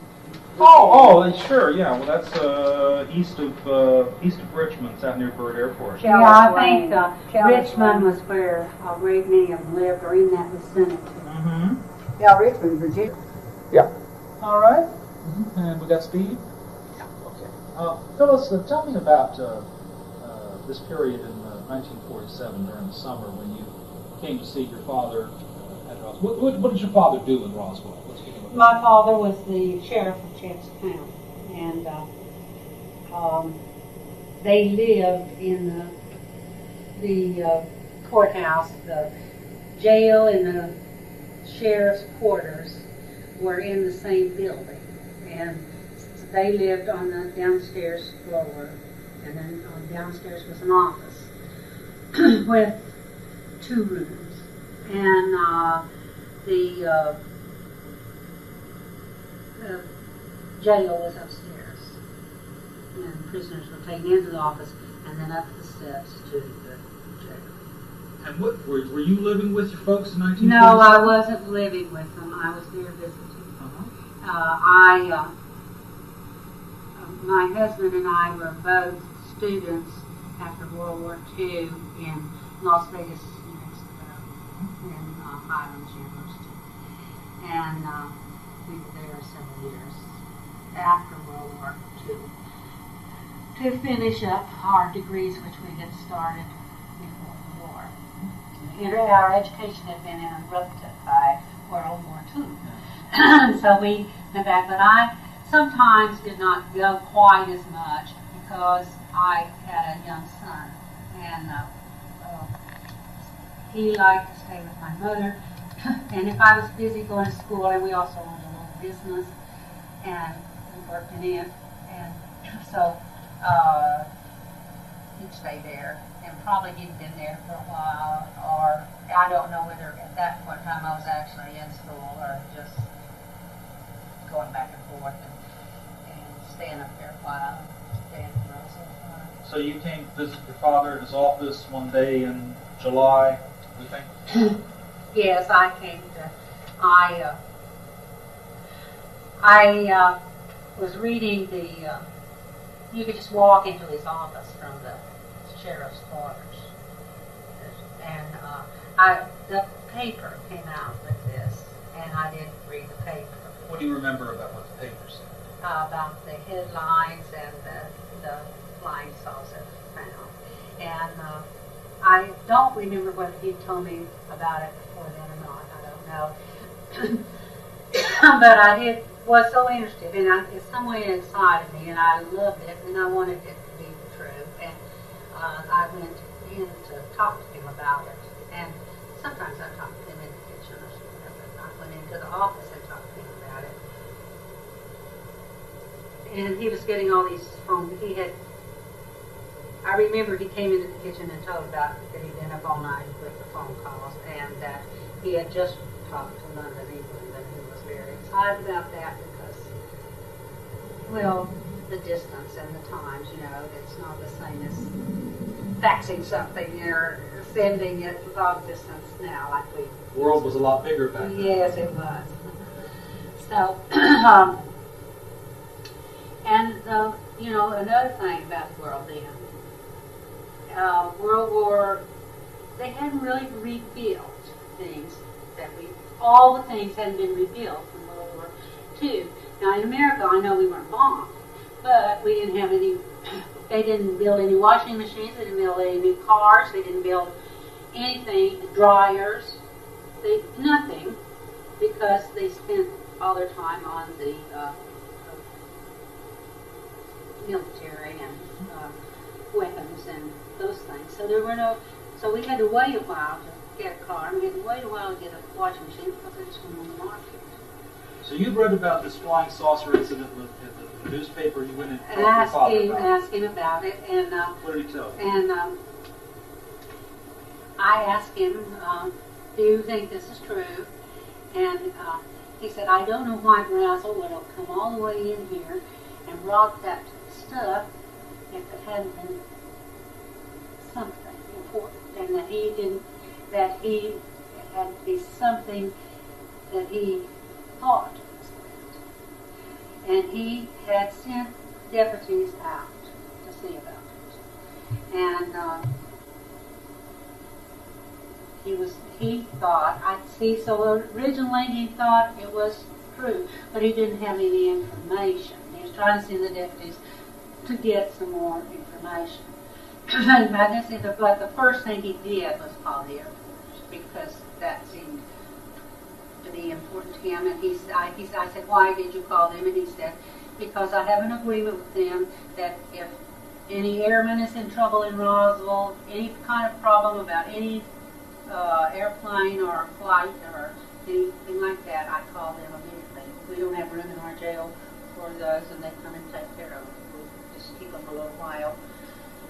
They just held them until the MPs got there, and the flight the same, and he felt that this had something to do with the Air Force, or that was their business.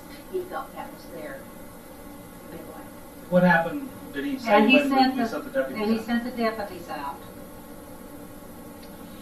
And I'm of the opinion that he sent the deputies out once, and that they saw a large blackened area, the grass, the rangeland, and that they came back because it was dark.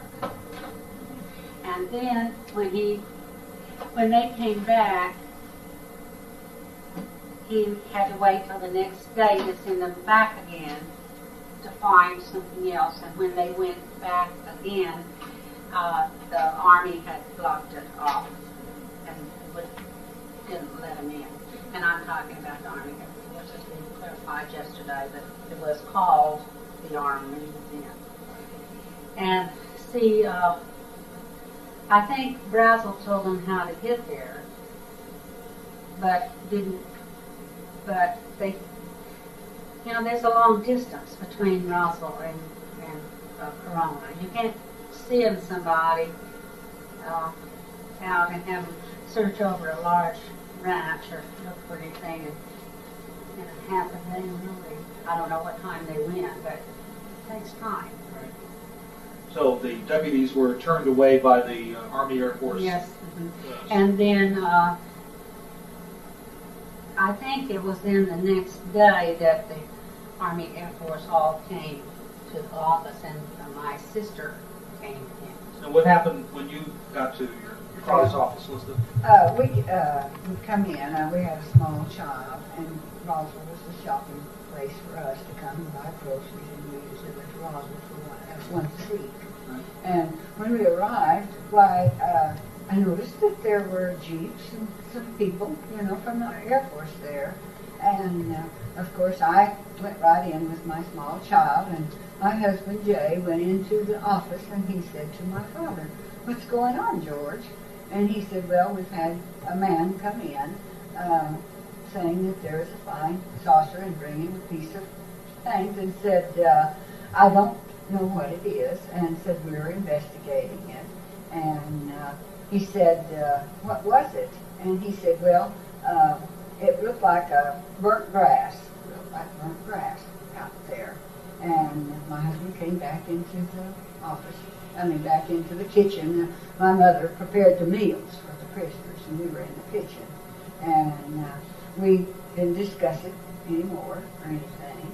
And as the years went along, Mother would say, "Oh, remember the time when we had the flying saucer in Roswell, and the papers were out, and where I live, I'm very isolated. I go 20 miles for my mail one way and 20 miles back, so I'm not accustomed to getting a newspaper very often, and I have no telephone, I have no electricity at that time, because we're in the rural area.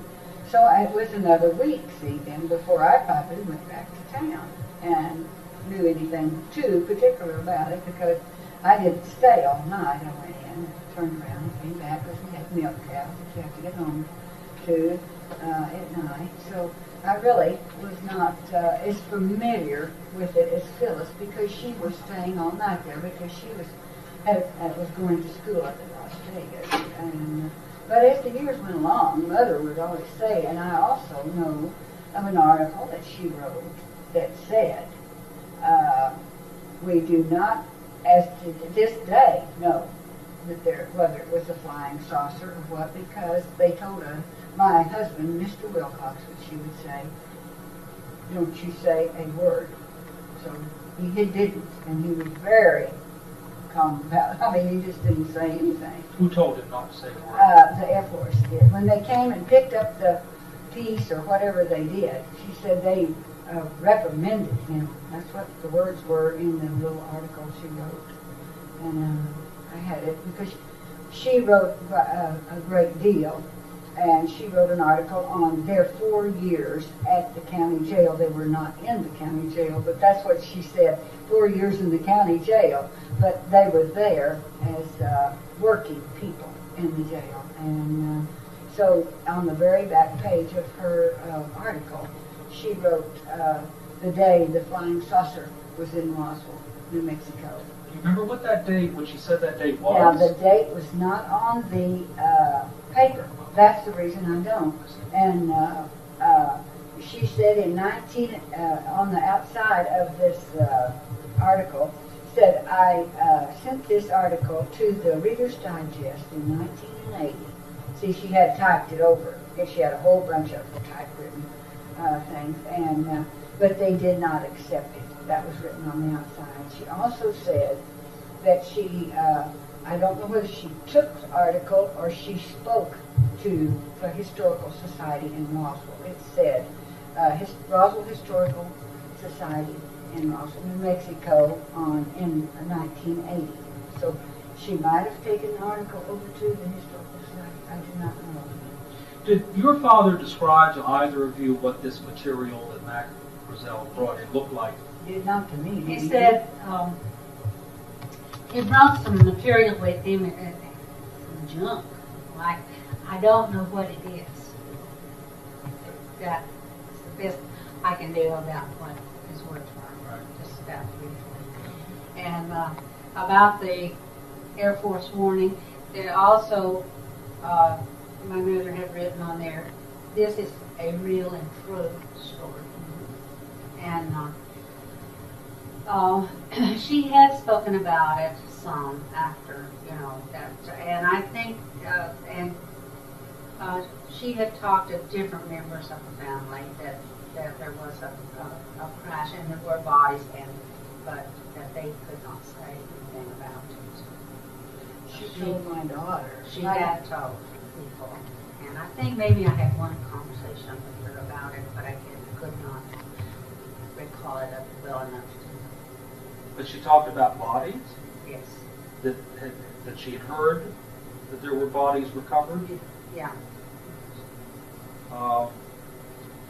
What about Mac Brazell? What happened to him during this period of time? Well, the Air Force took him right away, and he really never came back to the sheriff's office. And the material was left there, and the Air Force picked it up and took it away. And then that was the end of it.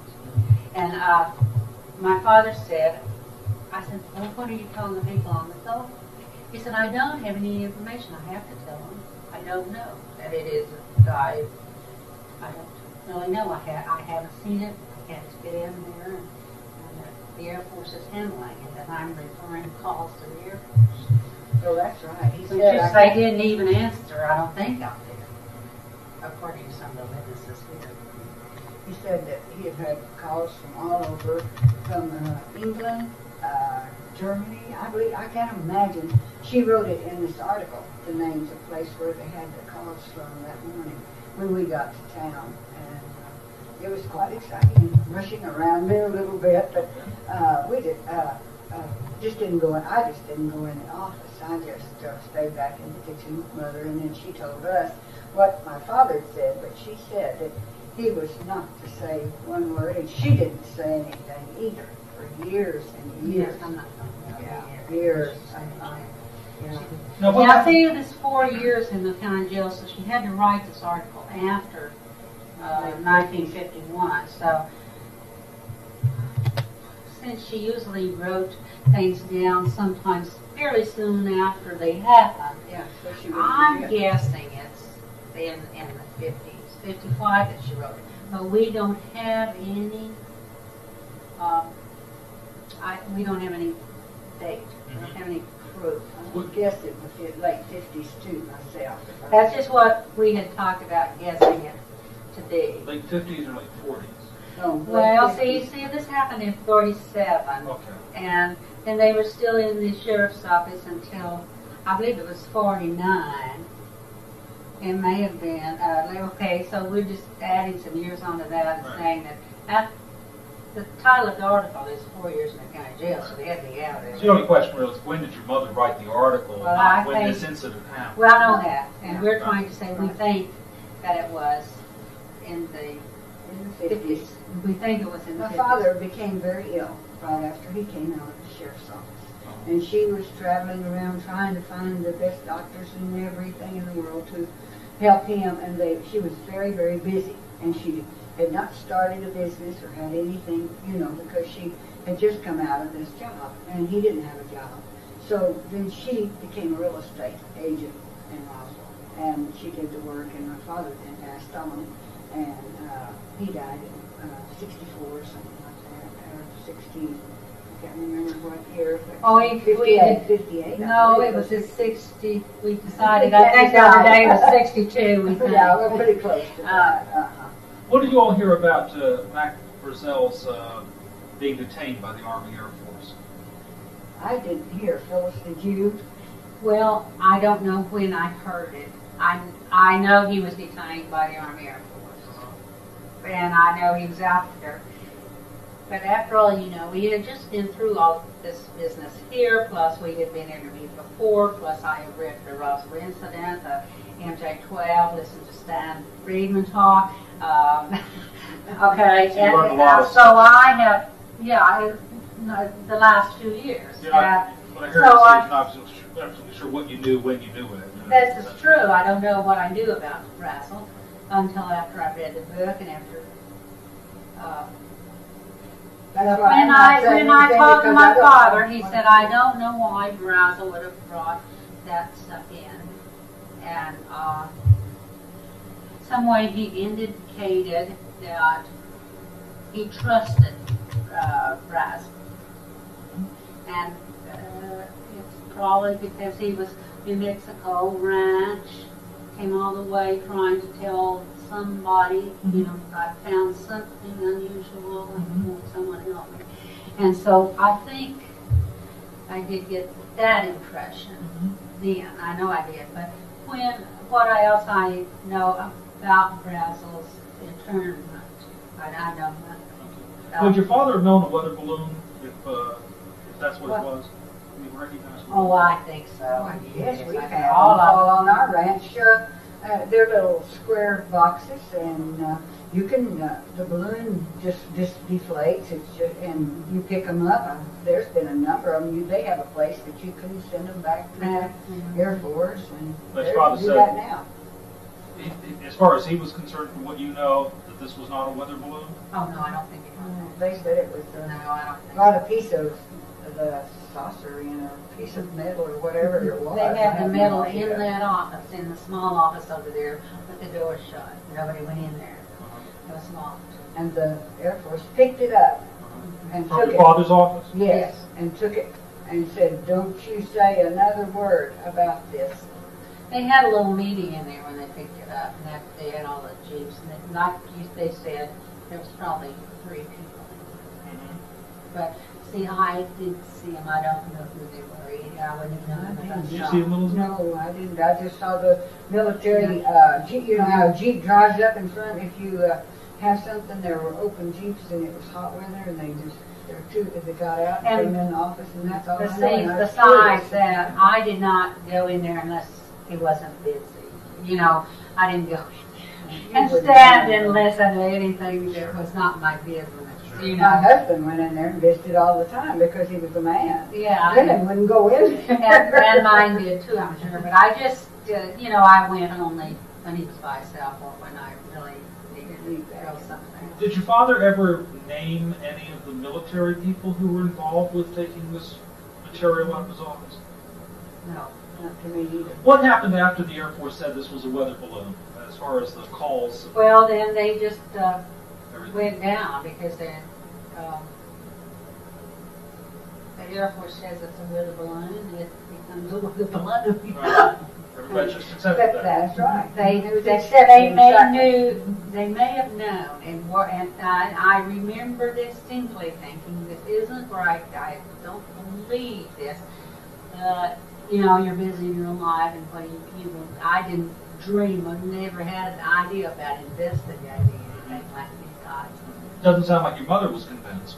No, she was not. No, I think And she she's knew very, that. very brilliant, and she was.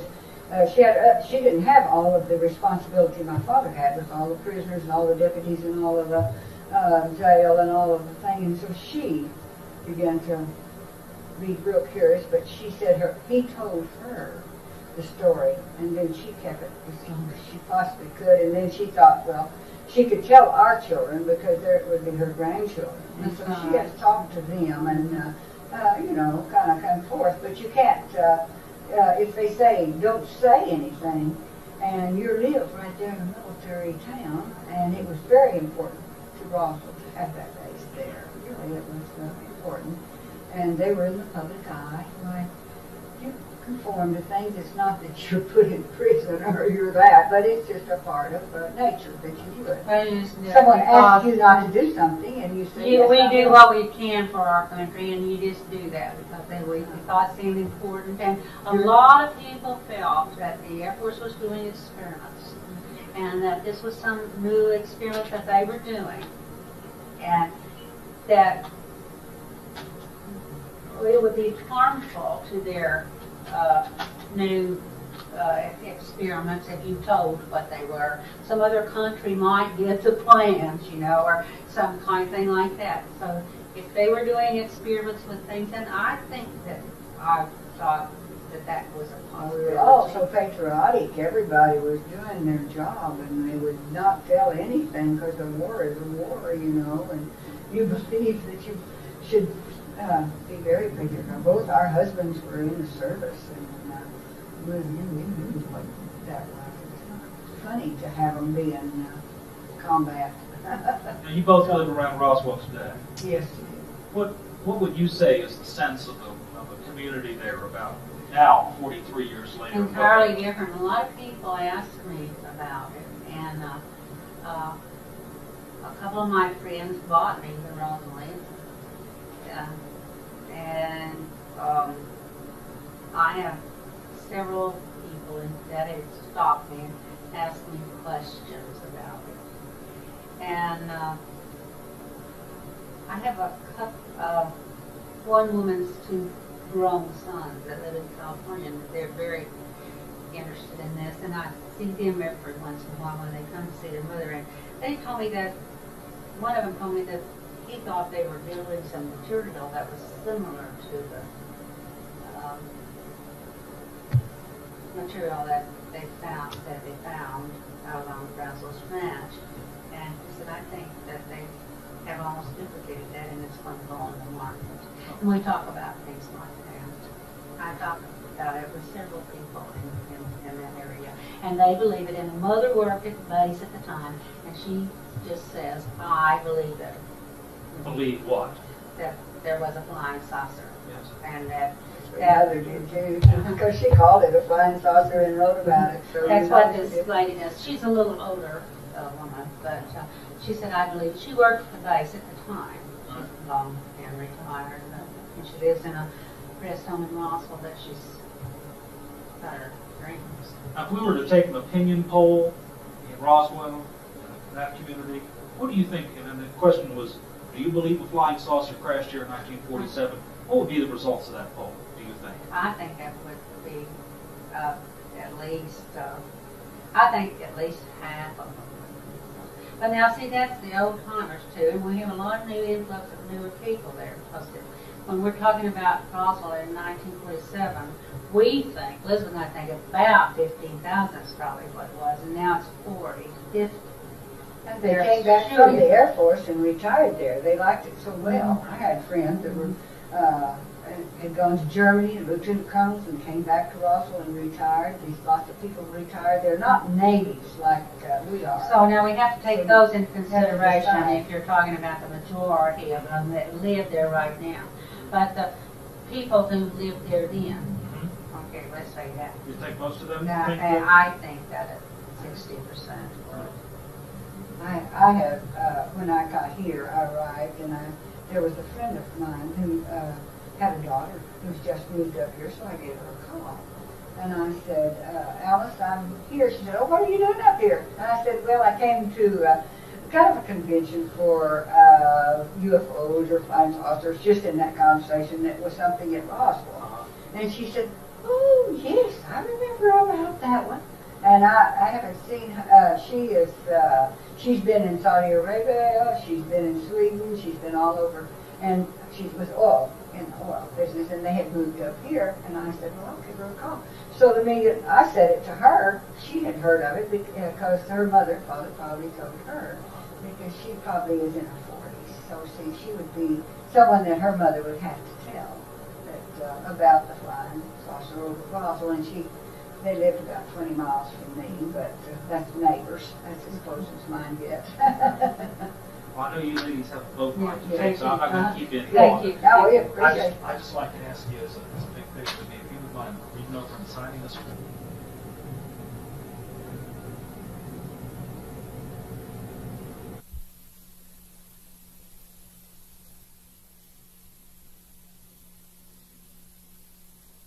Yeah, I appreciate it. But then you come in with your questions. You bet. Okay, well, I'll just get you started. Just ask you what you were doing in 1947. How's that? Okay. Tom, we're ready to go. Okay. Do you have any introduction? No, no introduction at all. We're just rolling the tape, and I'd just like to ask you what you were doing in 1947. July. 1947, I was at the air base in Roswell. I was in the military, and I was first lieutenant at the time. My assignments were 3, interestingly enough. I was assistant flying safety officer, I was assistant base operations officer, and I was assistant group operations officer. Now, the group was the 509th Bomb Group, and because of the building I worked in, all 3 offices that I just told you about were contained in the same building.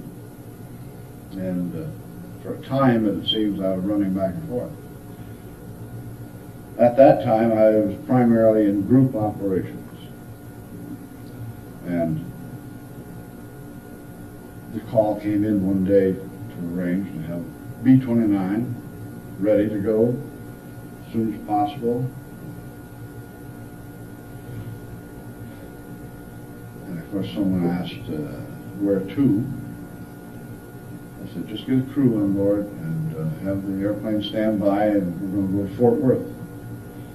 And that was Colonel Blanchard's directive. So I was out in the operations office. I have to explain to you, the building is an H-shaped building, and the vertical part of the H is where the 2 hallways were, one on each side, but the one on the right side ran directly from the parking area out front and went straight through the building and out to the ramp of the aircraft.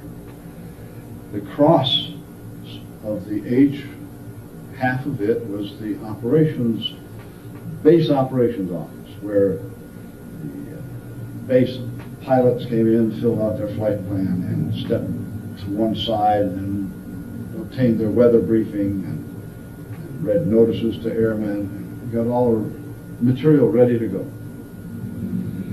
And the flight clearance then was taken and submitted to the tower to let them know something was going to happen, and to air traffic control and so forth. As I explained last night, yesterday afternoon, trying to clarify a point, each squadron also have their own operations set up, and they could release their aircraft without going through base operations. They would let us know that the group was taking off and just how many airplanes there were. But they had already handled all their arrangements with air traffic control and with the tower and so forth. At any rate, I was in that operations office, and Colonel Blanchard drove up and came in and asked, is the aircraft ready? And I and one other fellow there, who is now dead, said, yes, it's sitting right out front, ready to go. And with this, he turned, stepped out back into the hallway, and waved to some people outdoors and still sitting in the automobiles. And I suspect, trying to recall now, there were 4 or 5 or 6 people. And I'll say 5. Doesn't really matter, but they came in the front door, straight down the hallway, and right out onto the ramp to climb into the airplane.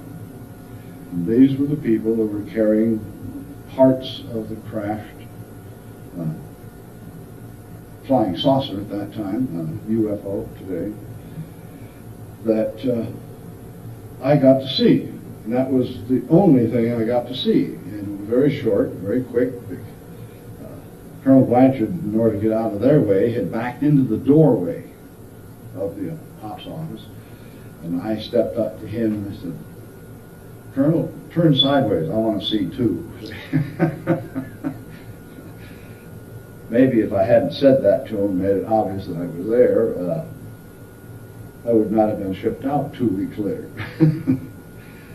What was his immediate response to your request? Well, he just turned, and if you knew Colonel Blanchard, and when he went on to become 3-star general and vice chief of staff, he was a very commanding presence, and he was a good officer, a real leader. And when he said he wanted something, people said yes, sir, and it wasn't just because he was the military. So he just turned and looked at me, and he did turn sideways so that I could half step into the doorway and watch the fellows go through. And thus I saw them carrying certain pieces of these metals, items, and as I've described to other people, when asked, they had one piece that was, I like to say, 18 to 24 inch or coffee tabletop size, brushed stainless steel in color. Maybe if you think of a common aluminum foil roll today, when you pull it out, one side's real reflective, but that's not what it was. It was like the opposite side, which is rather dull. Doesn't have great reflective power. And I've heard it mentioned now for so many times about the I-beam with the markings on it and so forth. And I actually saw that piece of I-beam being carried through and saw the markings. But it was a case of here it was and there it went. And, Very quick. that was all I got to see. They went out, got on board the aircraft, went to Fort Worth. And Major Marcel went with them, of course.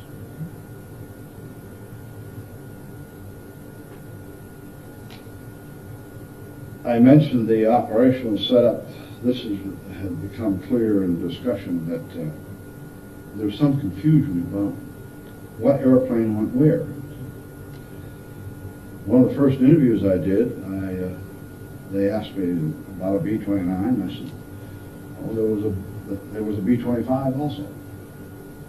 Well, a couple of days later, we had occasion to set up a B-25 do something and take something to Fort Worth. Then there was the third flight, and this was the B-29 that Pappy Henderson was the pilot, and he flew to Wright-Patterson Field in Dayton, Ohio. Directly from Roswell? Yes. No stop off? No. I say that, not really knowing that answer, but going back to the time element involved. I sensed the other day that everyone got the impression that Major Marcel went out to the crash site, picked up this material, brought it on base, showed it to the colonel, and it was flown out. And at the same time, Walter Haught had made this newspaper release, public relations release, and within 12 hours, it was all squashed and killed. And I picked up that everyone was thinking that everything went out on that flight. That they went to Fort Worth and then they went on to Wright-Patterson. I'll have to jump now 40 years. Feel free. Because something that happened in our house. There was a couple we had in for dinner, and I knew he was a mortician, retired. On the 40th anniversary, the local paper in Roswell reprinted the story of the flying saucer and the pictures or the sketches. And they had a couple sketches of what the aliens were supposed to look like. These alien bodies that they claimed to have been found. As we were walking to the front door down our hallway, this fellow turned to me and said, "Did you see yesterday's paper?" And the article on the Roswell incident. I said, "Yes, I did." And shock number one comes when he said, "That's what they looked like." thus we stopped and talked a little bit, and I come to find out, and he has since been interviewed by Stanton Friedman. He was a mortician on duty that received a phone call from the air base asking for child-sized caskets and body bags that night. Or say the night after the first airplane flew out. It develops that this individual was driving an ambulance for the mortuary, which was a service they provided the Air Force, and he had gone to pick up a sick airman in town and took him to the base hospital. Now this is the next night, 24 hours later. And he said, I'll go over and see my girlfriend. And it happens that the nurse who handled the bodies was his girlfriend. They had even been thinking about getting married. I don't recall her last name. First name was Naomi. He walked into her lab area and was immediately stopped by air police and escorted out. Before he was actually taken out, she looked up and said, I will call you later. Because he said, where are you going? Well, I'm going to see my girlfriend, Lieutenant Thompson. Out. They took him out. Later they did meet, as he told me, and she sketched on a prescription pad what the aliens looked like. And he had that sketch and took it back to the mortuary and put it in a file in the drawer of his desk, where he had a series of files on the work that he handled. And that was all the records they were keeping. He delivered so many caskets, or he picked up so many airmen and took them to the hospital, and so forth. Stanton Friedman interviewed this individual, and they arranged to go to the file building that the mortuary still maintains. And they found all of the files, manila folders and so forth, that he had had in his desk during the years he worked there, except that one file with the sketches in it and any remarks. That had been picked up sometime and taken. By whom, they don't know. But here again, the secrecy veil had come down. You said you were shipped out shortly after this happened. Yes. Now, as I explained yesterday to the people, to clarify this point of the different flights,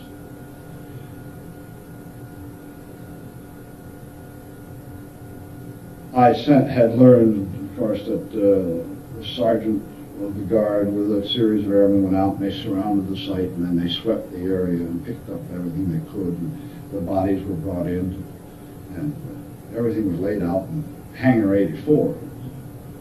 And what happened to them then? Well, as I was relating to the fellows, the Air Force had established a system of, there was a base operations office for all normal activity, and they controlled the weather station, they controlled the crash equipment, the tower operation that oversaw the control of the immediate area. Each squadron had its own contact and own operations, and they could set up their own training flights, establish their own contact with air traffic control, tell the tower that they were going to take off tomorrow at 10 a.m., the whole 12 airplanes or however many, and all they provided to the base was the fact that 12 airplanes leaving tomorrow, and we're going on, let's say, a 15-hour mission. That's all we needed to know, speaking in terms of representing the group ops and the base ops. And one of the squadrons this is about 3 days later now, or 4 days, announced a training flight, and their aircraft all took off, let's say this morning, in the order that was prescribed and so forth. One of those aircraft was flown by Pappy Henderson, which had been loaded with all material out of Hangar 84 and went to Wright-Patterson. Including bodies? Yes, they were in the caskets that this friend of mine had supplied from the mortuary. Did you see the caskets or the bodies? No, I didn't. How do you know that they were on that plane? Because that's when they got there. How do I know? I was told that that's what Pappy Henderson said he carried. He was in the hangar and saw this material and saw that his aircraft was loaded. And that's, it was years before he mentioned anything to anybody. At any rate.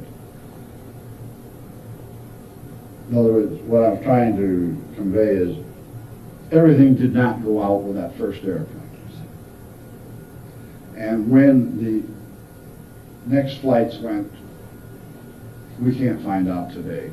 There's no way of tying it down. They have an idea of when he arrived there. But that's not important. The point is that once the secrecy veil dropped and Colonel Blanchard was informed and he informed his staff a day later, the official story is this was a weather balloon and that's it. Nothing further need be said. I ran into, I don't call it a misunderstanding, a lack of understanding on the parts of a couple of investigative reporters who asked me a leading question, and I turned and looked at them like I'm looking at you, and I said, "How old are you?" And they were rather startled, you know. He said, "And when were you born?" Well, he was born around the time of the Korean War, 52, 51, 53, you know, different dates for different people. I said, "All right." I said, "Your knowledge of war has been limited to the Vietnam situation and the confusion that was going on and the lack of support by people for that war, and really the confused way it was run by Washington authorities." I said, never before in the history of military operations has a national capital set back and told the people how many bombs they can drop tomorrow or how many shells they can fire in their gun. You know, this is a ridiculous way to run an operation. But back in, the question had evolved because of Walter Haught and myself, who knew each other at the air base, who a year and a half later, or 2 years later, shared an office for a year in town as civilians. He was running his little thing, and I was running my little operation. And we cut expenses by sharing an office. And he had raised the question with Walter and then with me, "How come you fellows never talk to each other?" And Walter had made the remark, "Well, I guess I know what I know and he knows what he knows, and that was it." Well, how come you didn't talk to each other? That's what I'm leading to, and why I asked him how old he was. I said, World War II. If you didn't experience it, it's very difficult to understand. But I said, someone came up and slapped the collective nose of the country. We fought back. And it was in the newspapers, it was in magazines, it was on the radio. Statements similar to loose lips sink ships. Don't talk about anything. Don't let on you know anything, because someone's going to take the information and use it to your detriment. I said college campuses got into it, but not by using signs that said minefield, don't walk here. rather than keep off the grass. Newly seeded areas, and they'd have it roped off and say, minefield, don't step here. Consequently, the entire country became, in a sense, brainwashed. Everyone was concerned with World War II.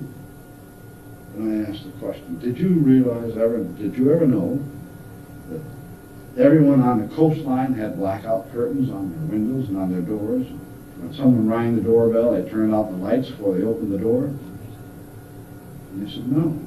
I said, well, this is true all the way down the eastern coast, around Florida and the Gulf of Mexico. The theory being we shouldn't allow the enemy to know where our cities were.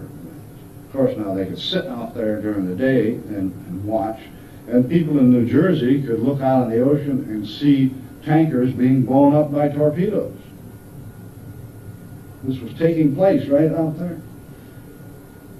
And look, this is the way we operated. You were told not to talk about anything. And then if you were in the military, it was even more emphasized. Consequently, Walter knew his thing, and I knew my thing, and we never talked about it. We had never talked to one another about the Roswell incident until after we were invited to come here. And suddenly we both... What do you think? I guess we both felt we had to explain to each other what we did know. What do you think happened? What crashed in New Mexico in 1947? I think some type of craft of which we were not at all familiar had a problem and did come apart and crashed in the desert area of New Mexico. I really do.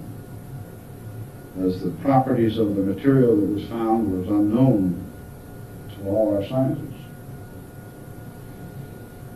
The bodies had never been, no one had ever been seen like that before if these sketches were true, and I feel they were.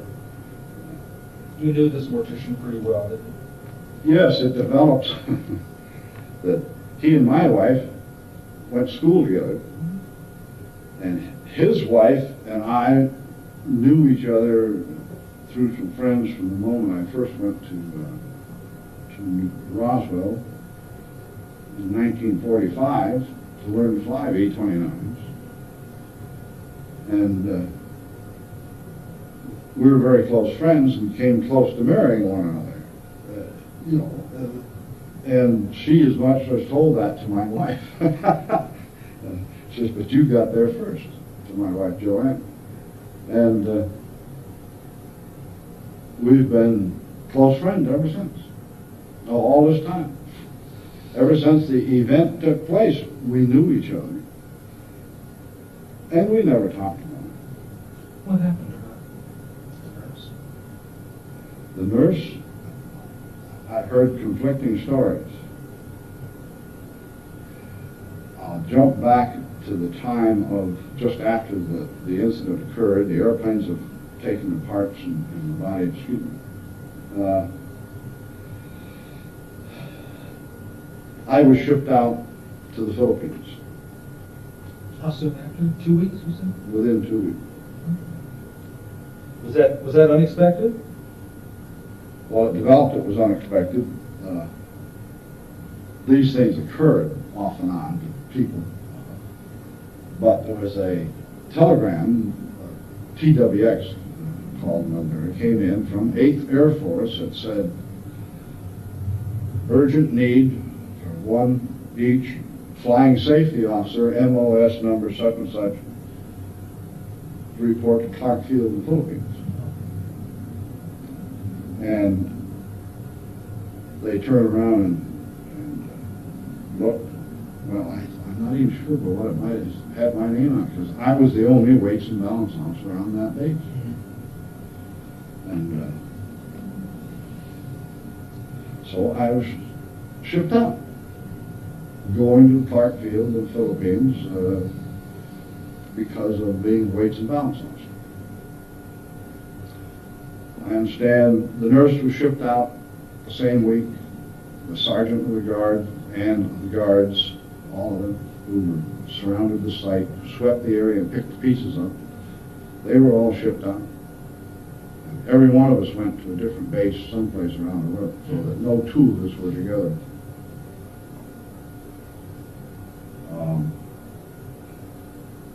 Is that by design, do you think? To do that? Oh yes, I believe it was by design, because it's been looking back through the years, and even at that time I suspected something, because I got to Clark Field and they didn't need a Weights and Balance officer. They had never asked for it. Well, I said, well, that's what this telegram says. And they said, we don't care what that says. We don't need one. We've got one. And we don't need another one.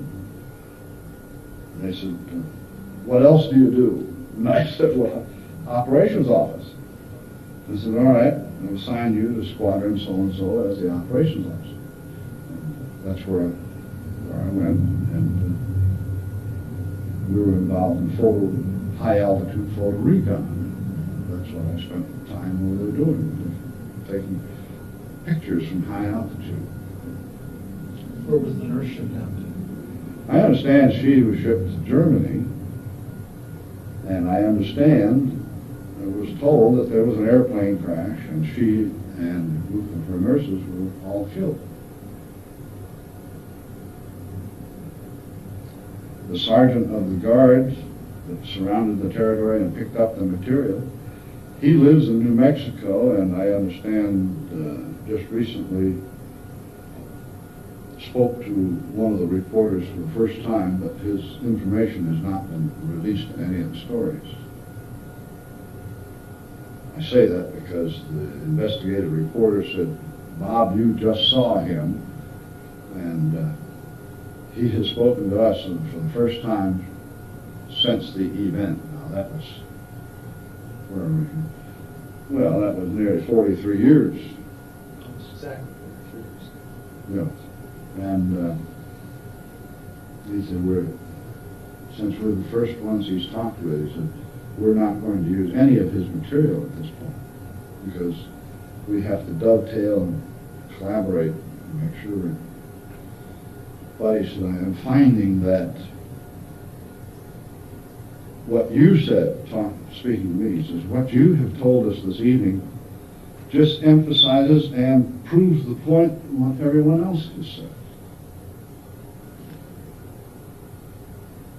This particular reporter, by the way, would come out of New York City, and he said when he got the assignment, he was totally aghast that they would think of sending him out to research some unidentified flying object, which he didn't believe.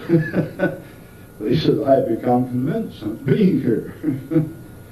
And so, roughly speaking, that's my story. I saw a couple things. I was involved with scheduling an aircraft. I was shipped out with several other people all about the same time. And 40 years went by before a best friend of mine spoke up for the first time and said, I know something about that. Since that time, Stanton Friedman has interviewed the individual. I took Stanton up in the mountains to meet the man, because Stanton didn't know whether he should go. This was rather interesting. As an aside, perhaps had nothing to do with the interview, but I was talking to Stanton in his hotel room in Roswell, and Stanton said, well, so-and-so has invited me up there for dinner tomorrow. Do you suppose I ought to go? It was kind of, so I can rent a car and drive up there if you think it'd be worthwhile. And I should stand knowing this individual.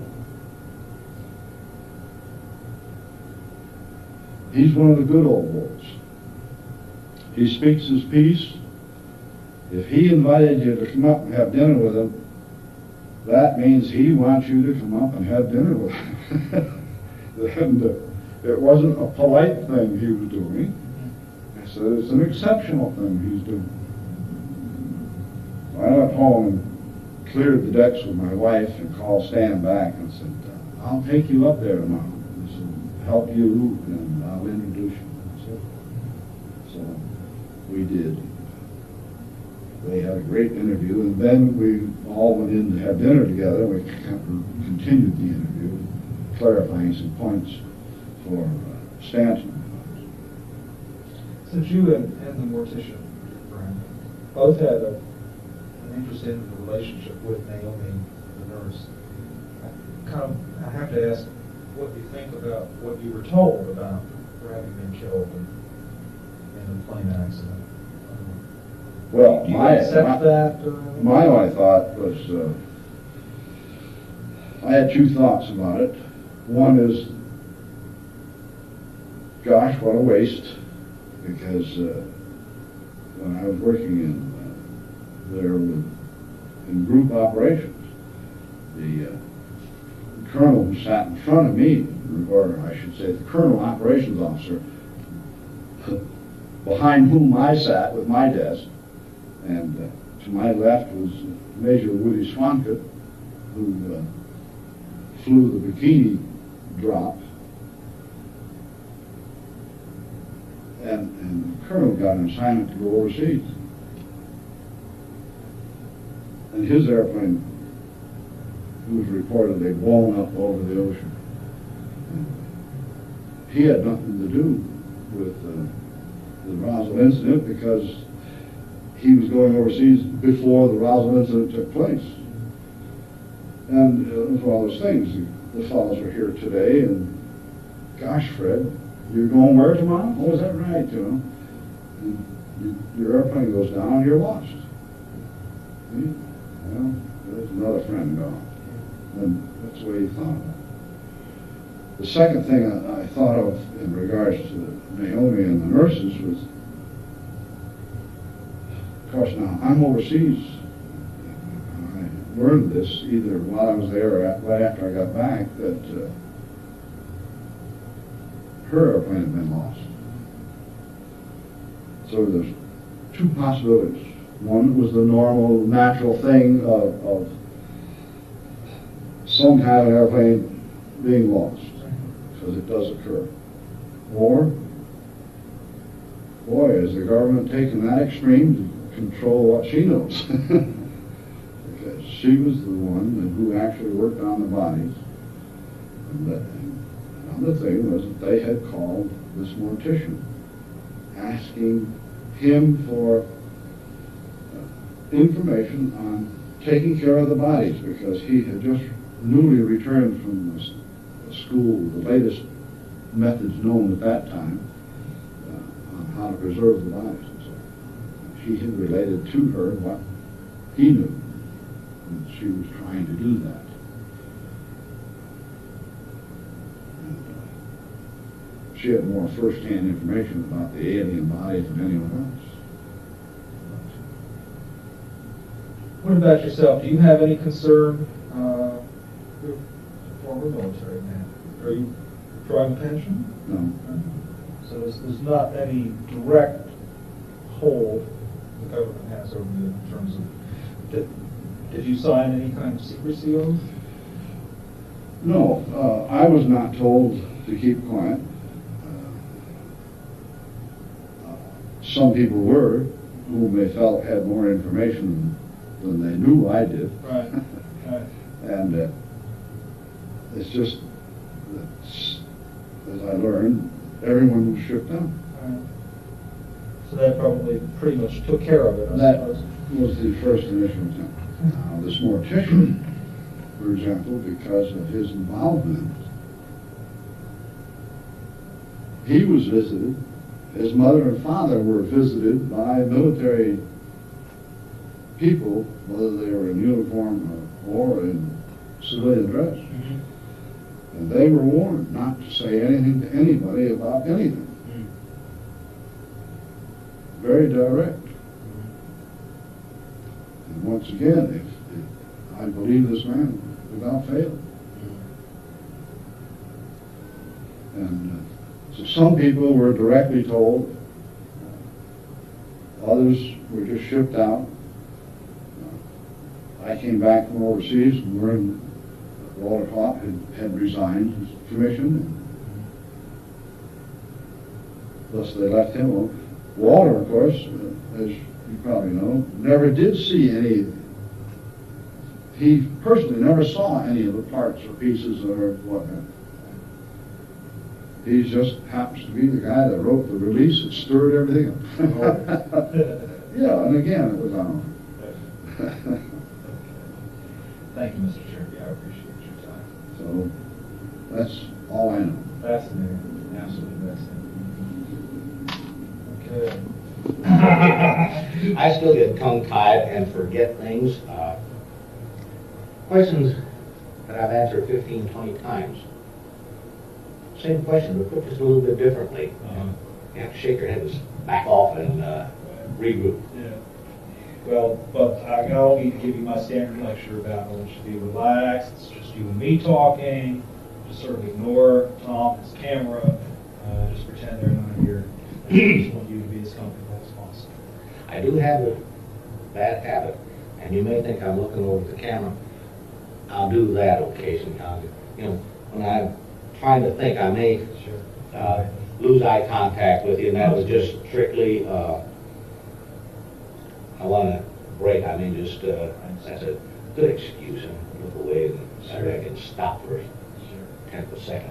Okay. Tom, we rolling? Yes, we are. All right. Mr. Hogg, can you tell me about the day that Colonel Blanchard gave you a call and told you to put out a news release? What was happening that day as you recall in that phone conversation? Basically, up until the time I got the phone call from, I sure can't tell you what was happening. It was probably a very routine day. I was doing either some public relations work, base housing, or something else. I can't remember what it was. It was just a normal work day. Got the telephone call from Colonel Blanchard, and in essence, he told me that he had in his possession a flying saucer or parts thereof. Gave me a little bit of idea where it came from, and ranch northwest of Roswell. Then stated that Major Marcel, Jesse Marcel, who was our base intelligence officer, was going to fly it to Fort Worth to turn it over to General Roger Ramey, who was commanding general of the 8th Air Force at that time in Fort Worth. And what did Colonel Blanchard want you to do? He told me to prepare a release with basically the information that he gave me over the phone. When it was done, to take it into community and hand deliver it to the 4 news media we had in Roswell at that time, which is what I did. As best you recall, would that have happened, the initial phone conversation during the morning or in the afternoon? To the best of my remembrance, it would have been in the morning. And I would have to guess, somewhere I would guess around 9 o'clock. The only reason I come up with that figure is that had to be done and gotten into town so that it would have gone to the record in time for them to set it and to have gone ahead and run it in that day's evening paper. And would you know what day this happened? I would say the 8th of July, 1947. And that was the date of the Roswell Daily Record article. Okay. What, once you wrote up the news release, then what happened after that? As I said, I had to take it into town. He told me to take it in so that if there was any validity to the fact that this was a flying saucer, and information got out to other news media other than our own, he felt that he wanted our people there in Roswell to have had first crack at it. Didn't want them to feel that he had given the information out to someone who got it to the press services outside of Roswell. So So I took it into town and delivered it to the 4 news media in town, 2 radio stations and 2 newspapers. Do you happen to recall what your itinerary was, who you went to first, for example? I'm almost certain I went to radio station KGFL first, secondly to KSWS, they were a half a block north, and then I took it to the Daily Record, which was a block further north, and then on my way back out to the base, I dropped it off at the Morning Dispatch, which was about 3 blocks from the Daily Record. What's your recollection about the reception initially when you handed out this news release to these various local outlets? Did anybody read this material and respond immediately? I don't believe they did. I believe, again, you're going back some many years. I believe the first place I went was to KGFL, and I believe I just simply left it on the desk of the receptionist. As best I recall, she was not there, and Frank Joyce, to the best of my memory, was in the studio, and he could see the reception area and also see out on the street. And I think I probably pointed at it to indicate that it was something for them. I don't remember what had happened at KSWS. The Record, I gave it to the editor because he sat close to the front door. Probably said, "Hi, Don, how are you, Dad? Might like to have this," or very, nothing fantastic, just the normal routine, what I did when I brought him a news release. Then I went down to the Dispatch. Again, I believe there I took it into either the editor's office or the publisher's office. I know both of them real well. And occasionally I stick my head in and shoot the breeze with the publisher. The actual delivering of it to who I gave it, I may have seen a half dozen people in the different news media offices, and who I finally said, "Here it is." It's kind of hard to differentiate from one to the other. Nothing remarkable. Nothing. Nobody said, "Ooh, wow." Just looked at it, almost put it down. Well, most journalists treat news releases. That's right, and this was not something that was unusual, because you walk into someone's office and say, "Here's a news release," which I had done many times, and nothing was that hot that they had to grab it and run back and stop presses and that type of thing. So it was just a matter of they took it and probably glanced at it and had a few words, and I went my merry way. And what happened next after you had completed your appointed rounds? I returned to the base, and when I got into my office, the phone was ringing. I picked it up, and the first call was from London, England. I answered the phone. That's how I found out it was from London, England. It was some newsman over there. And his question was, how did Major Marcel know how to fly this object? I had, in the release, had stated that Major Marcel had flown the object to Fort Worth, meaning that he had put it on an aeroplane and got in and flew the aeroplane. It was a poor choice of words the way I put it. There were a tremendous number of calls of the same effect. If this was an unidentified flying object, how would we have someone within our Air Force that knew how to just get in there and flip switches and run controls? Some of them, some of them were rather terse. Is this another one of those fly-by-night stories? Can you verify it? And the commanding officer was the one that stated that this is what we had. That was verification enough for you. For me, that was more than enough verification. When he said something, that was the law.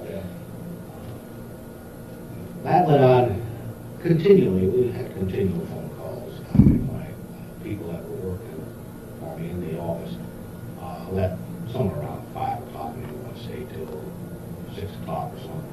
I left there, I would get 7:30, 8 o'clock. By that time, it tapered off completely, and I was spent the last half hour or so just looking over what had happened during the course of the day. And beyond the Roswell incident, the base didn't stop operating because we found that so-called flying saucer. What happened the next day, as you recall? The only thing that happened of any import, as far as I was concerned, I believe I read it in the morning newspaper, heard it on the news, that General Ramey said that we didn't have a flying saucer, that was a weather balloon.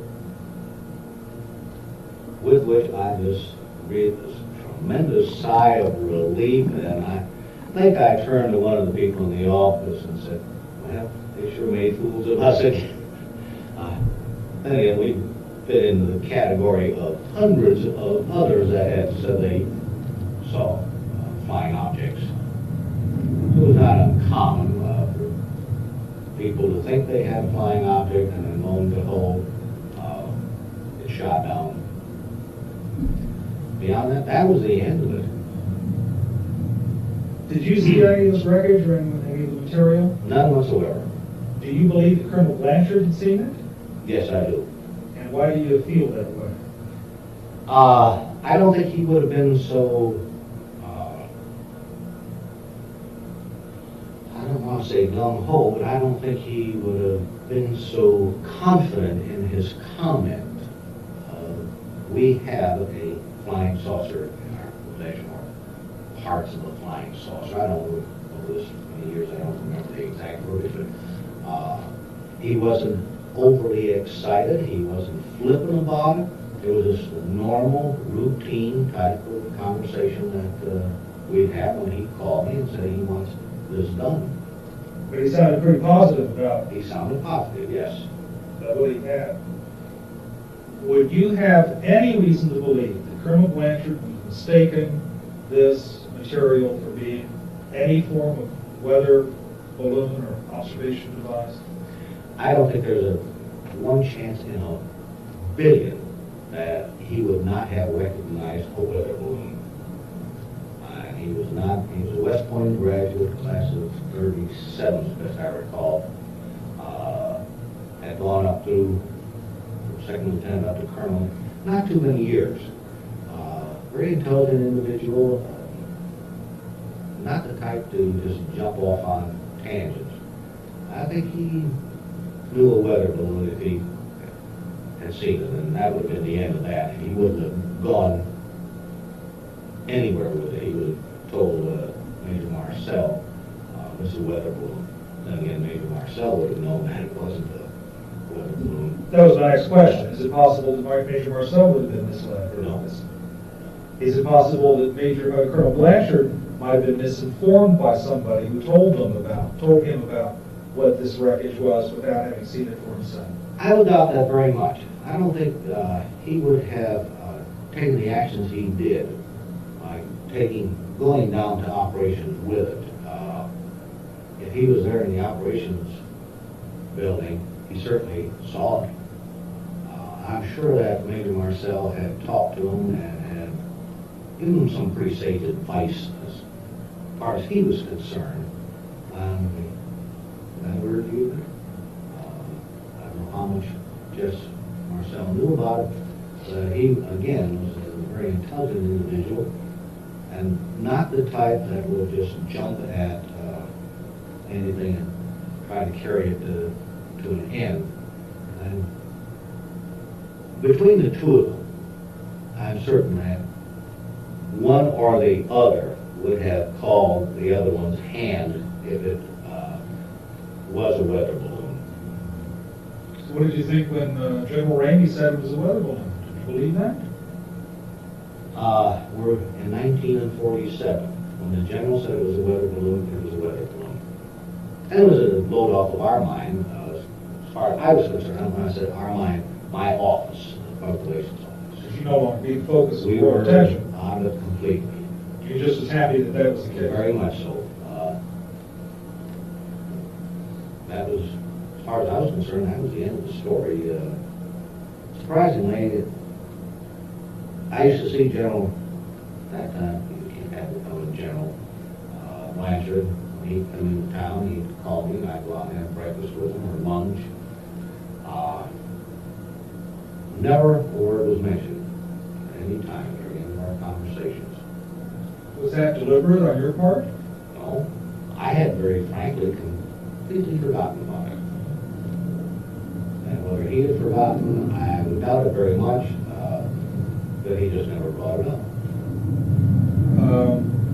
Did anything happen, did the colonel say anything about this incident shortly after General Ramey's statement?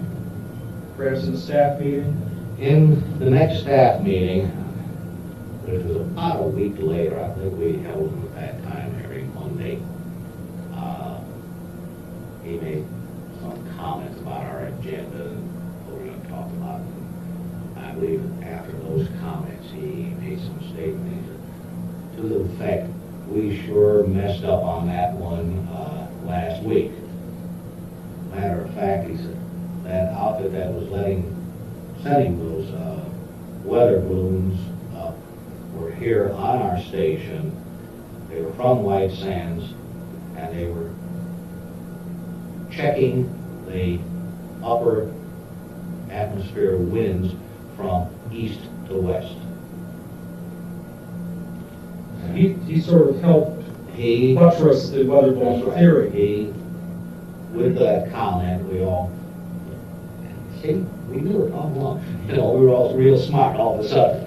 We knew that it wasn't a flying saucer. Did you ever have a chance to talk with Jesse Marcel? Not until about 1980. Next time I talked to Jesse, came to Roswell with Johnny Mann from a TV station in New Orleans. He was taking a man out to the site to show him where it had happened. He interviewed myself and had brought Jesse with him. And I spent an hour and a half or 2 hours with Jesse the night that he was there and talked about it. He baptized it. That was no weather balloon. What I brought into the general's office is not what was there when I came back in the news media were there. That kind of convinced me that he was a neighbor of mine, a block down the street in Roswell. I had high regard for the man. He was a very fine individual. We were impressed with his son, who's now Dr. Marcel. He was quite a sharp little 11-year-old. I believe he was 11 or 12, whatever it was. He was as sharp as a cracker, and I think he still is. What about another officer there on the base who worked with Major Marcel, Sheridan Cabot? Does that name ring a bell with you? The name, yes, I'd heard it. He was OSI or CIA or something. I had no association with him whatsoever at any time. I had, you asked this question in 1947 and he walked by, I could have said that's him over there. That had been about the extent of it.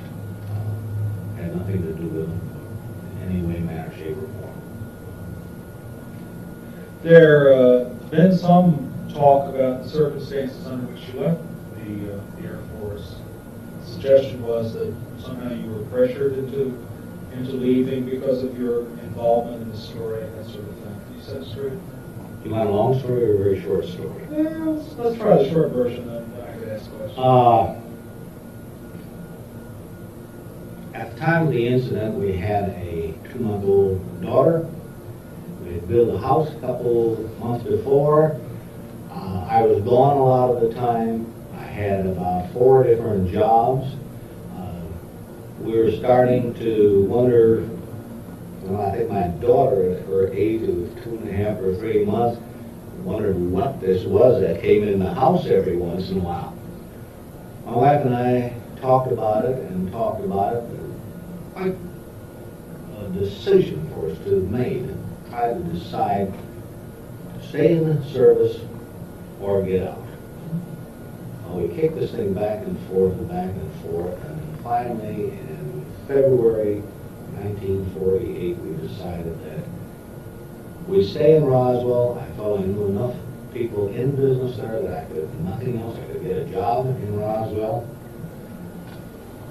I submitted my letter of resignation. I was a regular Air Force officer. Put it on Colonel Blanchard's desk April 1st of 1948. On August the 18th of 1948, I got a Twix at the base. Started out with First Lieutenant Walter G. Hawk, serial number 041123, and goes on and on and on and on and on, and it states that relieved of all duties and assignments and all that, and it ends up Mr. Walter G. Hawk's permanent address is 1405 7th Street, Roswell, New Mexico. I thought it was rather humorous. I started out as Lieutenant Hawk up here, and Twix that long at the bottom. I was no longer, I was Mr. Hawk. It had nothing to do whatsoever with the incident or anything else that had happened on the base. It was just a personal matter that my wife and I both felt we'd like to raise our daughter in Roswell. Small enough community, good school system, everything else. Maybe we shouldn't have been thinking that far ahead at that point in our life, but it was one of the things that we were taking into account. I was also probably going to be transferred to Fort Worth within a matter of 4 to 6 months. We didn't want to go to Fort Worth. We wanted to stay in the smaller community. Blanchard had told me that if I did go to Fort Worth, that I would become a public relations officer, 8th Air Force. He transferred over there subsequently and became operations officer, 8th Air Force. And from then on, he started going up the ladder rather rapidly. He's rather well connected, was he? Yes. His mentor was Curtis. I have to stop on that. I always want to say Curtis Easy LeMay. Curtis E. LeMay. So as far as you're concerned, you could have stayed with the military and enjoyed a rather bright future. No talk about your being shipped out after the... None whatsoever. Things just went on the way they had been going on.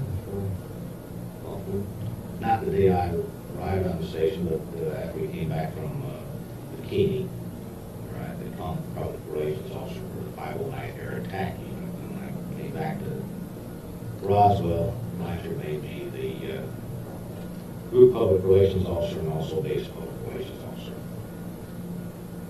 Do you have any regrets having been involved in this incident? None whatsoever. I found it fascinating. I meet so many different people. 99% are real nice, but once in a while that 1% always pops up and kind of squares you away and go on your merry way. It's been fun. In your heart of hearts, what do you think it was that was on that ranch 43 years ago? Some type of craft from outer space, from where I do not know. I talked to enough people involved in it. I talked to Jesse Marcel Sr. and Jr., other people that had little touch with it. Bob Shirky, who still lives in Roswell. everything I've heard from the investigators, always, every time they come up with something new, I'm kind of, wow, that really is a surprise. So that puts another crown, or star in the crown, or whatever you want to say about it. My feeling is that there's been so much that has been brought forward by legitimate people that there had to be something to it, and apparently that what it was something that crash landed out there in the desert. I'm a firm believer. Can I get you to express your desire about what our government should do about this point in history? Well, very frankly, I think that the government ought to take all files that they have on this subject and turn them over to a committee of legitimate ufologists, if you permit the use of that word, whether they be the ones that I'm familiar with, or a panel of scientists who are not negative, but will look at all the information with an open mind and come up with a conclusion. I think that, well, this is censorship, pure and simple. I don't like it. We want the right for people to walk the streets with placards and protest. I don't know what would happen if a bunch of people started walking around the Pentagon, the archives, carrying signs, "We want the files." I don't think we'd get very far. That's right. Is there anything that I've missed in all of this that you feel is important to add to this record that we're trying to put together? Any experiences that you had, any thoughts, concerns? Well, all my experiences with this have been extremely pleasant. I've met some of the nicest people. I've only had one experience. It was a telephone call from a fellow called, and when I was out at the time, when I came home, my wife said, "The shadow called you." And I said, "The what?"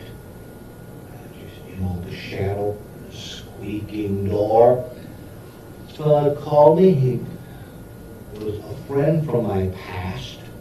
He spoke this very low voice and very slowly, telling me that I was going to be in trouble. I should forget this whole thing. Told me all about how the materials were found and they were put on freight cars and shipped from one place to the next. My recollection of that is real vivid, primarily because it was trying to talk to this fellow and keep a straight face. My wife kept walking near me. Creak. I thought that was one of the funny ones. He told her, when she first talked to him that morning, he said something to the effect, "Oh, what do you think about the UFOs?" "Oh, I think it's a lot of fun." "There's nothing funny about it." The guy was really kind of a crank. Do you know who this was? No. I tried everything I could to trick him into giving me some clue that I know him at the face, that I know him from where.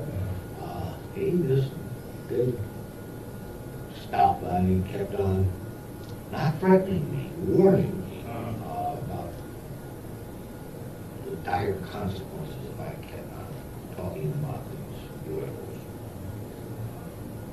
We still laugh about it. The rest of the people have just, everybody's been extremely gracious. They're very knowledgeable people. Once in a while you get someone who asks a question that kind of throws you off in the corner, but I try to answer everything as honestly as I can, and I've had no trouble with anybody. I try to keep my story straight. Let me change on that. I try to keep my story simple so that it'll be straight and I don't have to cover anything up. That's about it. Enough of that. Thank you very much. You're welcome.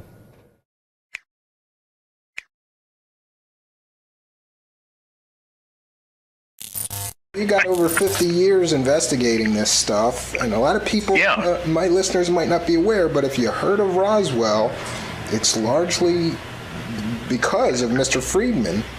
I'm the original civilian investigator, Absolutely. yes. And I think that whole story would have just been swept under the rug, and somewhere in the secret government, there are people cursing at you.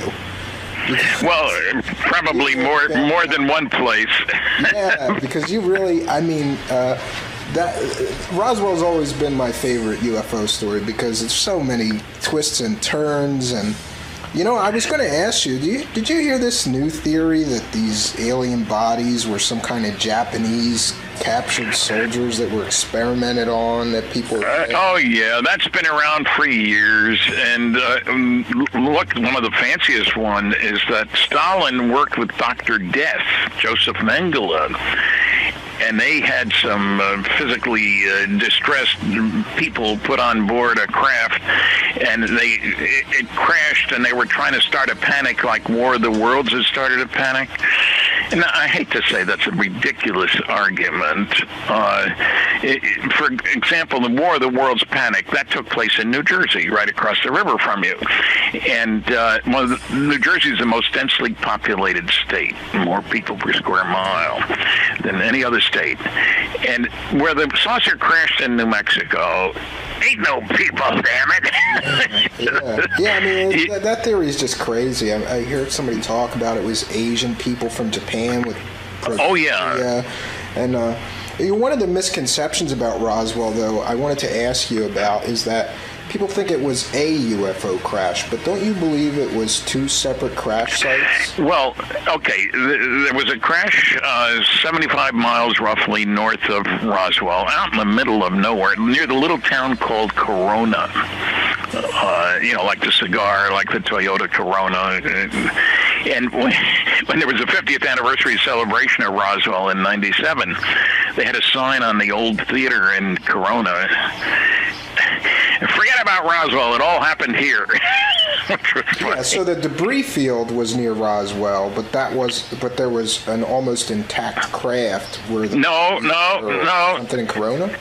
Well, the debris field was near Corona, and there may have been a crew compartment found miles away. Okay. I think the reason that I say that is because in my first conversation with Jesse Marcel, he was the major with whom I first talked, and he was had been the intelligence officer at Roswell. People forget to mention, Roswell was the home of the 509th, the only atomic bombers in the entire world. The most elite military group in the world. And I say that because they dropped the bombs on Hiroshima and Nagasaki. They dropped two more, Operation Crossroads in the Pacific the next year. Everybody had a high-level security clearance. It's great. They got a 13,000-foot runway. And it's the airport now. Then it was the airbase, which is much longer than most places. To carry big B-36s with their A-bombs needed a huge runway. B-36 was, I used to watch them fly when I was in industry and down in Texas, and big old monster, I'll tell you. Anyway, Roswell, there was another crash over in the plains of San Augustine. And when I first talked to Jesse Marcel, and I got to him strictly out of the blue again, I was doing a television interview in Baton Rouge, Louisiana, before speaking that night at Louisiana State University. I was supposed to do 3 interviews, and people from the university had brought me to the TV station, and I did the first 2, and the third reporter was nowhere to be found. So the station manager's giving me coffee. He's looking at his watch. He didn't want to lose the interview because he had it scheduled in his programming, but he knew I had other things to do. And out of the blue, he says, you know, the guy you ought to talk to is Jesse Marcel. Who's he? Brilliant investigator that I am, you know. And his next sentence changed my life. He handled wreckage of one of those saucers you're interested in when he was in the military. What?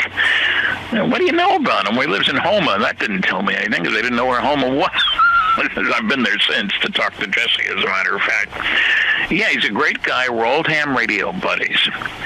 You ought to talk to him. So the next day, we had a great response at the university that night. The next morning, I'm at the airport early, got a plane to catch. I thought I'd call information in Homo, wherever it was, and they had a number for a Jesse A. Marcel. Okay, I called him. And this is before the internet, you know, times were different then. 1978, no internet. And he told me his story, and people said, well, why would he talk to you? I thought it was all highly classified. His picture was in the newspapers. I found that out later. I didn't know it then.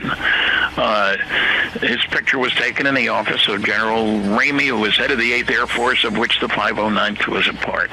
And he told me his story. And one of the first things he said was there was so much wreckage out there, spread out over such a large area, that he figured there had to be a mid-air explosion. Because there was too much stuff, and it was spread out over too large an area. There was nothing conventional out there. He'd seen airplane crashes in the Pacific, and there's a mess. That's what I always thought when people talk about, well, it was just a weather balloon. Like you were saying about the 509, is like these guys were around nuclear weapons, and I think they would know the difference between a weather balloon and an alien spacecraft, or Well, Jesse had taken a course on radar and weather balloons and all this. He had to brief the airplanes when they went out on planned missions. Send a bunch of airplanes up to New York, a pseudo attack on New York, if you will. So he was very familiar, and weather balloons were launched every single day at the base. Because you want to know which way the wind's blowing, and how strong it is at altitude. You can't tell that from the ground. You got to send up a balloon, and it radios back information. So Jesse was very familiar with weather balloons. Well, remember, there were 4 explanations. The first in the newspapers on July 8th, 1947, Army captures flying saucer on wrench in Roswell region. That was in newspapers, evening papers from Chicago West. The press release went out too late to make the East Coast papers. And the next day, Ramey empties Roswell saucer. So the weather balloon explanation, first it said flying saucer. Then it was weather balloon radar reflector combination. And then we had the mogul balloons. Now, these were 20 to 25 standard, normal neoprene weather balloons at 20-foot intervals, twine, tying them together. They were supposed to be a constant altitude instrument platform. They were trying to see if they could hear a Soviet nuclear explosion, because they didn't know when the Soviets would go nuclear. And it wasn't a very good idea. They would stay aloft for thousands of miles. And they had found that underwater, you can hear sounds over a very long distance. There's a layer of the water through which sound travels better, if you will. But the fourth explanation, the mogul balloon explanation sounds good. We were testing mogul balloons in New Mexico. The only trouble was people have looked very carefully at the logs of those who were launching the balloons. They said high security. The purpose was classified, not the technology. They were not accompanied by chase planes or anything like that to recover this exotic technology. It wasn't exotic. The fourth explanation was my favorite, though. The Air Force wrote a big report, the Roswell report, Truth versus Fiction in the New Mexico desert. The Air Force supplied the fiction. The fourth explanation, they said they weren't going to say any more, but they wrote another report. Now they had discovered that we were launching crash test dummies all over New Mexico. So stories about bodies, crash test dummies, and they used the same map of where they dropped all these dummies. I should explain the reason for that was airplanes were flying much higher than they'd ever flown before. And if you were on board an airplane at 40,000 feet and you had to eject, you wanted to make the ejection safe in the first place, because you had to find out how long does it take before you come down where the temperature is reasonable. You could freeze to death. At 40,000 feet, it's very, very cold up there. And you certainly aren't going to use pilots on these ejection seat tests, And the bodies were dummies. I found the Air Force officer, Colonel Madsen, he's dead now, who had been in charge of the program. His picture is in the Air Force report. They didn't talk to him. They went back and looked at the old records. He made sure that I understood a couple of things. One, the dummies were 6 feet tall and 175 pounds. And they were in Air Force flight gear. You say, why would you do that? Because that affects the drag and the heating of the body as it comes down. You want to measure that. And you can't do it, without a dummy that isn't properly dressed, if you will. Now, these were wooden dummies, and often when they hit the ground, the limbs came off. And they didn't look anything at all like a small, big-headed alien. Yeah, I always thought that was funny. Like, okay, you used... It was funny. Did you use 4-foot-tall aliens with big heads and big eyes and, 6 fingers? I don't understand. Well, depending on who you talk to. And wasn't there a time discrepancy, too? Like, these dummy tests? Well, none of a minor detail. Something? Yeah, none of these were launched until 53 or later. So what's 6 years between friends? I mean, come on. Slight time lag, time warp, time travel for crash test dummies, the new technology. What's crazy is that explanation appeared on the front page of the New York Times. And all I can say is that at the beginning of World War II, within 2 weeks of Pearl Harbor, there was a director of censorship established. And, for example, the newspapers couldn't use the word uranium anyplace. They couldn't use Fugol balloon. The Japanese were launching these big balloons with explosives on board from out in the Pacific, and the winds blow them, and they're going to start fires all over the United States. There were a few started, not many. But you couldn't talk about that. We didn't want them to know how successful or unsuccessful those balloon launches were. One person did die. There was somebody. I've read about that. It's amazing that the government's response was to just not talk about it. They didn't want the Japanese to know that they were at all successful. So they would just let them waste their energy. Yeah. So, what I'm saying is, it looks as if the Air Force had a policy of not releasing information. That's no surprise. And that's why I mentioned that Air Force press release about Blue Book Special Report 14. It set the tone when you have your top official in the Air Force flat out lying. And then when I tried to get more from Colonel Weaver, who wrote that big fat report, he attacked the MJ-12 documents. You mentioned those. He wrote bogus on them. And when he was asked by the FBI, the FBI was worried of his classified information being leaked here. What's going on? And he wrote bogus on every page of the documents. And the FBI bought it. I filed a Freedom of Information Act request for all the information, notes, memos, and blah, blah, blah. You got to write in computerese. And I wanted any information to back up this conclusion that this was phony. In other words, that these documents were phony. We have nothing in response to your request. Very useful. It's crazy. You can get away with it if you work at it. Secrets can be kept. And look, I'm not saying the government should never lie, which may sound a little strange, but when we tested our first A-bomb at Trinity Site in New Mexico in 1945, that was an earthquake or something? No, it was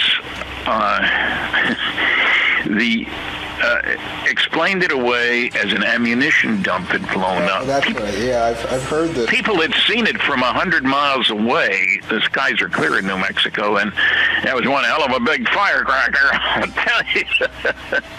And they got away with it. And I don't blame them for doing that. Certainly, the government was very worried about if the Japanese found out what was going on and what cities were going to be bombed, if any, they would move American prisoners of war to those cities. Yeah, I agree with you that in some cases, sure, it's okay to keep secrets, but if Roswell really happened the way so many witnesses recall it, it's the most significant event in human history. It confirms that we are not alone in the universe. Yes. And I don't believe that anybody has the right to keep that from us. That's what keeps me interested in this and keep digging. I keep digging and digging and digging. Unfortunately, you got to dig through so much garbage to get to any real. You noticed that, huh? Yeah. And Mr. Friedman, I want to take the time to thank you immensely from the bottom of my heart for taking the time to talk to us tonight. It's been an immense pleasure and delight to talk to you and learn more about this incredible subject.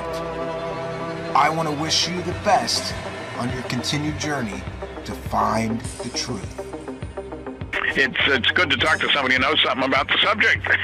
Thank you. I appreciate that.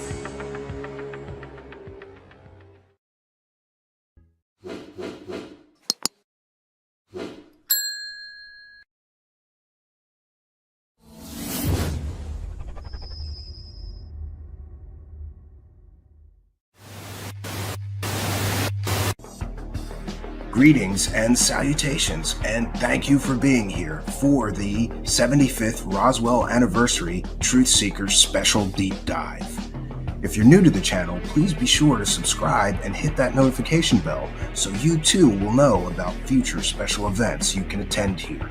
I wanted to take a moment to thank all of our kind and generous benefactors, because people all over the world send a few bucks in pledges, either through PayPal or through the super chat down there in the live chat, the money button, super stickers, we have and take Cash App pledges as well. I want to thank everybody who has signed up to be a Patreon member, because for as little as $1 a month, you can get some extra content from us here.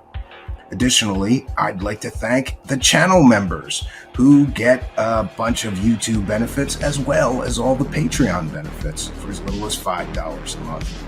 I also wanted to mention that I have something strange for my friends. These are Roswell wreckage replicas, which I have been making here. I also wanted to mention that for today's special event, we have prizes for those of you pledging $30 or more, either through Cash App, PayPal, or Super Chat.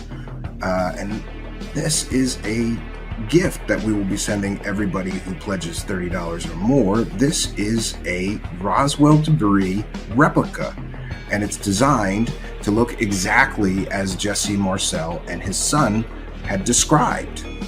This is the so-called I-beam wreckage.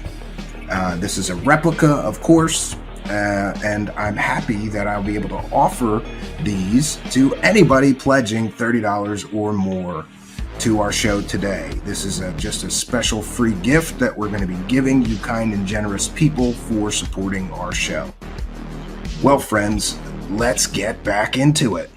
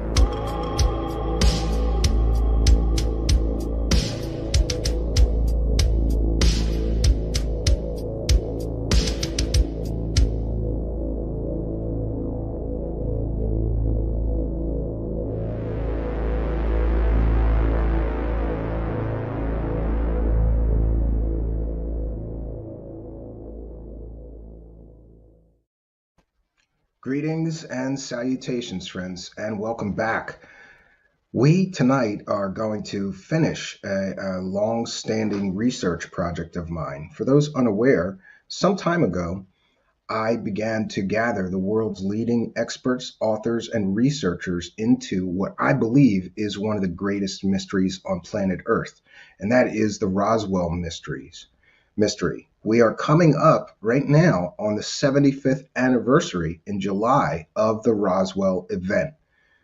Ahead of that anniversary, I thought I would gather all of the world's leading experts, authors, researchers, people who have really spent a great deal of time investigating the Roswell mystery.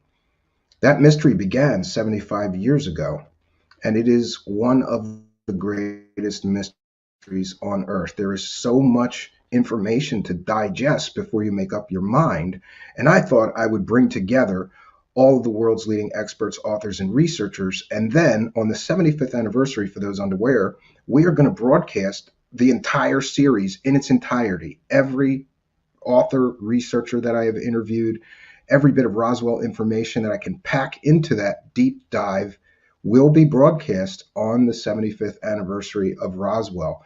Now, there is one person on my list that I have never been able to get to. He's one of my favorite researchers. He's an author, a UFO and aircraft historian, lecturer, and more. But I knew that he had some additional information, maybe information that none of us have heard before. And I have never heard him speak. I've heard him speak about Roswell, but it's usually part of a larger interview. You know, he'll discuss Roswell for 20 minutes and then move on to another topic. So tonight we have Michael Schratt, one of my favorite researchers, here to help us wrap up this incredible series. Let's bring him in here. Michael Schratt, welcome. Hi, Stephen. How are you doing? The rock star of ufology, Michael Schratt.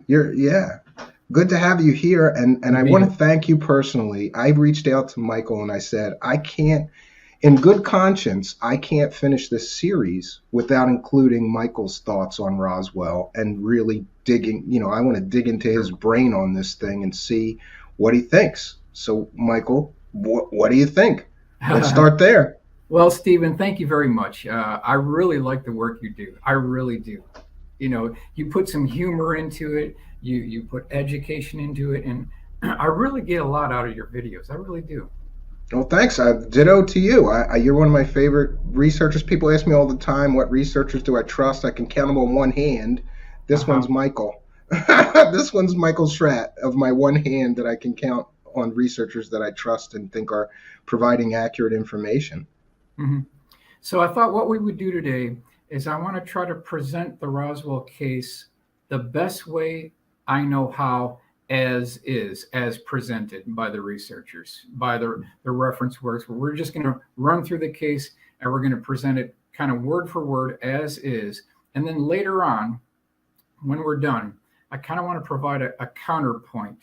And the reason why I want to do that is, being a researcher, it is our job, it is our mandate to resist the urge to jump on a particular bandwagon, a particular narrative.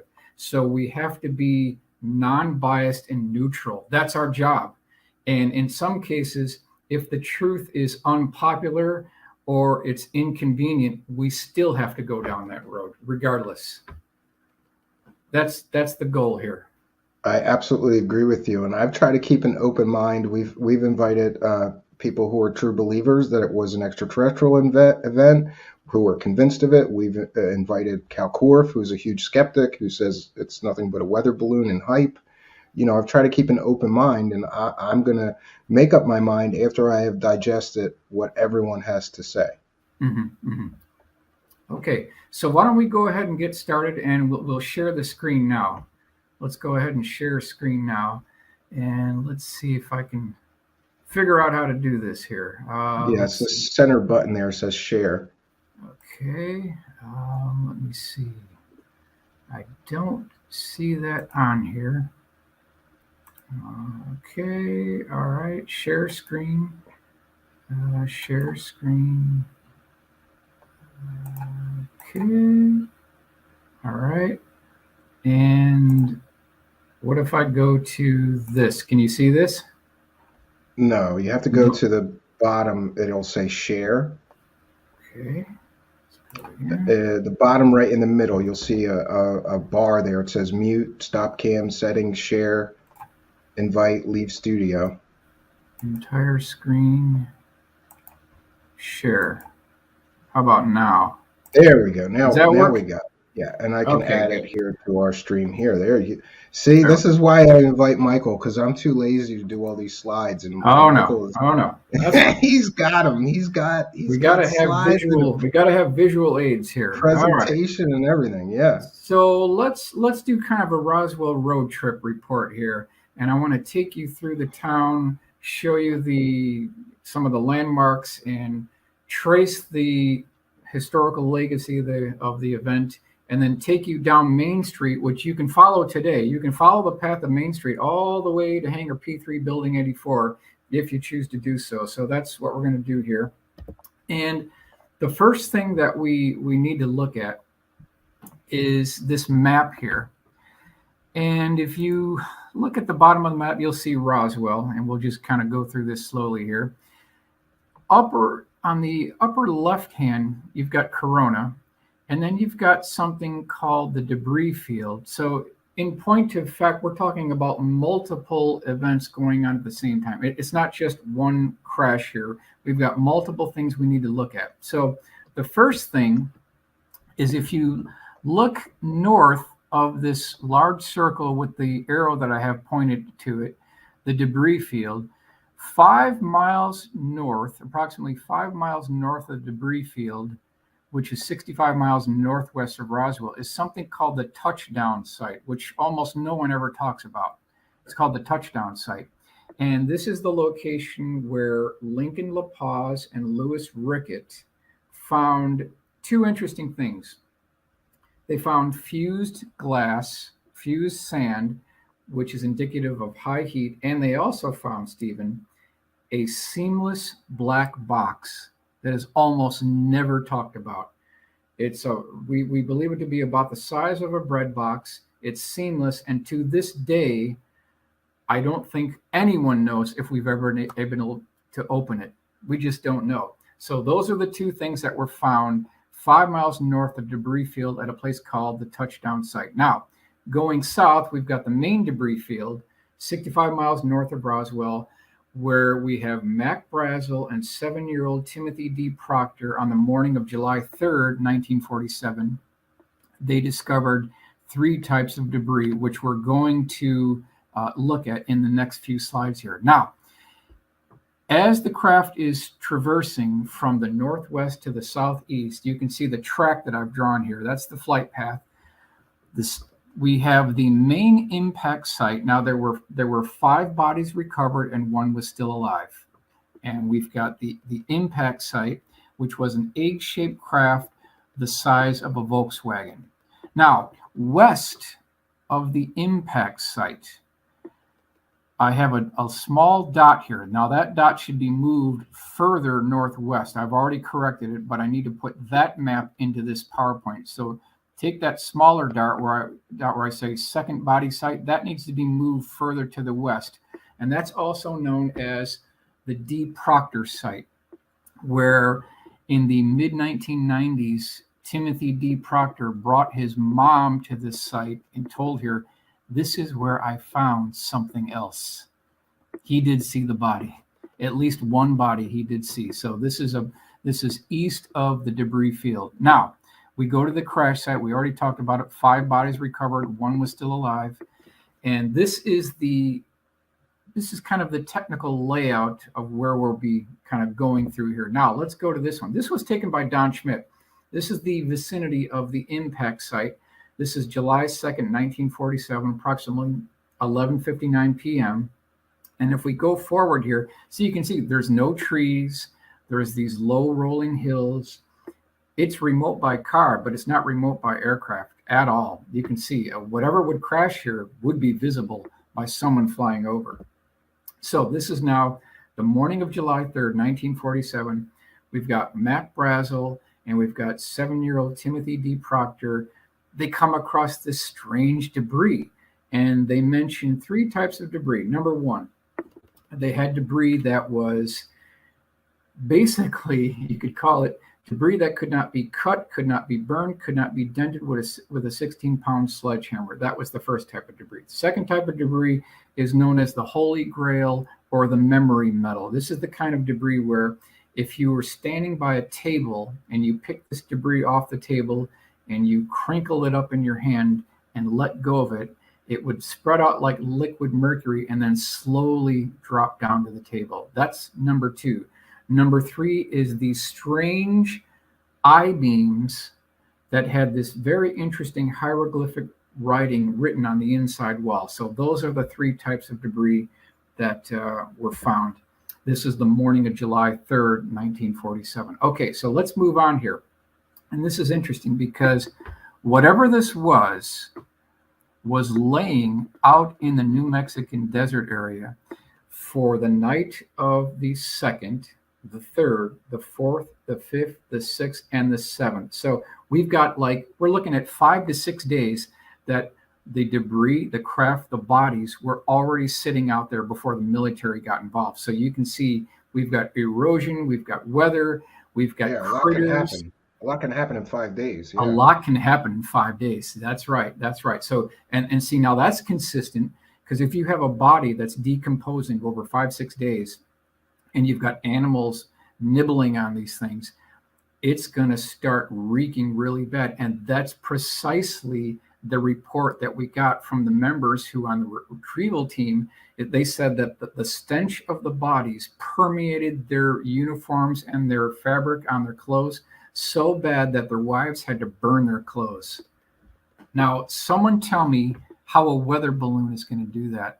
How is that going to happen? Just throwing it out there. How is that going to happen? Okay, so this is an illustration that I commissioned my friend Tom Bogan to do for me.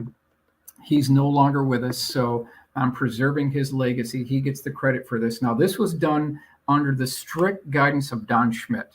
Don Schmidt has reviewed these. This is as close as we can possibly get to what it may have looked like.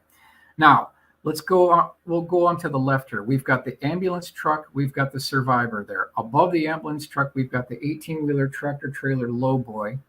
We've got a Jeep here.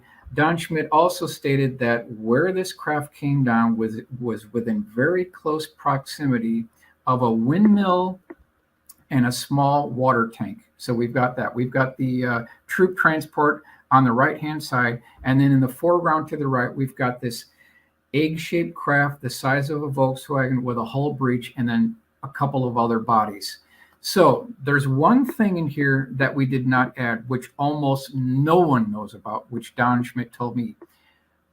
At Roswell Army Airfield, the 509th Bomb Group did not have a crane at the time of this incident. So they brought in from downtown Roswell a civilian crane to pick up the craft and put it on the 18-wheeler tractor trailer.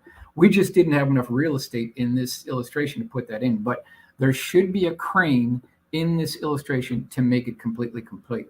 So let's move on to the next scene here. Now, this is Roswell Main Street military convoy, July 8th, 1947. And we have this plus or minus 5 minutes because we've identified multiple eyewitnesses, including 2 paper boys who saw a very interesting convoy going right down Main Street. And you can follow that route today all the way to the base. So you've got a couple Jeeps up front. You've got that 18-wheeler tractor trailer that was at the crash site. We've got a Jeep in back. But then there were multiple eyewitnesses that stated that there was this strange egg-shaped craft. It was about 12, 13 feet across. It might have been 8 feet tall. And they had a tarp over it.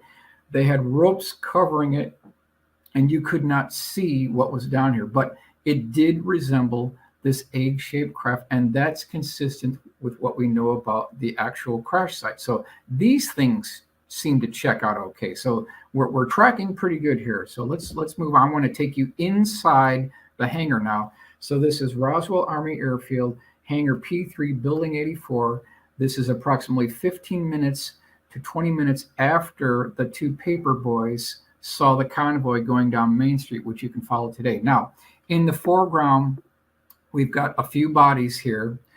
Over to the left, we've got the child-sized casket. That was confirmed by Glenn Dennis, who got the order for the child-sized caskets from the base, which is interesting. Why, if it's a weather balloon, why would you have child-sized that makes no sense whatsoever. So the weather balloon explanation is quickly deflating here.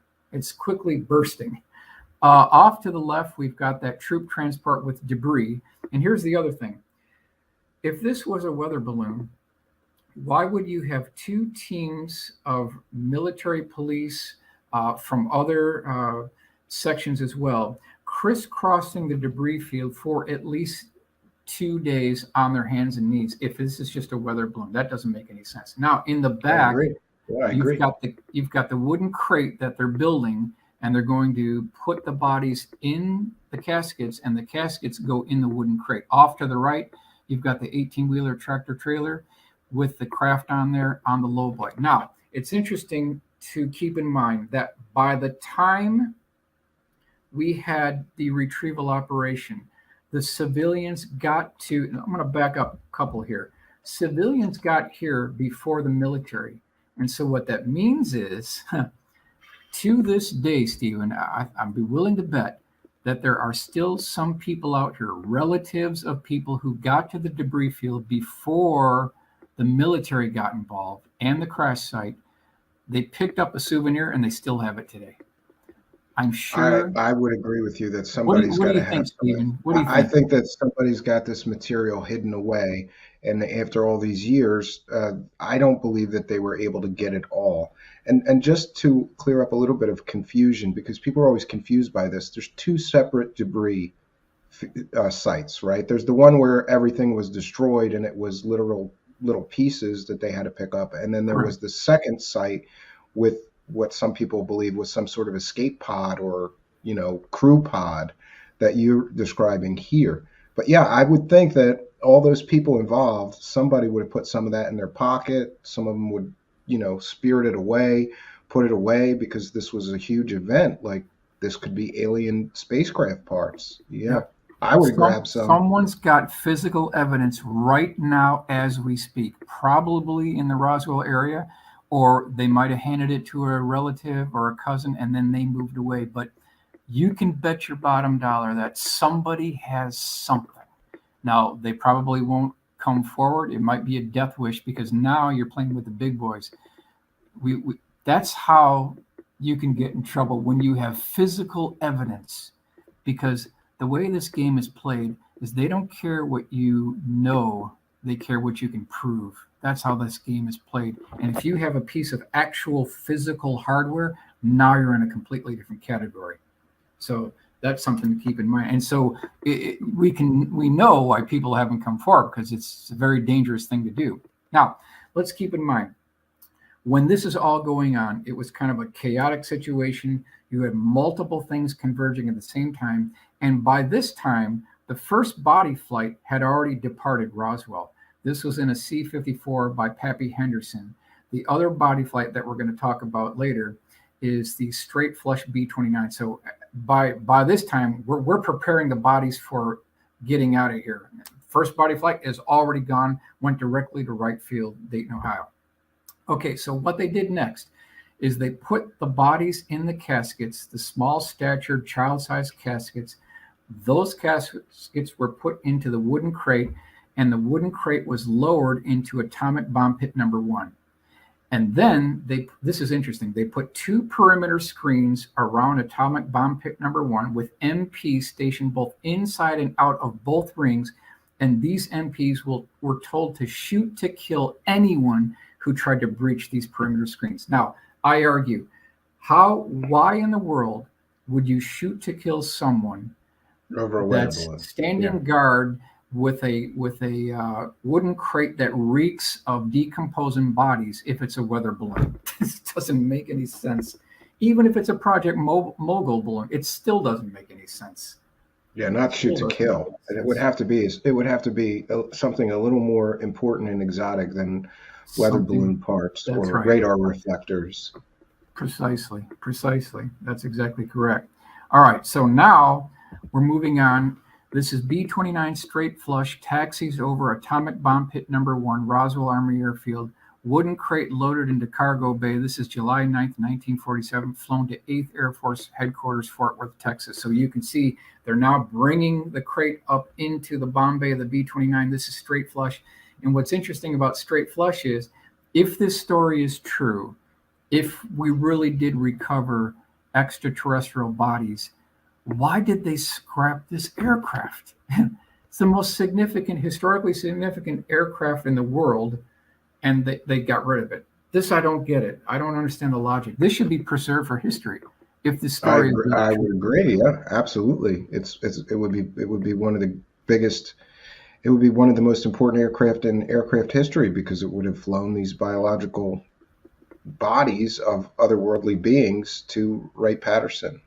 Or I'm sorry, this one was flown to Air Force Headquarters. Fort Worth, Texas, correct. Yep. All right, so now B-29 straight flush flew the Roswell bodies to 8th Air Force, Fort Worth, Texas, scrapped July 1954. So I just can't get over the fact that this is like the most significant airplane arguably more significant than the Wright Flyer that's hanging from the Smithsonian right now, the Air and Space Museum. This is even more significant than that, but yet it's gone. Okay, well, so this is the model aircraft display at the Roswell Air Center, and you can see all these really nice aircraft here. But take a look on the top shelf here, and I'm going to zoom in. And what can we find? There's the straight flush, yeah. Of straight flush Victor 85, and ladies and gentlemen, this is all we got left. All we have left of the most historic aircraft of all time is a scale plastic model. That's it. That's all we got. They absolutely should have preserved this. It should have went to the Air Force Museum in Dayton, Ohio, and they wouldn't need to say what the cargo was. People in the know would know, but at the very least, they could have saved it for us. Yeah, and even forget about Roswell. Even just the history of the nuclear and atomic arsenal of the United States, it was involved in that as well. So it should be preserved. It should be preserved. That's correct. That's correct. Okay, so here's the nose art straight flush. And then we should talk about the C-54. Now, at least 2 bodies were flown directly from Roswell Airfield to Wright Field, Dayton, Ohio. It was not known as Wright-Patterson Air Force Base yet. It was still known as Wright Field. And this was flown by Pappy Henderson, who was a very good pilot. His wife, Sappho, had confirmed that he had told her the story later on. So we got a kind of a second independent confirmation there. And this is a drawing by my friend Rudy Gardea. And here we've got Pappy Henderson overseeing the loading of the body into the C-54. So we just wanted to kind of... Yeah, and just to be clear, this is an on-the-record witness who gave his testimony that this is what he witnessed. He went on the record to say this is what he witnessed, and he flew this where he flew it. I mean, yep. He told his wife Sappho years later, sometime around 1983, 86 timeframe, when they saw it on the supermarket checkout. So, it all really boils down to eyewitness testimony in many cases when we don't have physical evidence. How much do you trust your fellow man, your fellow woman, your fellow library research assistant, reference librarian? How much do we actually trust these people? I just don't think that Pappy Henderson would be promoting a lie. I mean, he's an ace World War II pilot. This has always bothered me when the skeptics say, well, so these people said these things doesn't mean it's true, or they made it up, or they're trying. This guy has not really profited from his story. I always follow the money. If somebody's coming out with a fantastical story and then they're all over, at UFO conferences telling their story over and over again for money, that doesn't hold as much weight to me as some of these Roswell witnesses who years later came out with their story. I don't believe that this guy would just make this up. For what reason? Correct. What would be the advantage, really? What would be the advantage? Okay, then of course we've got the autopsy that perhaps took place in the Foreign Technology Division, Wright Field, Dayton, Ohio. This is sometime July 9th, 1947. We do not know the exact date. So that's kind of the site picture here. But what I want to do is I want to present what is the best available witness testimony that we have that we can really drill down and really trust, someone reliable, someone that's documented? Well, we have something in the form of Mr. Marion Black Mac Magruder. And he was a World War II pilot. He was a fantastic pilot. He was deployed to England February 6, 1943, to learn about night fighting. Now, prior to this time, America didn't know a thing about night fighting. So they had sent Marion Magruder over to England to learn about night fighting, come back to the U.S., and then teach U.S. pilots and military personnel exactly how to go about night fighting. Because the Britons are the ones who invented the radar before the Germans and Americans. And so we had to get kind of an intel so that we would know how to do it. And so they and isn't it accurate that because in England there was all those German bombing raids at night, they quickly got to be experts at repelling, invading forces and dogfighting at night and these things. So it makes sense that we would send our pilots to the experts to learn it. Exactly. That's precisely correct. So here he is, Air War College, 1947, 1948. And then if I want to take you to Montgomery Field, this is Alabama. Now, he was at the Air War College in April of 1948, and a very interesting call came in, because this was about two groups of 18 World War II pilots. The best of the best went to Montgomery Field. This is April 1948. A strange call came in from Wright Field, Wright-Patterson Air Force Base, and it was urgent. They needed to go to Wright-Patterson Air Force Base immediately. So there was a plane was provided for them. They all got on the plane, and they wanted to get their quote-unquote opinion on something. Very interesting. They wanted to get an urgent opinion on something. And so here's the Air War College, Maxwell Field, Montgomery, Alabama, 1948, just to give a site picture here. And then we've got Wright-Patterson Air Force Base, April 1948, and this is the subject of where we're going to drill down now. So what happened is they were brought to Wright-Patterson Air Force Base. This is according to Mark Magruder, his son. So I did about a 2-hour interview with Mark Magruder, and he provided the notes from his father where they talked about a very interesting encounter. Now, so you can picture there's two teams of World War II pilots. They fly them to Wright-Patterson Air Force Base. They're brought into a room, and then two men come in with a box, and they start handing out debris, which they said came from the Roswell crash. And a lot of these pilots, they didn't know anything about this.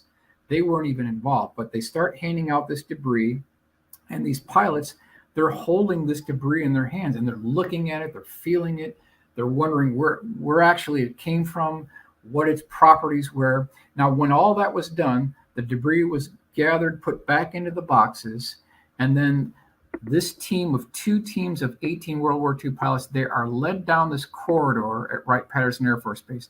They make a left-hand turn, and they're brought into this somewhat medium-sized room with no windows, but on the back wall, there's this one-way mirror where you could look inside, but whatever was there could not look back to you. And what they ended up seeing was the survivor. So here's the survivor, April 1948, drawing by Rudy Gardea. Can you imagine seeing the survivor of the Roswell crash? They also saw debris, the survivor. There were other bodies that were deceased that they also saw as well, because I confirmed that with Mark. He saw the survivor and the deceased corpses as well. He was described as squiggly.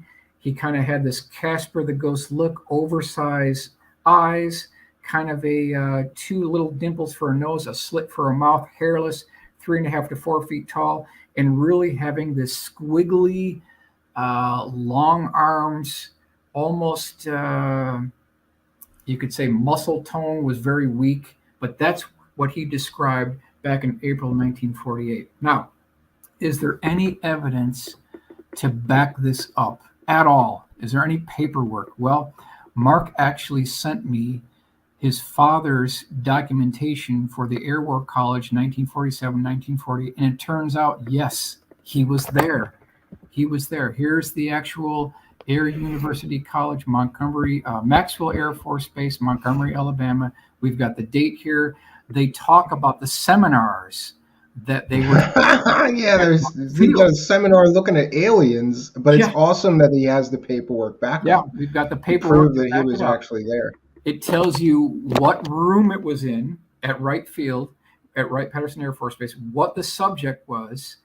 And we'll go down here. Here's the daily planner here. So you got Monday, Tuesday, Wednesday, field trip to Wright Field. So this is confirming evidence that Marion Mac Black Magruder was indeed there the time that he stated that he was there. This is pretty much bombshell conclusive evidence that they were actually there. Here, they even give you the names of the people involved, some of the lecture descriptions here.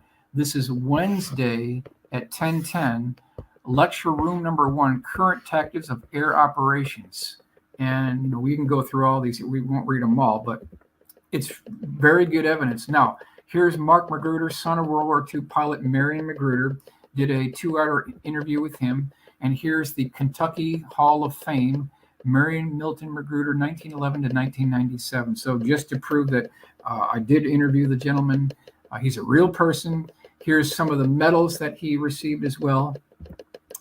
And then we want to go to this one here. So this is July 20th, 1969. Neil Armstrong is this is Buzz, but landing on the moon. And right between a break in the coverage, Merritt Magruder, another son of Marion Magruder, they walk out to the porch, and the son turns to the father and said, I wonder, they're looking at the moon. I wonder if there's anybody out there. I wonder if there's any other life in the universe. And here's some of the statements that were made by Marion Black Mac Magruder. Quote, I know for sure. One day you will know. We are not alone in this universe. I can't tell you about it now. Someday maybe I can tell you. Statement to son Merritt during Apollo moon landing, July 20th, 1969. Then he goes on here, quote, I was at the Air War College when all this happened. I know all about it. I want to see what the show is all about. Then maybe I can tell you more. My whole class was made privy to that information. We will watch the show. I can't talk about it now. It's top secret.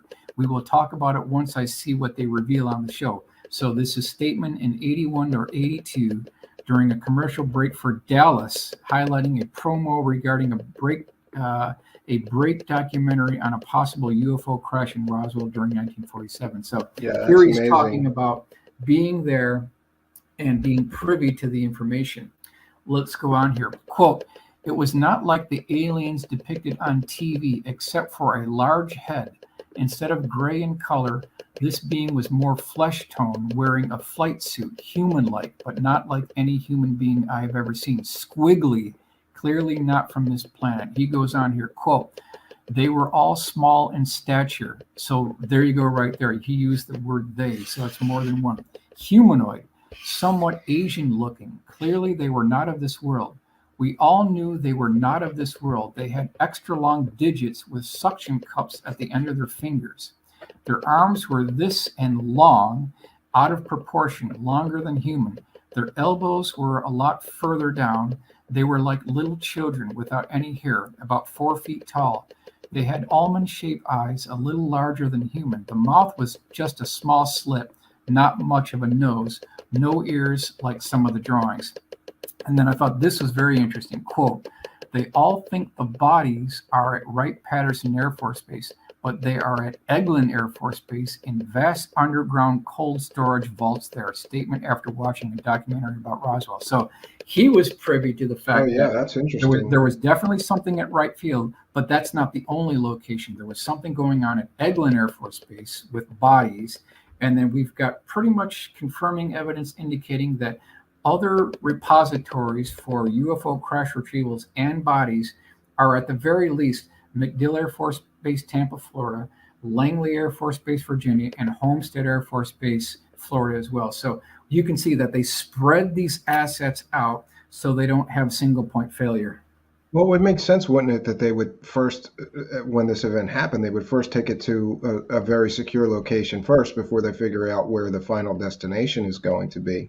And yes, Yes. spreading it out so that they have, they don't lose they don't lose the samples of these biological entities. I would want to spread them out as well. I would send Exactly. one to Exactly. each. If you had 5 bodies, send them to 5 different bases so that we preserve them. And isn't it interesting?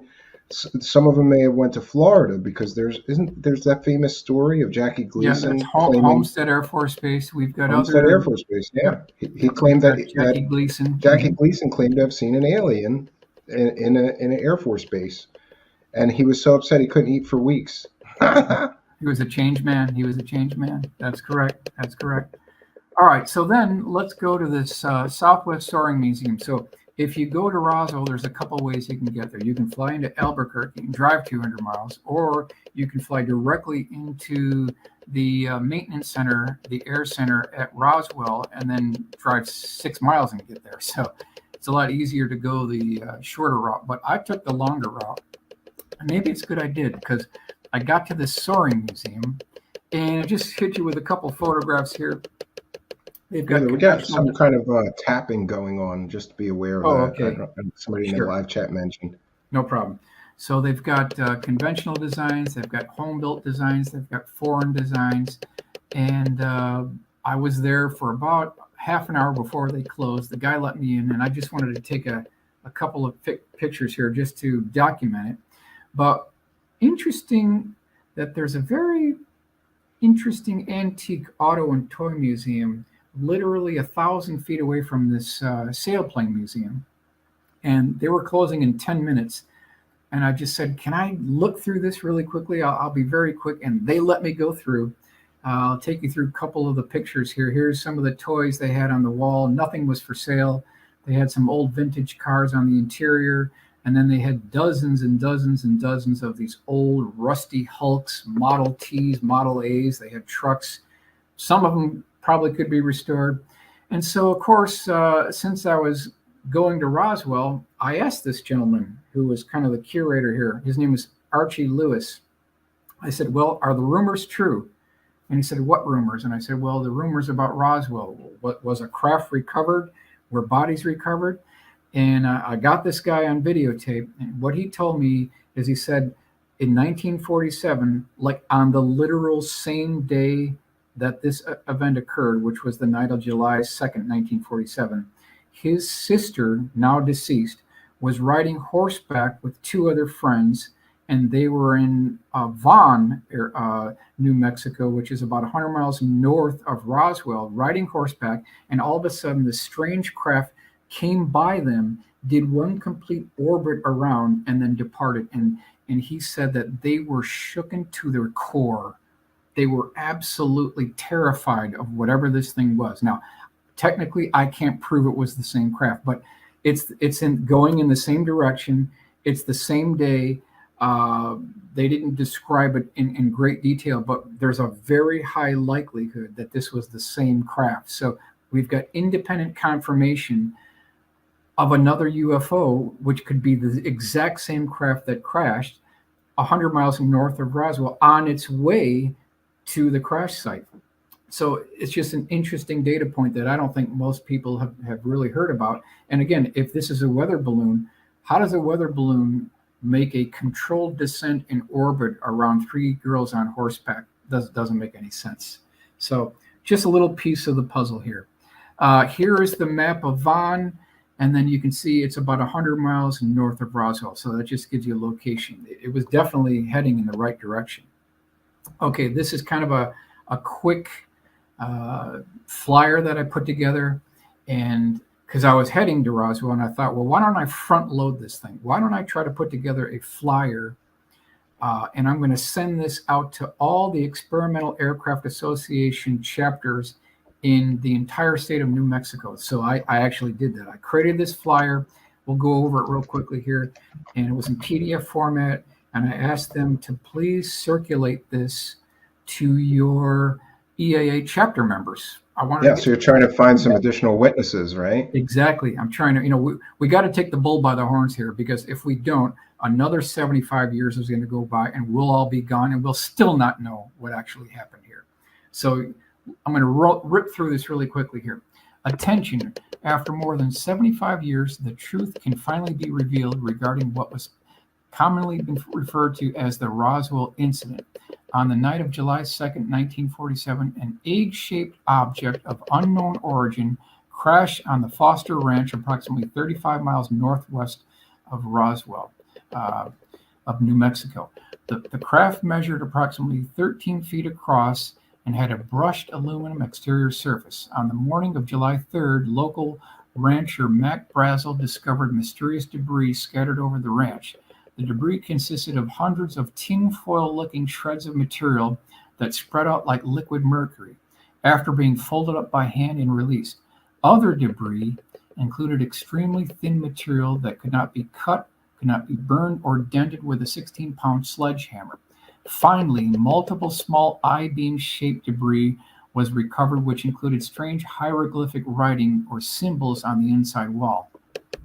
By July 8th, military personnel from the 509th Bomb Group stationed at Roswell Army Airfield arrived on the scene to begin the retrieval operation. They discovered 5 bodies associated with the craft, and one was still alive. By 4 p.m. on July 8th, multiple eyewitnesses in Roswell observed a military convoy traveling down Main Street, heading in the direction of the base. This convoy consisted of multiple jeeps and a lowboy tractor-trailer, which was carrying an egg-shaped craft concealed by a large tarp. Minutes later, the convoy arrived at Hangar P3 Building 84, where the construction of a large wooden crate began. The remaining deceased alien corpses were carefully placed into child-sized caskets and loaded into the crate. On the morning of July 9th, the bodies contained within the crate were loaded into the bomb bay of B-29 Straight Flush and subsequently flown to 8th Air Force Headquarters, Fort Worth, Texas. At least one body was flown in a C-54 by pilot Oliver Pappy Henderson directly to the Aeromedical Lab at Wright Field, Dayton, Ohio for autopsy. If you or someone you know has had first-hand experience dealing with the Roswell debris, crash UFO, or extraterrestrial bodies, please preserve an important part of our national history by contacting military aerospace historian Michael Schratt below. Okay, so I sent all these out. I waited about a week, and guess what? I got crickets. I got nothing but crickets. That stands to reason, because some of the witnesses would be 95 at this point. They are. However, I got one response. Believe it or not, I got one response, and this is from a gentleman who claimed that he personally knew Timothy D. Proctor. D. Proctor was working for him. He was kind of a building contractor, and he was working. So he actually knew D. Proctor. So one of my flyers got to this guy. And so I called this guy up. I emailed him. I interviewed him on the phone twice. And I'm going to hit you with the takeaway here. Witness who knew D. Proctor. Number 1, stated D told him that he had held the Roswell debris. Number 2, mentioned that he had seen the bodies, the D. Proctor's second body site. And number 3, mentioned that D told him he was not threatened by the military, but his parents were. And that's what I got out of it. It's not much to go on, but this is what he told me. Well, it's still another corroborating witness. Another piece of the evidence, yes. So if Roswell was nothing more than a weather balloon, then explain the bodies, number 1. And number 2, explain the debris. And number 3, explain why the military would threaten his family if it was just a weather balloon. Doesn't make any sense. Yeah. And explain all of the other witnesses who claimed that they were threatened or their families were threatened. That's correct. And the deathbed confessions of people. Yep. Something else, we're not being told here. Okay, so now let's go to Roswell Army Airfield, Hangar P3, Building 84. This is the current Roswell Air Center. I want to give you some shots of the scene of the action here. Here's the reverse image of the hangar itself. And then I want to take you inside the hangar as well. So now we're walking up into the hangar. And I believe I can get you plus or minus 6 inches to where they actually laid the bodies down on the floor. It's a very interesting vibe you get from this place. And if you make the right connections, you can make an appointment with the director of the maintenance center, and he'll take you inside the hangar and drive you around the entire base. So now we'll go inside. This is the location here. And this building, he told me, was only supposed to be there for 10 years. These are the original rafters, the original structure. They did add a notch cutout, but this building is still in good shape after all these years. After all these years, the building still stands. And here's the reverse side of it here. This would be the area where the 18-wheeler tractor trailer came in. And then now we're going to where we believe the crate was built, where the caskets were. And now I want to take you, this is the location here where we believe probably plus or minus 6 feet, maybe a foot at the most, where probably 4 bodies were laid out on the floor.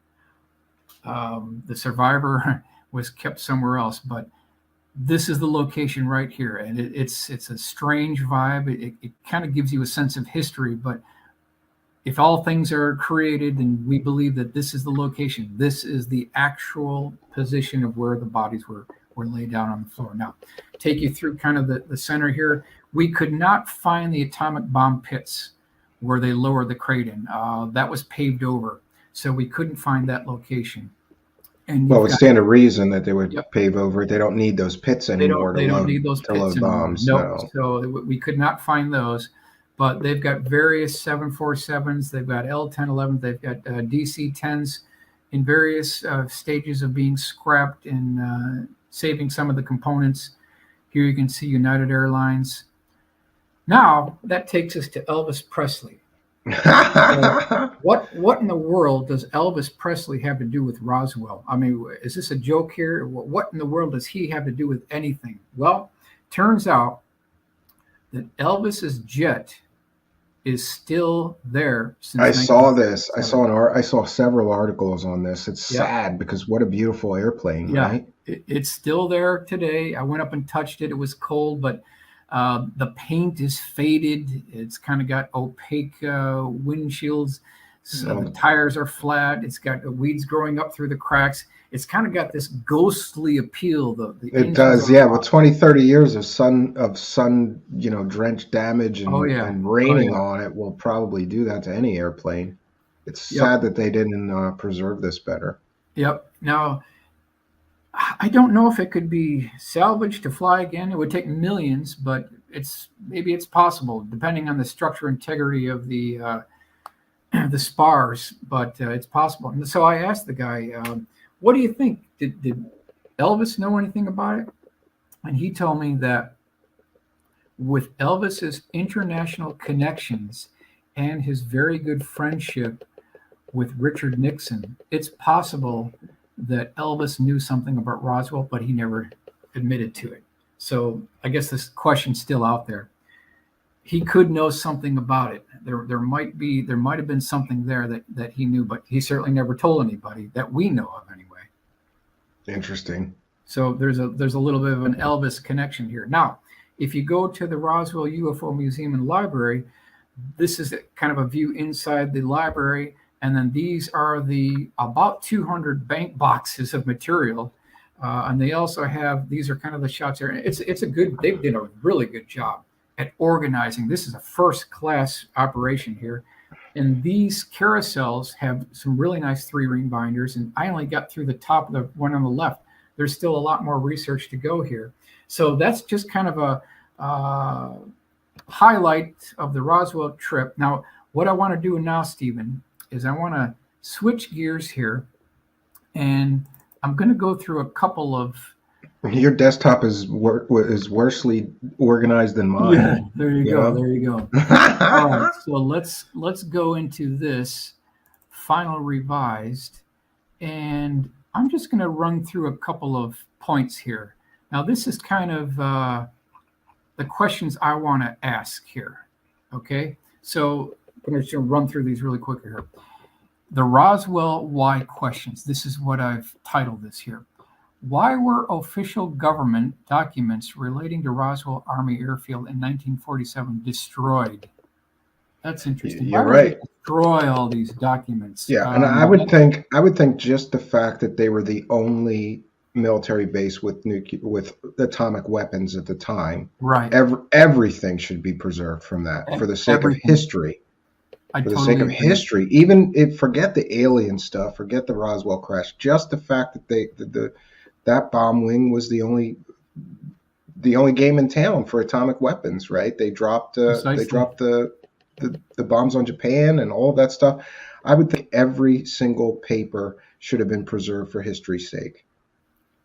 Couldn't have said it better myself. So that includes the teletype messages, radiographs, letters, phone records, and invoice. It's all gone. Where are those documents? Where are all those written letters? Okay, next one. Why were all 3 letters written by Stephen Schiff to Les Aspin requesting access to all 1947 Roswell files unanswered? He never got a reply.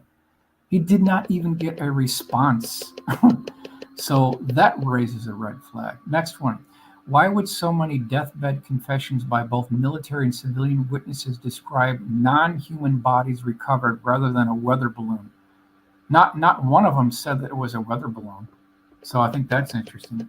If the Roswell craft was only a weather balloon, why did former CIC operative Joe Worth confide in Rickett years after the crash, quote, honest to God, they still haven't figured out what that stuff is, end quote. If the Roswell craft was only a weather balloon, why would former Provost Marshal Edwin Easley make reference to the creatures just before he passed away at Parkland Hospital in Dallas, Texas? That's interesting. How do we go from weather balloon to creatures? We're talking about something else here. We can't just be talking about a weather balloon. Why would former CIA operative Claire Miller, who dispatched the funding for the cleanup operation, refuse to talk to CIC member Louis Rickett years after the event? That's interesting. If the crash was only a weather balloon, why would Sergeant Fowlett Jr., with only days to live, confide in his daughter that he was, quote, at Roswell when they recovered the spaceship? I was involved. It's all true, end quote. That's interesting. That's interesting.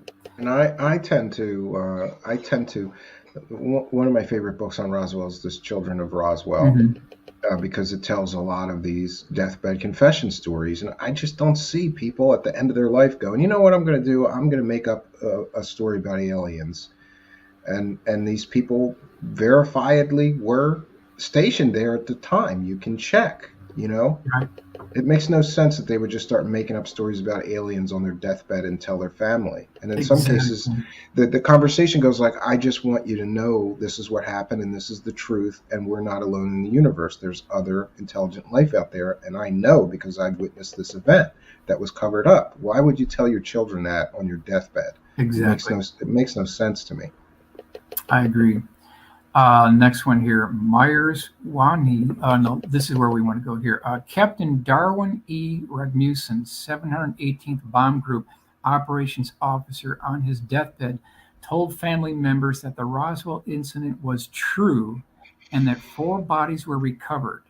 Myers Wani, B-24 Liberator pilot in World War II, was ordered to Roswell Army Airfield to oversee the transport of a top-secret item from Roswell to Fort Worth by way of a B-29. In the final years of his life, Wani told his daughter that the Roswell incident was real and that he had flown the bodies from Roswell to Fort Worth. He also mentioned that there were 3 sites and told his family, quote, whatever you do, don't believe the government. It really happened.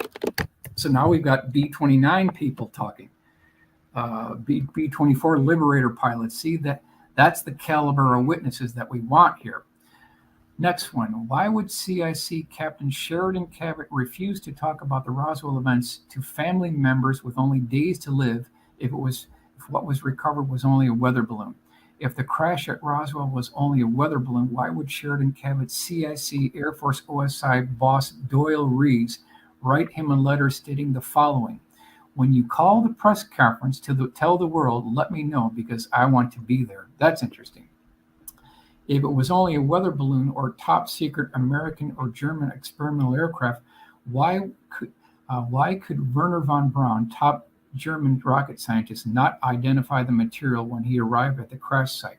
If the crash at Roswell was only a weather balloon, why would 390th ASS MP Leroy Wallace, who helped load the bodies at the crash site, need to constantly bathe his hand to rid himself of the terrible stench? That's what we talked about. He later burned his clothes and burned the ashes due to the foul smell. Oof. That's some pretty good evidence. That's some pretty good.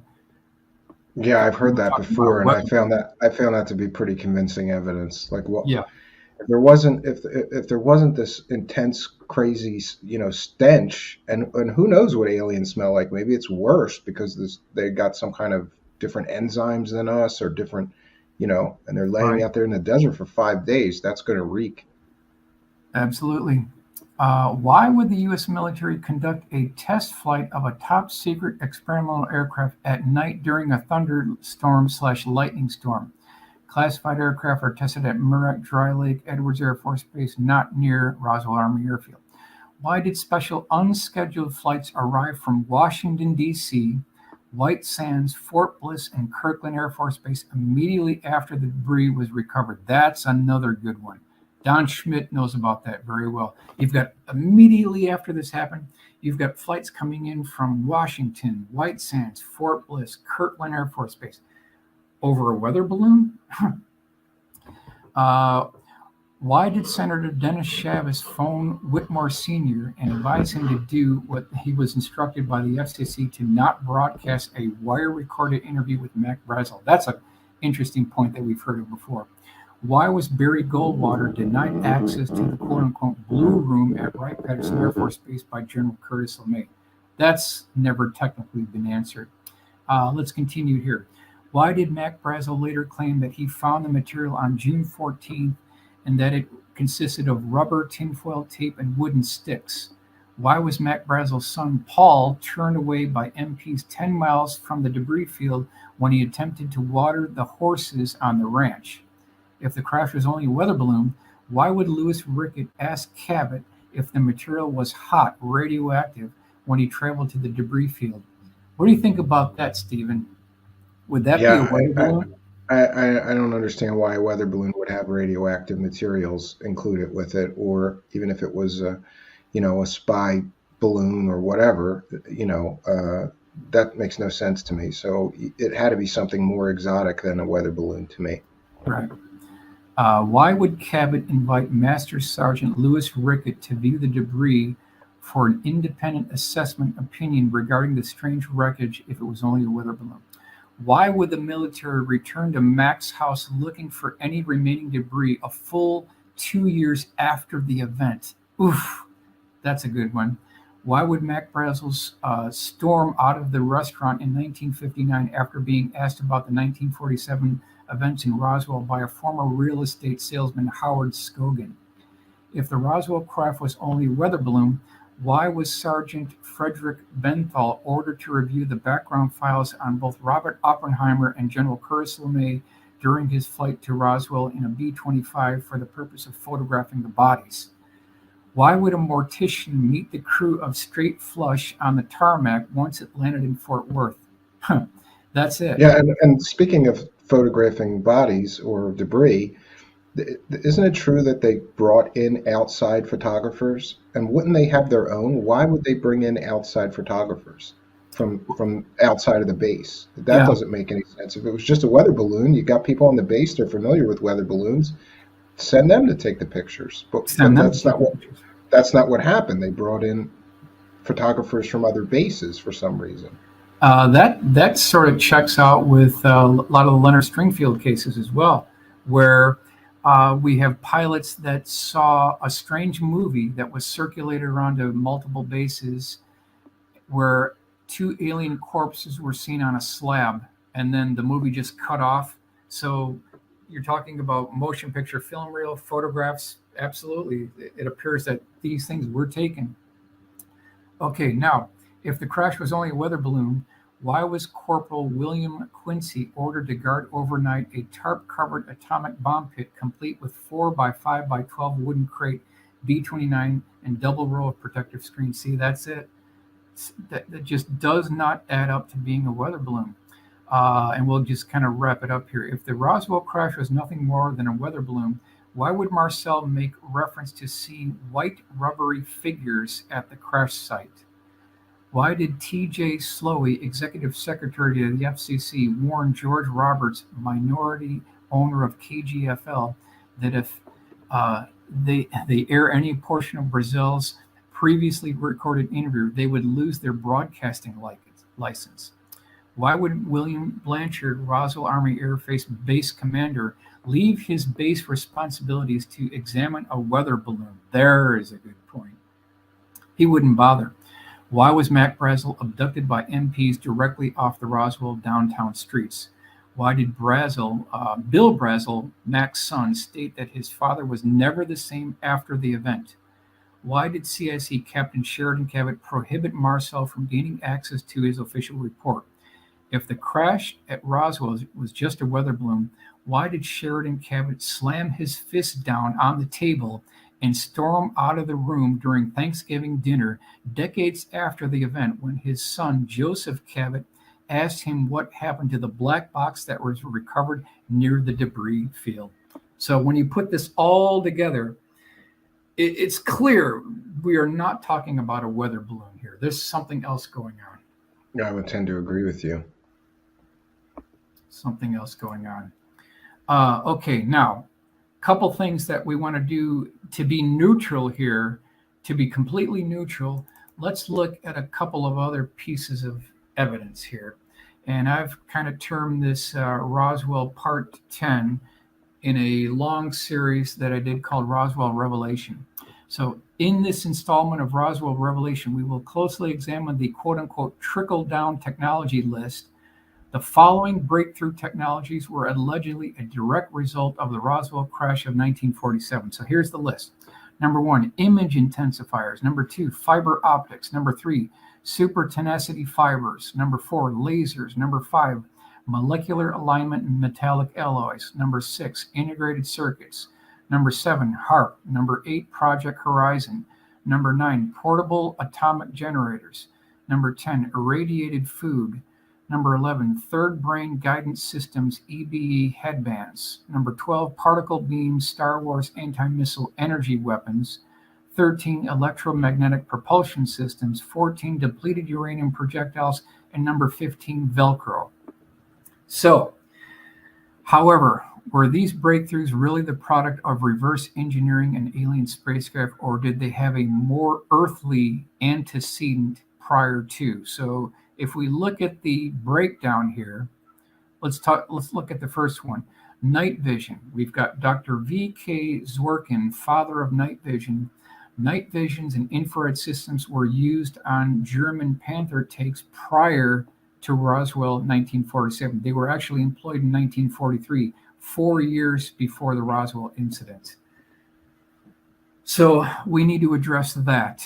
That's something that has to be looked at. Next one. Yeah, these claims of technology derived from the Roswell crash, I've never believed, because I've independently, it looks like you've done some of the same work that I did. I've independently looked into. Right. And what I found is most of these technologies either already existed or they're well on their way to becoming reality before or nearly after the Roswell event. I know. And, it's an inconvenient truth, but we can't deny it. Even if it's unpopular, we still have to examine counterpoints, because we have to be neutral. We absolutely have to be neutral. We look at fiber optics. 1884 illustration of a, quote, light pipe by Alexander Graham Bell. So the beginning workings of fiber optics date back to 1884. Here's the photo phone. They talk about this, 1842. Interesting. You got it further back than me then. Okay. We've got lasers here. Roof Wiederow, and this is the document here. Quote, cascade principle described in document, German document. As far back as 1917, they studied studies in Germany in the late 1920s. They go into the historical legacy of the cascade principle, which is the forerunner to the laser. So they were already looking at this very early on. transistor and integrated circuits, German Kleinstein tube 1940 to 1941, and then photographs of German semiconductor chips. This predates Roswell by 6 years. They already had these tubes and beginning the workings of the semiconductor chips prior to Roswell. So to be fair, we have to look at this other evidence as well. And then one other quick point I want to look at as well is I have a source who I will not name, but I will give you his word for word description. He believes he knows exactly what the Roswell incident was. It was a quote unquote stovepipe operation to ferret out German spies. That's his impression of it. Now, these are direct statements. I won't name them, but this is what he said. Roswell disinfo was so successful at smoking out spies and moles that 8 months after hearing that U.S. intelligence found their spies, the Soviets created their own alien crash the following year to do the same because they feared U.S. spies. Then I asked him, I go, well, how many? He said, 12 were made, 3 were used as wreckage. 8 to 9 were used in hangars as props to test military intel and scientists. All were props incapable of flying. They sat in hangars and were moved around so that personnel and satellites in subsequent years thought they were moving since positions daily. The text is a little choppy here. Tested different incoming shifts. We built those. Stovepipe is a counterintelligence technique. It's a term. The craft were not called that. The detachment would use the fake models to test incoming guys to where intel flushed out at. Back then it was CIA, or back before then it was CIA. They used the OSS, which was the Office of Strategic Services, would have used a group called Detachment 101. This is the group that allegedly built these mock-ups and quote-unquote crashed them. When the War Department was in charge of everything, they started a foreign intelligence group called Detachment 101. So when the OSS started, they already was these guys already experienced in foreign affairs and special activities. No laws and definitions back then. Was the wild, wild west of intelligence. So that's according to this source. He believes it was a stovepiping operation to smoke out German spies. And that's kind of the counterpoints I wanted to bring up.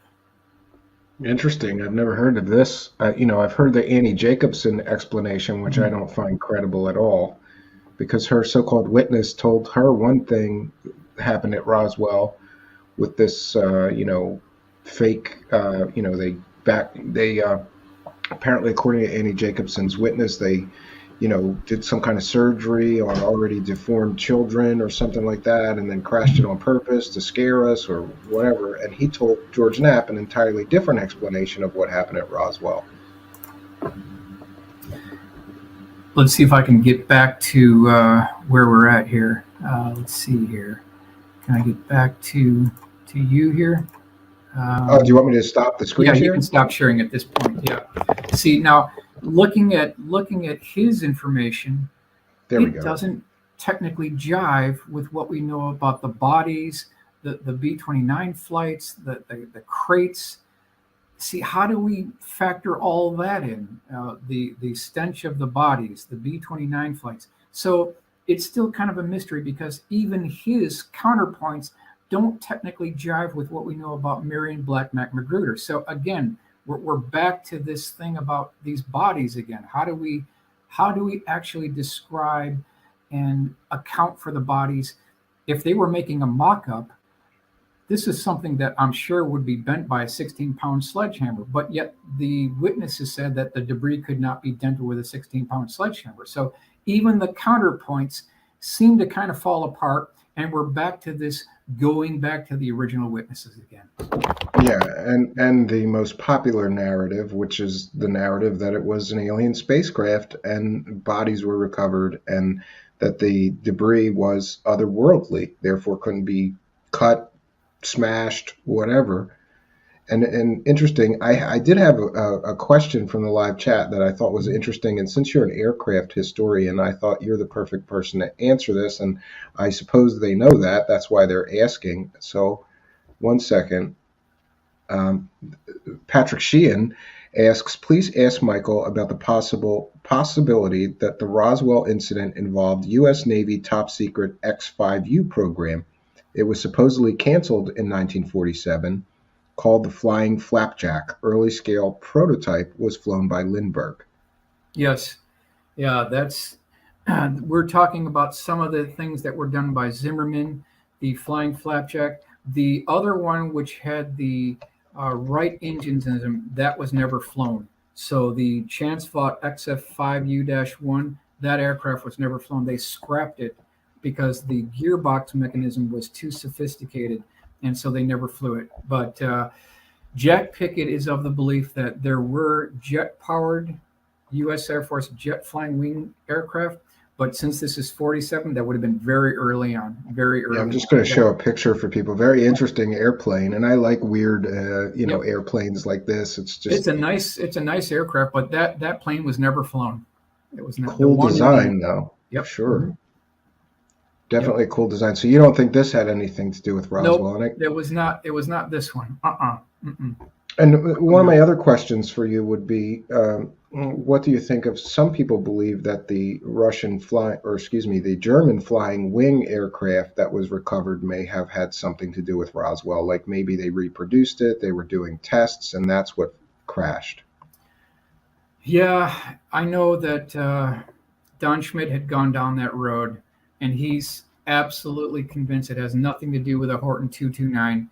Because now you've got jet engines, you've got rivets, you've got sort of a composite aircraft construction. There were no rivets, whatever they describe. And, we can even go back to the black box. That black box was completely seamless. So there were no rivets. There were no fasteners, probably weren't any weld marks. And that has to be explained. If this was a mock-up, if this was a fake crash built by OSS, to ferret out German spies, then how do you account for this black box that was recovered? How do you account for the fused glass that they found indicative of high heat? So there's a lot more going on here, and I'm going to remain neutral. I'm not going to jump on plus or minus. I'm going to continue doing the research, and wherever the truth leads, whether it's unpopular, it's inconvenient, I'm going to go with that. Well, I appreciate that you are open to all the possibilities too, and you don't just, I've seen some people just reject evidence because it doesn't fit what they believe, and I don't think that's the right way to go about it. I think we should accept all of this, accept all of the information. And I want to thank Lord Ludicrous, who said of Michael Schratt, he said the very best person to close the amazing series out. The Roswell series is one of my favorite things you have done, Stephen. And Michael, I love your work and passion. So thank you, Lord Ludicrous, for your kind. Do you got a little bit of time we can take if somebody has any questions for you in the live chat? Yeah. See, whatever the truth ultimately comes out about Roswell, it has to answer all the questions. It can't answer some. It has to answer all. It has to answer the debris. It has to answer the bodies. It has to answer for all the unknown. Yeah, the only explanation the government provided for the bodies was some kind of, tests, high altitude tests where they were dropping mannequins, and that doesn't work because that didn't happen until years later. First of all, and second of all, those were 6 foot tall mannequins. That doesn't explain the bodies at all. But according to some skeptics, well, it was just mannequins. They were testing things. They dropped a bunch of mannequins out of planes. High altitude testing or parachute testing or whatever.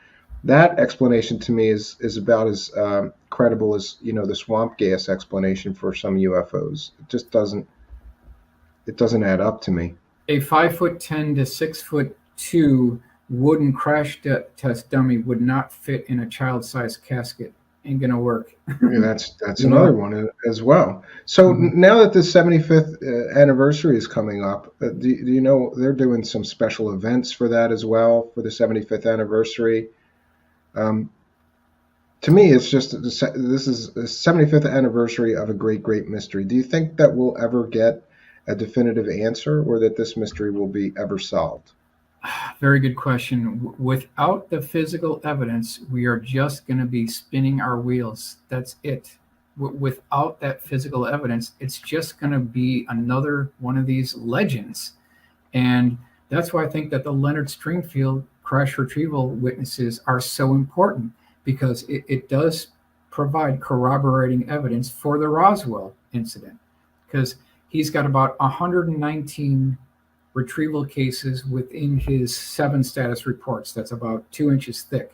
Now, can we rule some of them out? Absolutely. Some of them are overlapping, no problem. Some of them are hoaxes, no problem.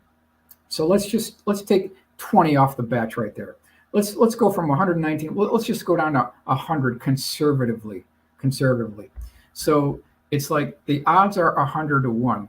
All we need is 1 to be correct. That's all we need. So if you took those odds to Vegas and you went to the roulette wheel and there were like 100 spots there, and you bet on 99 of them, you're going to win. You're going to win every single time. Yeah, that's So good. That's the good. odds are in our favor. All we need is 1 to be correct. Yeah, we have an excellent question from number 6. Is Michael coming out with a printed art book? Well, I think my Dark Files book is my printed art book. Yes, Yeah, but at first that was an ebook. I've just now learned that you've got a printed version available. Printed, It's all available right. on Amazon, right? It's printed all right. I'm a terrible show host. I will put the link to that's your okay. Amazon book in the description of the video. That's But you okay. can just search on Amazon for Dark Files, Michael Shred. I'll pull right up. Dark Soft Files. cover book, 66. And I got to tell you that I'm so glad that you did a printed art book, because I like ebooks, but I really like to have the physical book. I like a book I can hold, Yeah, absolutely. And Pix is here, surprisingly not arguing with me tonight. And he says, Michael, are there any aspects of the story you would venture to assert as true? I think I would take the word of the World War II pilots like Marion Black Magmer. I would bank on that. When he talks about things being pulled over to Langley Air Force Base, other locations other than Wright Patterson, that checks out with some of the things that Leonard Stringfield had talked about. So when coming from a World War II pilot that has no dog in this race, he's just talking about what he experienced. Plus, we've got his records proving he was there. So I take a bank on his statements. Yep. Yeah, and I'm not aware that you were working on a Lazar project, but somebody's asking when the Lazar report is coming out. That Lazar report came out. It's been out years ago, right? It came out 10 years ago. Yeah, and I don't know if you're aware, Michael, but we have had on the record sources from Los Alamos. We talked about this off air, but just to inform that his bosses at Los Alamos have now been found, and they gave on the record statement saying that Bob Lazar was never a scientist at Los Alamos. He was a low-level electronics technician. And we've also got on the record interview with an Area 51 security guard who claims that Bob Lazar never stepped foot on the base. You did such a good job on that. I know. Well, it wasn't my work, but I was able to find people who did that work and allow me to, and they came here and helped me to share it, because we have a little bigger bullhorn, The question I have is, if that story is true, why have we not heard of even one test pilot who flew out of that facility stating that they saw a remote working facility at Papoose Lake S4? Not one test pilot has ever come forward that was stationed there and flew there prior to and afterward. We don't have the testimony of even one test pilot stating that there is an active facility built into the side of the mountain. Not one has ever come forward. Yeah, and that Area 51 security guard also said that he'd been all over the base, including Papoose Lake, and there's nothing there that Bob Lazar described. No roads, no guard shack, no hangars in the mountain, and he was right next, he drove right next to that. Yeah. And we have member Frapsap who says, with a great question, I'd like to ask Mr. Schratt about the black and white film showing supposed flight panel with identifications shaped like hands with 6 fingers and the 3 fingers description of the EBE. I think you're referring to the alien autopsy film that came out decades ago. That was just a tiny portion, but people have cut that out and re-uploaded it. So I don't believe that is credible, Frapsap. Thank you. I would agree with you, Stephen. I would agree. Thank you for being a member, Frapsap, and thank you for your excellent question. And I want to remind our viewers that we're a viewer-supported show. You can now become a member, or you can join our Patreon. And either of those two things, you get all of the extra goodies. So I've now finally figured it out. And if you're a YouTube channel member, you get all the Patreon benefits as well. So thanks to our kind and generous benefactors, Michael. People all over the world are sending me money to keep doing this, and that's Good. it's a They great should. thing. It's should. good. Yeah. And Mark Tarana with a great question who says, if this debris was indestructible, how large must the explosion have been to create it? I know. Don Schmidt had questioned that too, and his answer to that is, we don't know exactly how or why it crashed, but the lightning that may have struck it during the electrical storm exceeded the tensile strength of the material. Well, that makes sense. You know, a lot of people are very critical, saying they came all the way here from another world, but they somehow crashed when they got here. But I would argue that all machines fail, and the more complicated a machine, the more likelihood of failure. So, you know, I get that argument, though, right, Michael? Like they came from, 20 light years away, and then they crashed. But atmospheric flying and flying in space is two different things. You know, I can't really explain why it crashed. Most people have said that this huge lightning storm may have interfered with their propulsion system or their guidance system or whatever. Or an experimental radar system, an experimental high power radar could have been involved, which is what allegedly took down the Kingman thing, because that was a soft landing, that was not a crash retrieval. And it really boils down to the crash retrievals. That's why I think that Leonard Stringfield got closer than any of us had ever gotten, because he interviewed the first-hand witnesses that were on the retrieval teams recovering the craft, the debris, the bodies. So we've got air traffic controllers, astronauts, cosmonauts, high-level military brass who were on these retrieval teams. Could they all be lying? Could they all really be lying? Yeah, that's a very good point. Unknown Sender has a good point. Strange no one got sick from handling biological aliens. Well, I'm sure maybe they had gloves and masks or something, right? They wouldn't have just picked right? I don't think they would just pick them up with their bare hands, and because there'd be this very least, it was fear a nauseous of smell. It was a nauseous smell being next to those bodies. That's what the witnesses are reporting. Yeah. And anybody with any questions for Michael, please put them in all caps. That makes it much easier for me to know. So, but I think we're going to wrap things up here, Michael. I'm going to throw you out, but we are going to take a musical break, and then I'm going to return for some other show business that I can cut out of this later. But I certainly want to thank you for coming here and shedding some more light. And you have brought us new and interesting witnesses that no one else had, and new insight into this great mystery. Thank you, Stephen. I appreciate it. Yeah, you are welcome here at any time, my friend. So Great. Don't be a stranger.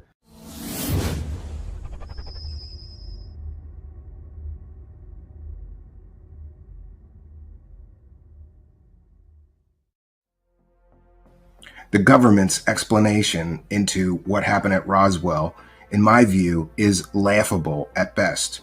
First published in 1997, the Air Force published their findings, called the Roswell Report, Case Closed.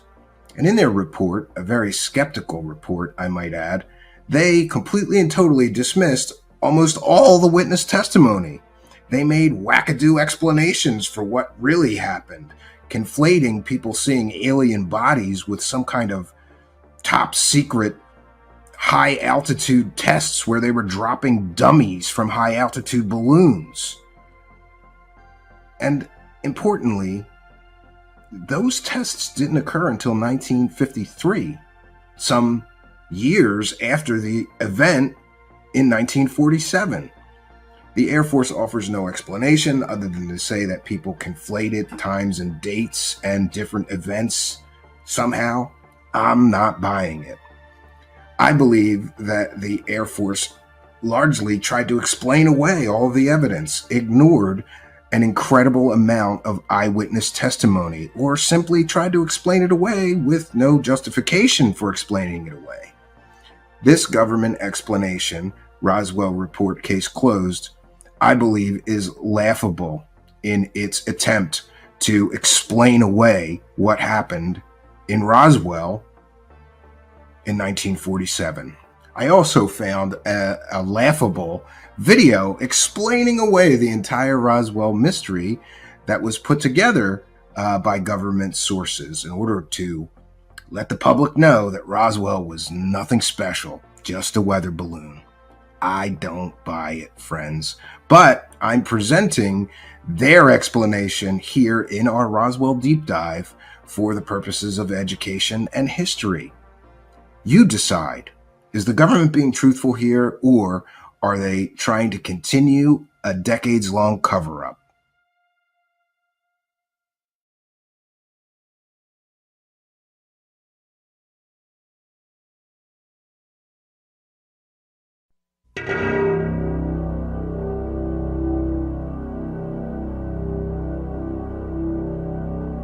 An event, popularly known as the Roswell incident, has recently been the subject of intense interest by both the media and a curious general public. In recent years, numerous speculative books, magazine articles, television programs, a made-for-TV movie, 2 UFO museums, fraudulent documents, and even an alien autopsy film have emerged to exploit the media fascination with the Roswell incident. The story has even gained international attention. Despite the vested interest and questionable credibility of all sources involved in generating the media hype, the U.S. Air Force is routinely accused of concealing a deep, dark secret from the American people. In early 1994, New Mexico Congressman Stephen Schiff requested the General Accounting Office initiate a records review. The purpose of this review was to determine if the U.S. Air Force or any other U.S. government agency possessed information on an alleged crash near Roswell, New Mexico in July 1947 of an extraterrestrial vehicle and its alien crew. In response to the GAO probe, the Secretary of the Air Force directed a comprehensive search for records. The objective of this search was to tell the Congress and the American people what the Air Force knew about the 1947 Roswell claims. If the information was still classified, it was to be declassified. If active or former Air Force officials had signed non-disclosure agreements, they were to be released from these agreements. The resulting 800-page report was completed in July 1994.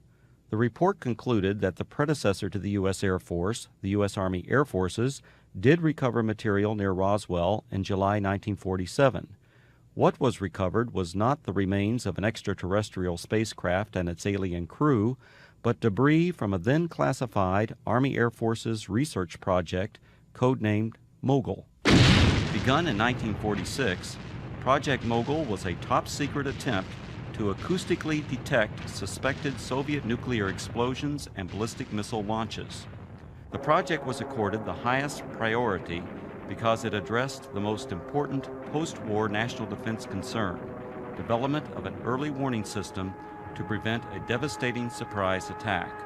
Mogul used an odd assortment of naval acoustical sensors, radar reflecting targets, nylon fibers, and other equipment carried aloft by a train of weather balloons extending over 600 feet. Claims that the U.S. Army Air Forces recovered a flying disc near Roswell in 1947 were based primarily on a misidentification of the radar targets, a standard element of weather equipment adapted for use on the long Mogul balloon train. In June 1947, the oddly constructed radar targets were found by a local rancher who later reported the equipment as a flying disc. Following some initial confusion at Roswell Army Airfield, the flying disc debris, aluminum foil, rubber, paper, and sticks, was identified by Army Air Force officials as remnants of radar targets and weather balloons. With the positive identification by the Army Air Forces of the debris recovered by the rancher, events that occurred in 1947 were officially resolved and largely forgotten. Initially, the Roswell incident consisted only of accounts of the recovery of a flying disc. In 1947, there were no claims of alien bodies associated with the Roswell incident.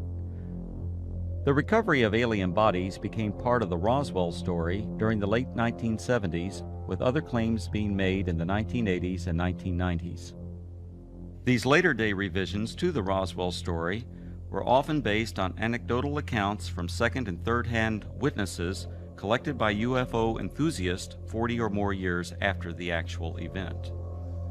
The same anecdotal accounts that refer to bodies also describe large-scale field operations conducted by U.S. military personnel using an assortment of military vehicles and aircraft to recover crashed debris, supposedly from an extraterrestrial spaceship. Military personnel were allegedly led by an angry, red-headed captain, threatening those who witnessed the operation with imprisonment or death if they revealed what they observed.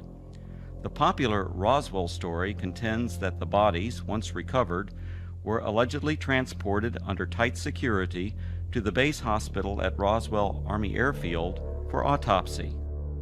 At the hospital, the angry red-headed captain was again allegedly observed threatening civilians. Following the purported autopsies, the alien bodies were supposedly transported to Wright Field, Ohio, now Wright-Patterson Air Force Base, for further processing and storage.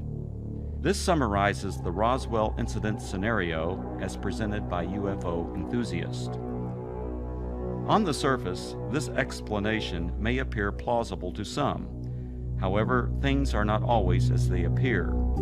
The reports of bodies were only briefly discussed in the 1994 Air Force report because the search for records from 1947, the year of the alleged incident, did not yield any data to support a 1947 claim of alien bodies.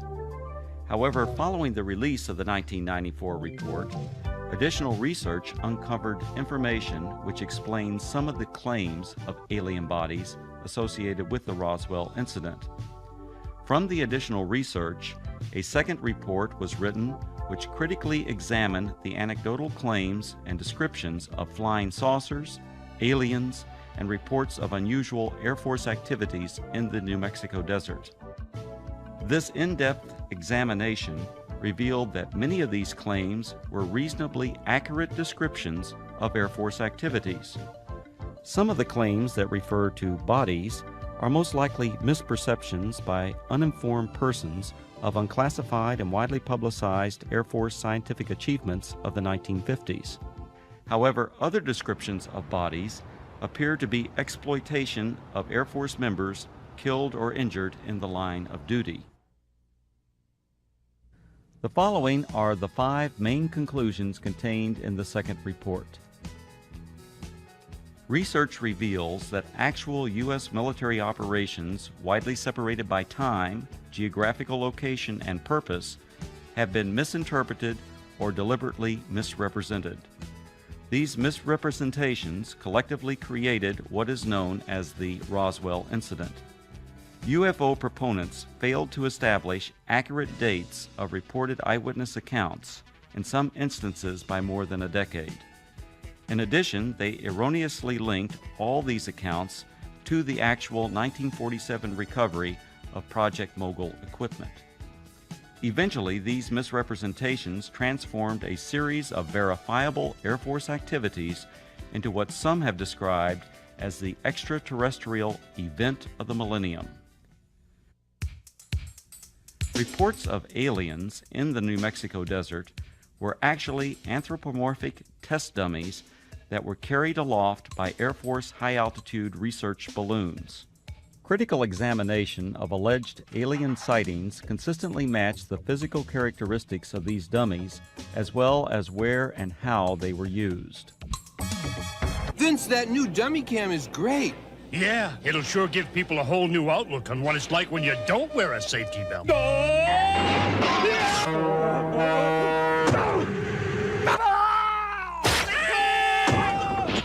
I think they'll get the picture. You could learn a lot from a dummy. Buckle your safety belt. Anthropomorphic dummies, also known as crash test dummies, are today easily identifiable and are even stars of their own successful auto safety advertising campaign. However, during the 1950s, public awareness was still decades away for these important scientific tools. From 1953 to 1959, anthropomorphic dummies were used by the U.S. Air Force Aeromedical Laboratory and projects High Dive and Excelsior. The project's main objective was to study methods for returning a pilot or astronaut safely to Earth by parachute if forced to eject at extremely high altitudes. For these tests, dummies were transported up to 98,000 feet by high-altitude balloons.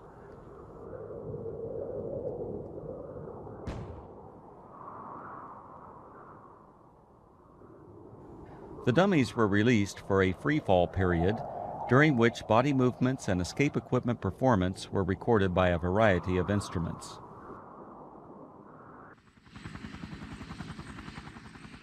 Many of the dummies landed outside the confines of military reservations and were regularly observed by local civilians. Following a series of dummy tests, a human subject, Air Force test pilot Captain Joseph W. Hittinger Jr., now a retired colonel, made 3 bailouts from high-altitude balloons. These and other aeromedical projects that used both dummies and human test subjects were unclassified and widely publicized in the press and other media. In 1956, 20th Century Fox released On the Threshold of Space, a feature-length motion picture based on these projects and filmed on location at Holloman Air Force Base. Air Force personnel, aircraft, high-altitude balloons, and other equipment, including the actual anthropomorphic dummies, were used in the making of this film. The eyewitness reports of military units that always seemed to arrive shortly after the alleged crash of a flying saucer were actually accurate descriptions of Air Force personnel engaged in high-altitude balloon and anthropomorphic dummy recovery operations. Since 1947, Air Force atmospheric research organizations at Holloman Air Force Base, New Mexico, have launched and recovered approximately 2,500 high-altitude balloons, many in the same areas of New Mexico where the Roswell incident allegedly occurred. Additionally, the equipment, vehicles, and procedures used by the Holloman Air Force Base Balloon Branch, the unit that conducted most of the launches, are the same as that described by the reputed witnesses who claimed they saw the recovery of the flying saucer and alien crew. These huge Air Force high-altitude balloons, launched by the Holloman Balloon Branch, carried aloft a wide range of sophisticated and, from most perspectives, odd-looking devices. Much of this equipment was experimental and represented, for that era, the latest in space-age technologies. Payloads ranged from simple radio transmitters to sophisticated satellite components and NASA space probes. In fact, qualification trials for the NASA Voyager Mars and Viking space probes were flown by Air Force high-altitude balloons during the late 1960s and early 1970s. Ironically, these balloons were launched from the former Roswell Army Airfield, site of the originally alleged 1947 incident, and recovered on the White Sands Missile Range over 100 miles to the west. Recovering the balloon payloads was essential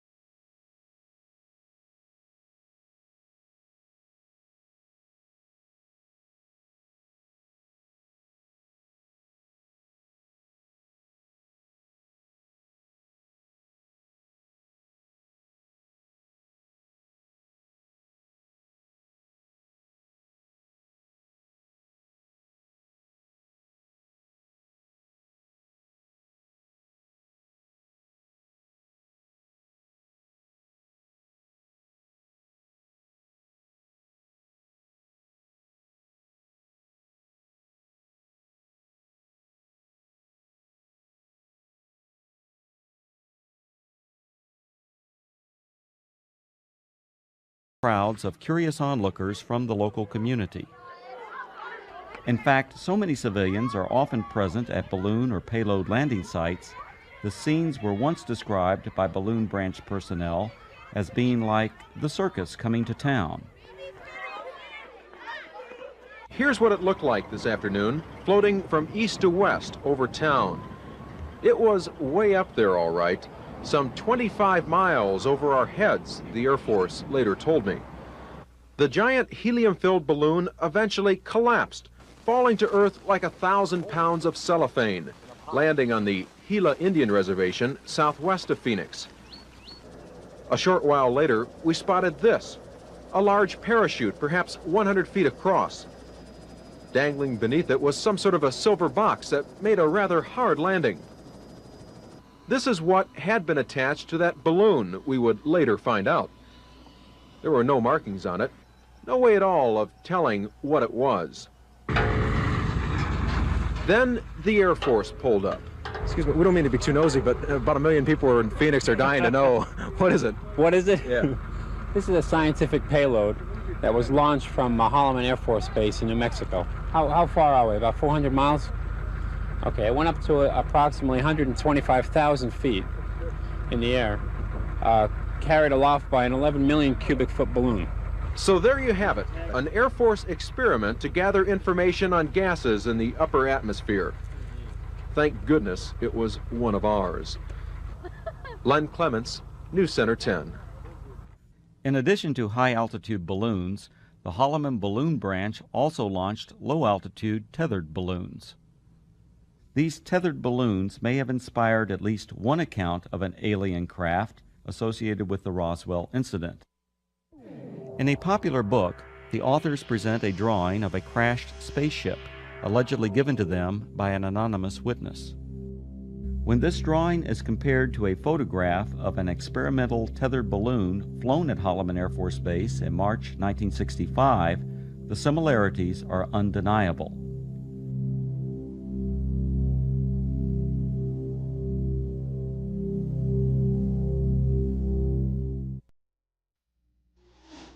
The red-headed captain was probably Captain Joseph W. Kittinger, Jr. Captain Kittinger served as the project officer or pilot in all three of the Air Force's manned high-altitude balloon projects, Man High, Excelsior, and Stargazer. Captain Kittinger was present at many balloon and dummy launch and recovery sites throughout the southwest United States during the 1950s and early 1960s. However, other than the allegations made by UFO proponents, there is no evidence of any kind that Kittinger confronted or threatened civilians. Colonel Kittinger's achievements as an Air Force test pilot are legendary. He has the standing world record parachute jump from nearly 20 miles.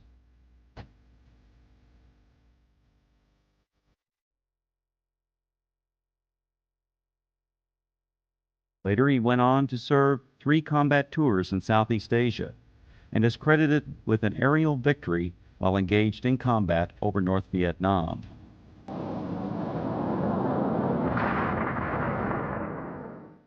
After over 480 combat missions, Colonel Kittinger was shot down over North Vietnam and spent 10 months as a prisoner of war in the infamous Hanoi Hilton before being repatriated in March 1973.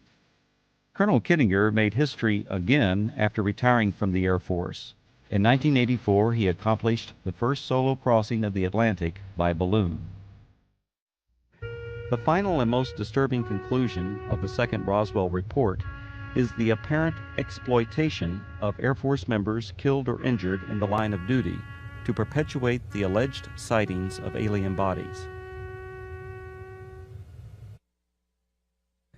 Claims of bodies at the Roswell Army Airfield Hospital were likely a combination of several aircraft accidents and an unusual manned balloon mishap. One aircraft accident occurred on June 26, 1956.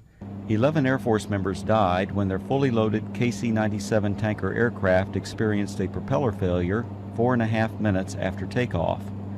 The crash site was approximately 9 miles south of the former Roswell Army Airfield, renamed Walker Air Force Base in 1948. The badly burned bodies of the 11 crewmen were identified and processed at the Walker Air Force Base Hospital. The alleged claims of bodies at the base hospital can be traced to a single witness whose descriptions closely matched the condition and the circumstances under which these victims were identified. Furthermore, claims of bodies attributed to specific Air Force personnel are unsubstantiated. Some of these individuals were not even present at Roswell Army Airfield in July 1947. The balloon mishap occurred during a low-level training mission for backup pilots in the Project Excelsior high-altitude manned balloon program. This unusual accident occurred approximately 10 miles northwest of Walker Air Force Base on May 21, 1959. One of the three crewmen, Captain Dan D. Fulgham, now a retired colonel, was injured during landing.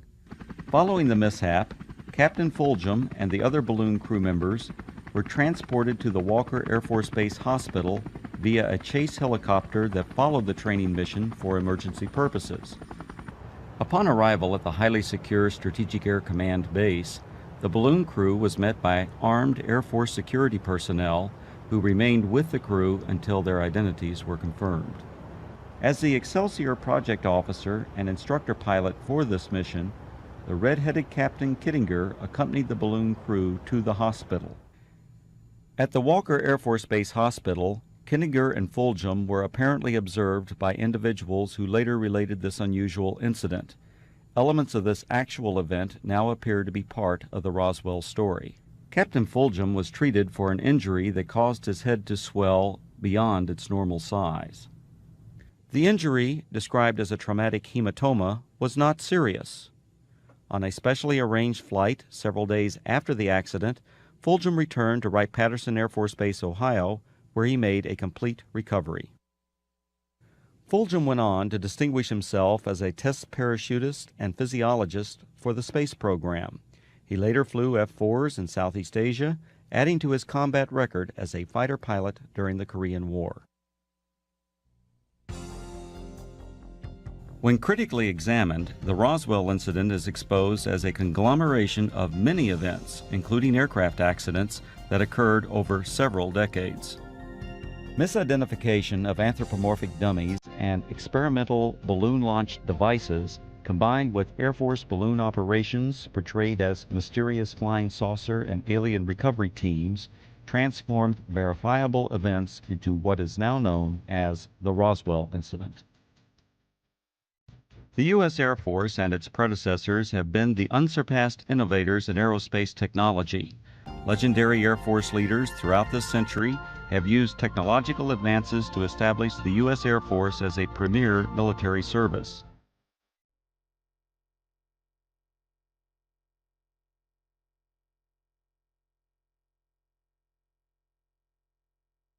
The facts presented in the reports examining the so-called Roswell incident did not reveal it to be a dark secret or government cover-up, as persons unacquainted with Air Force technologies proclaim.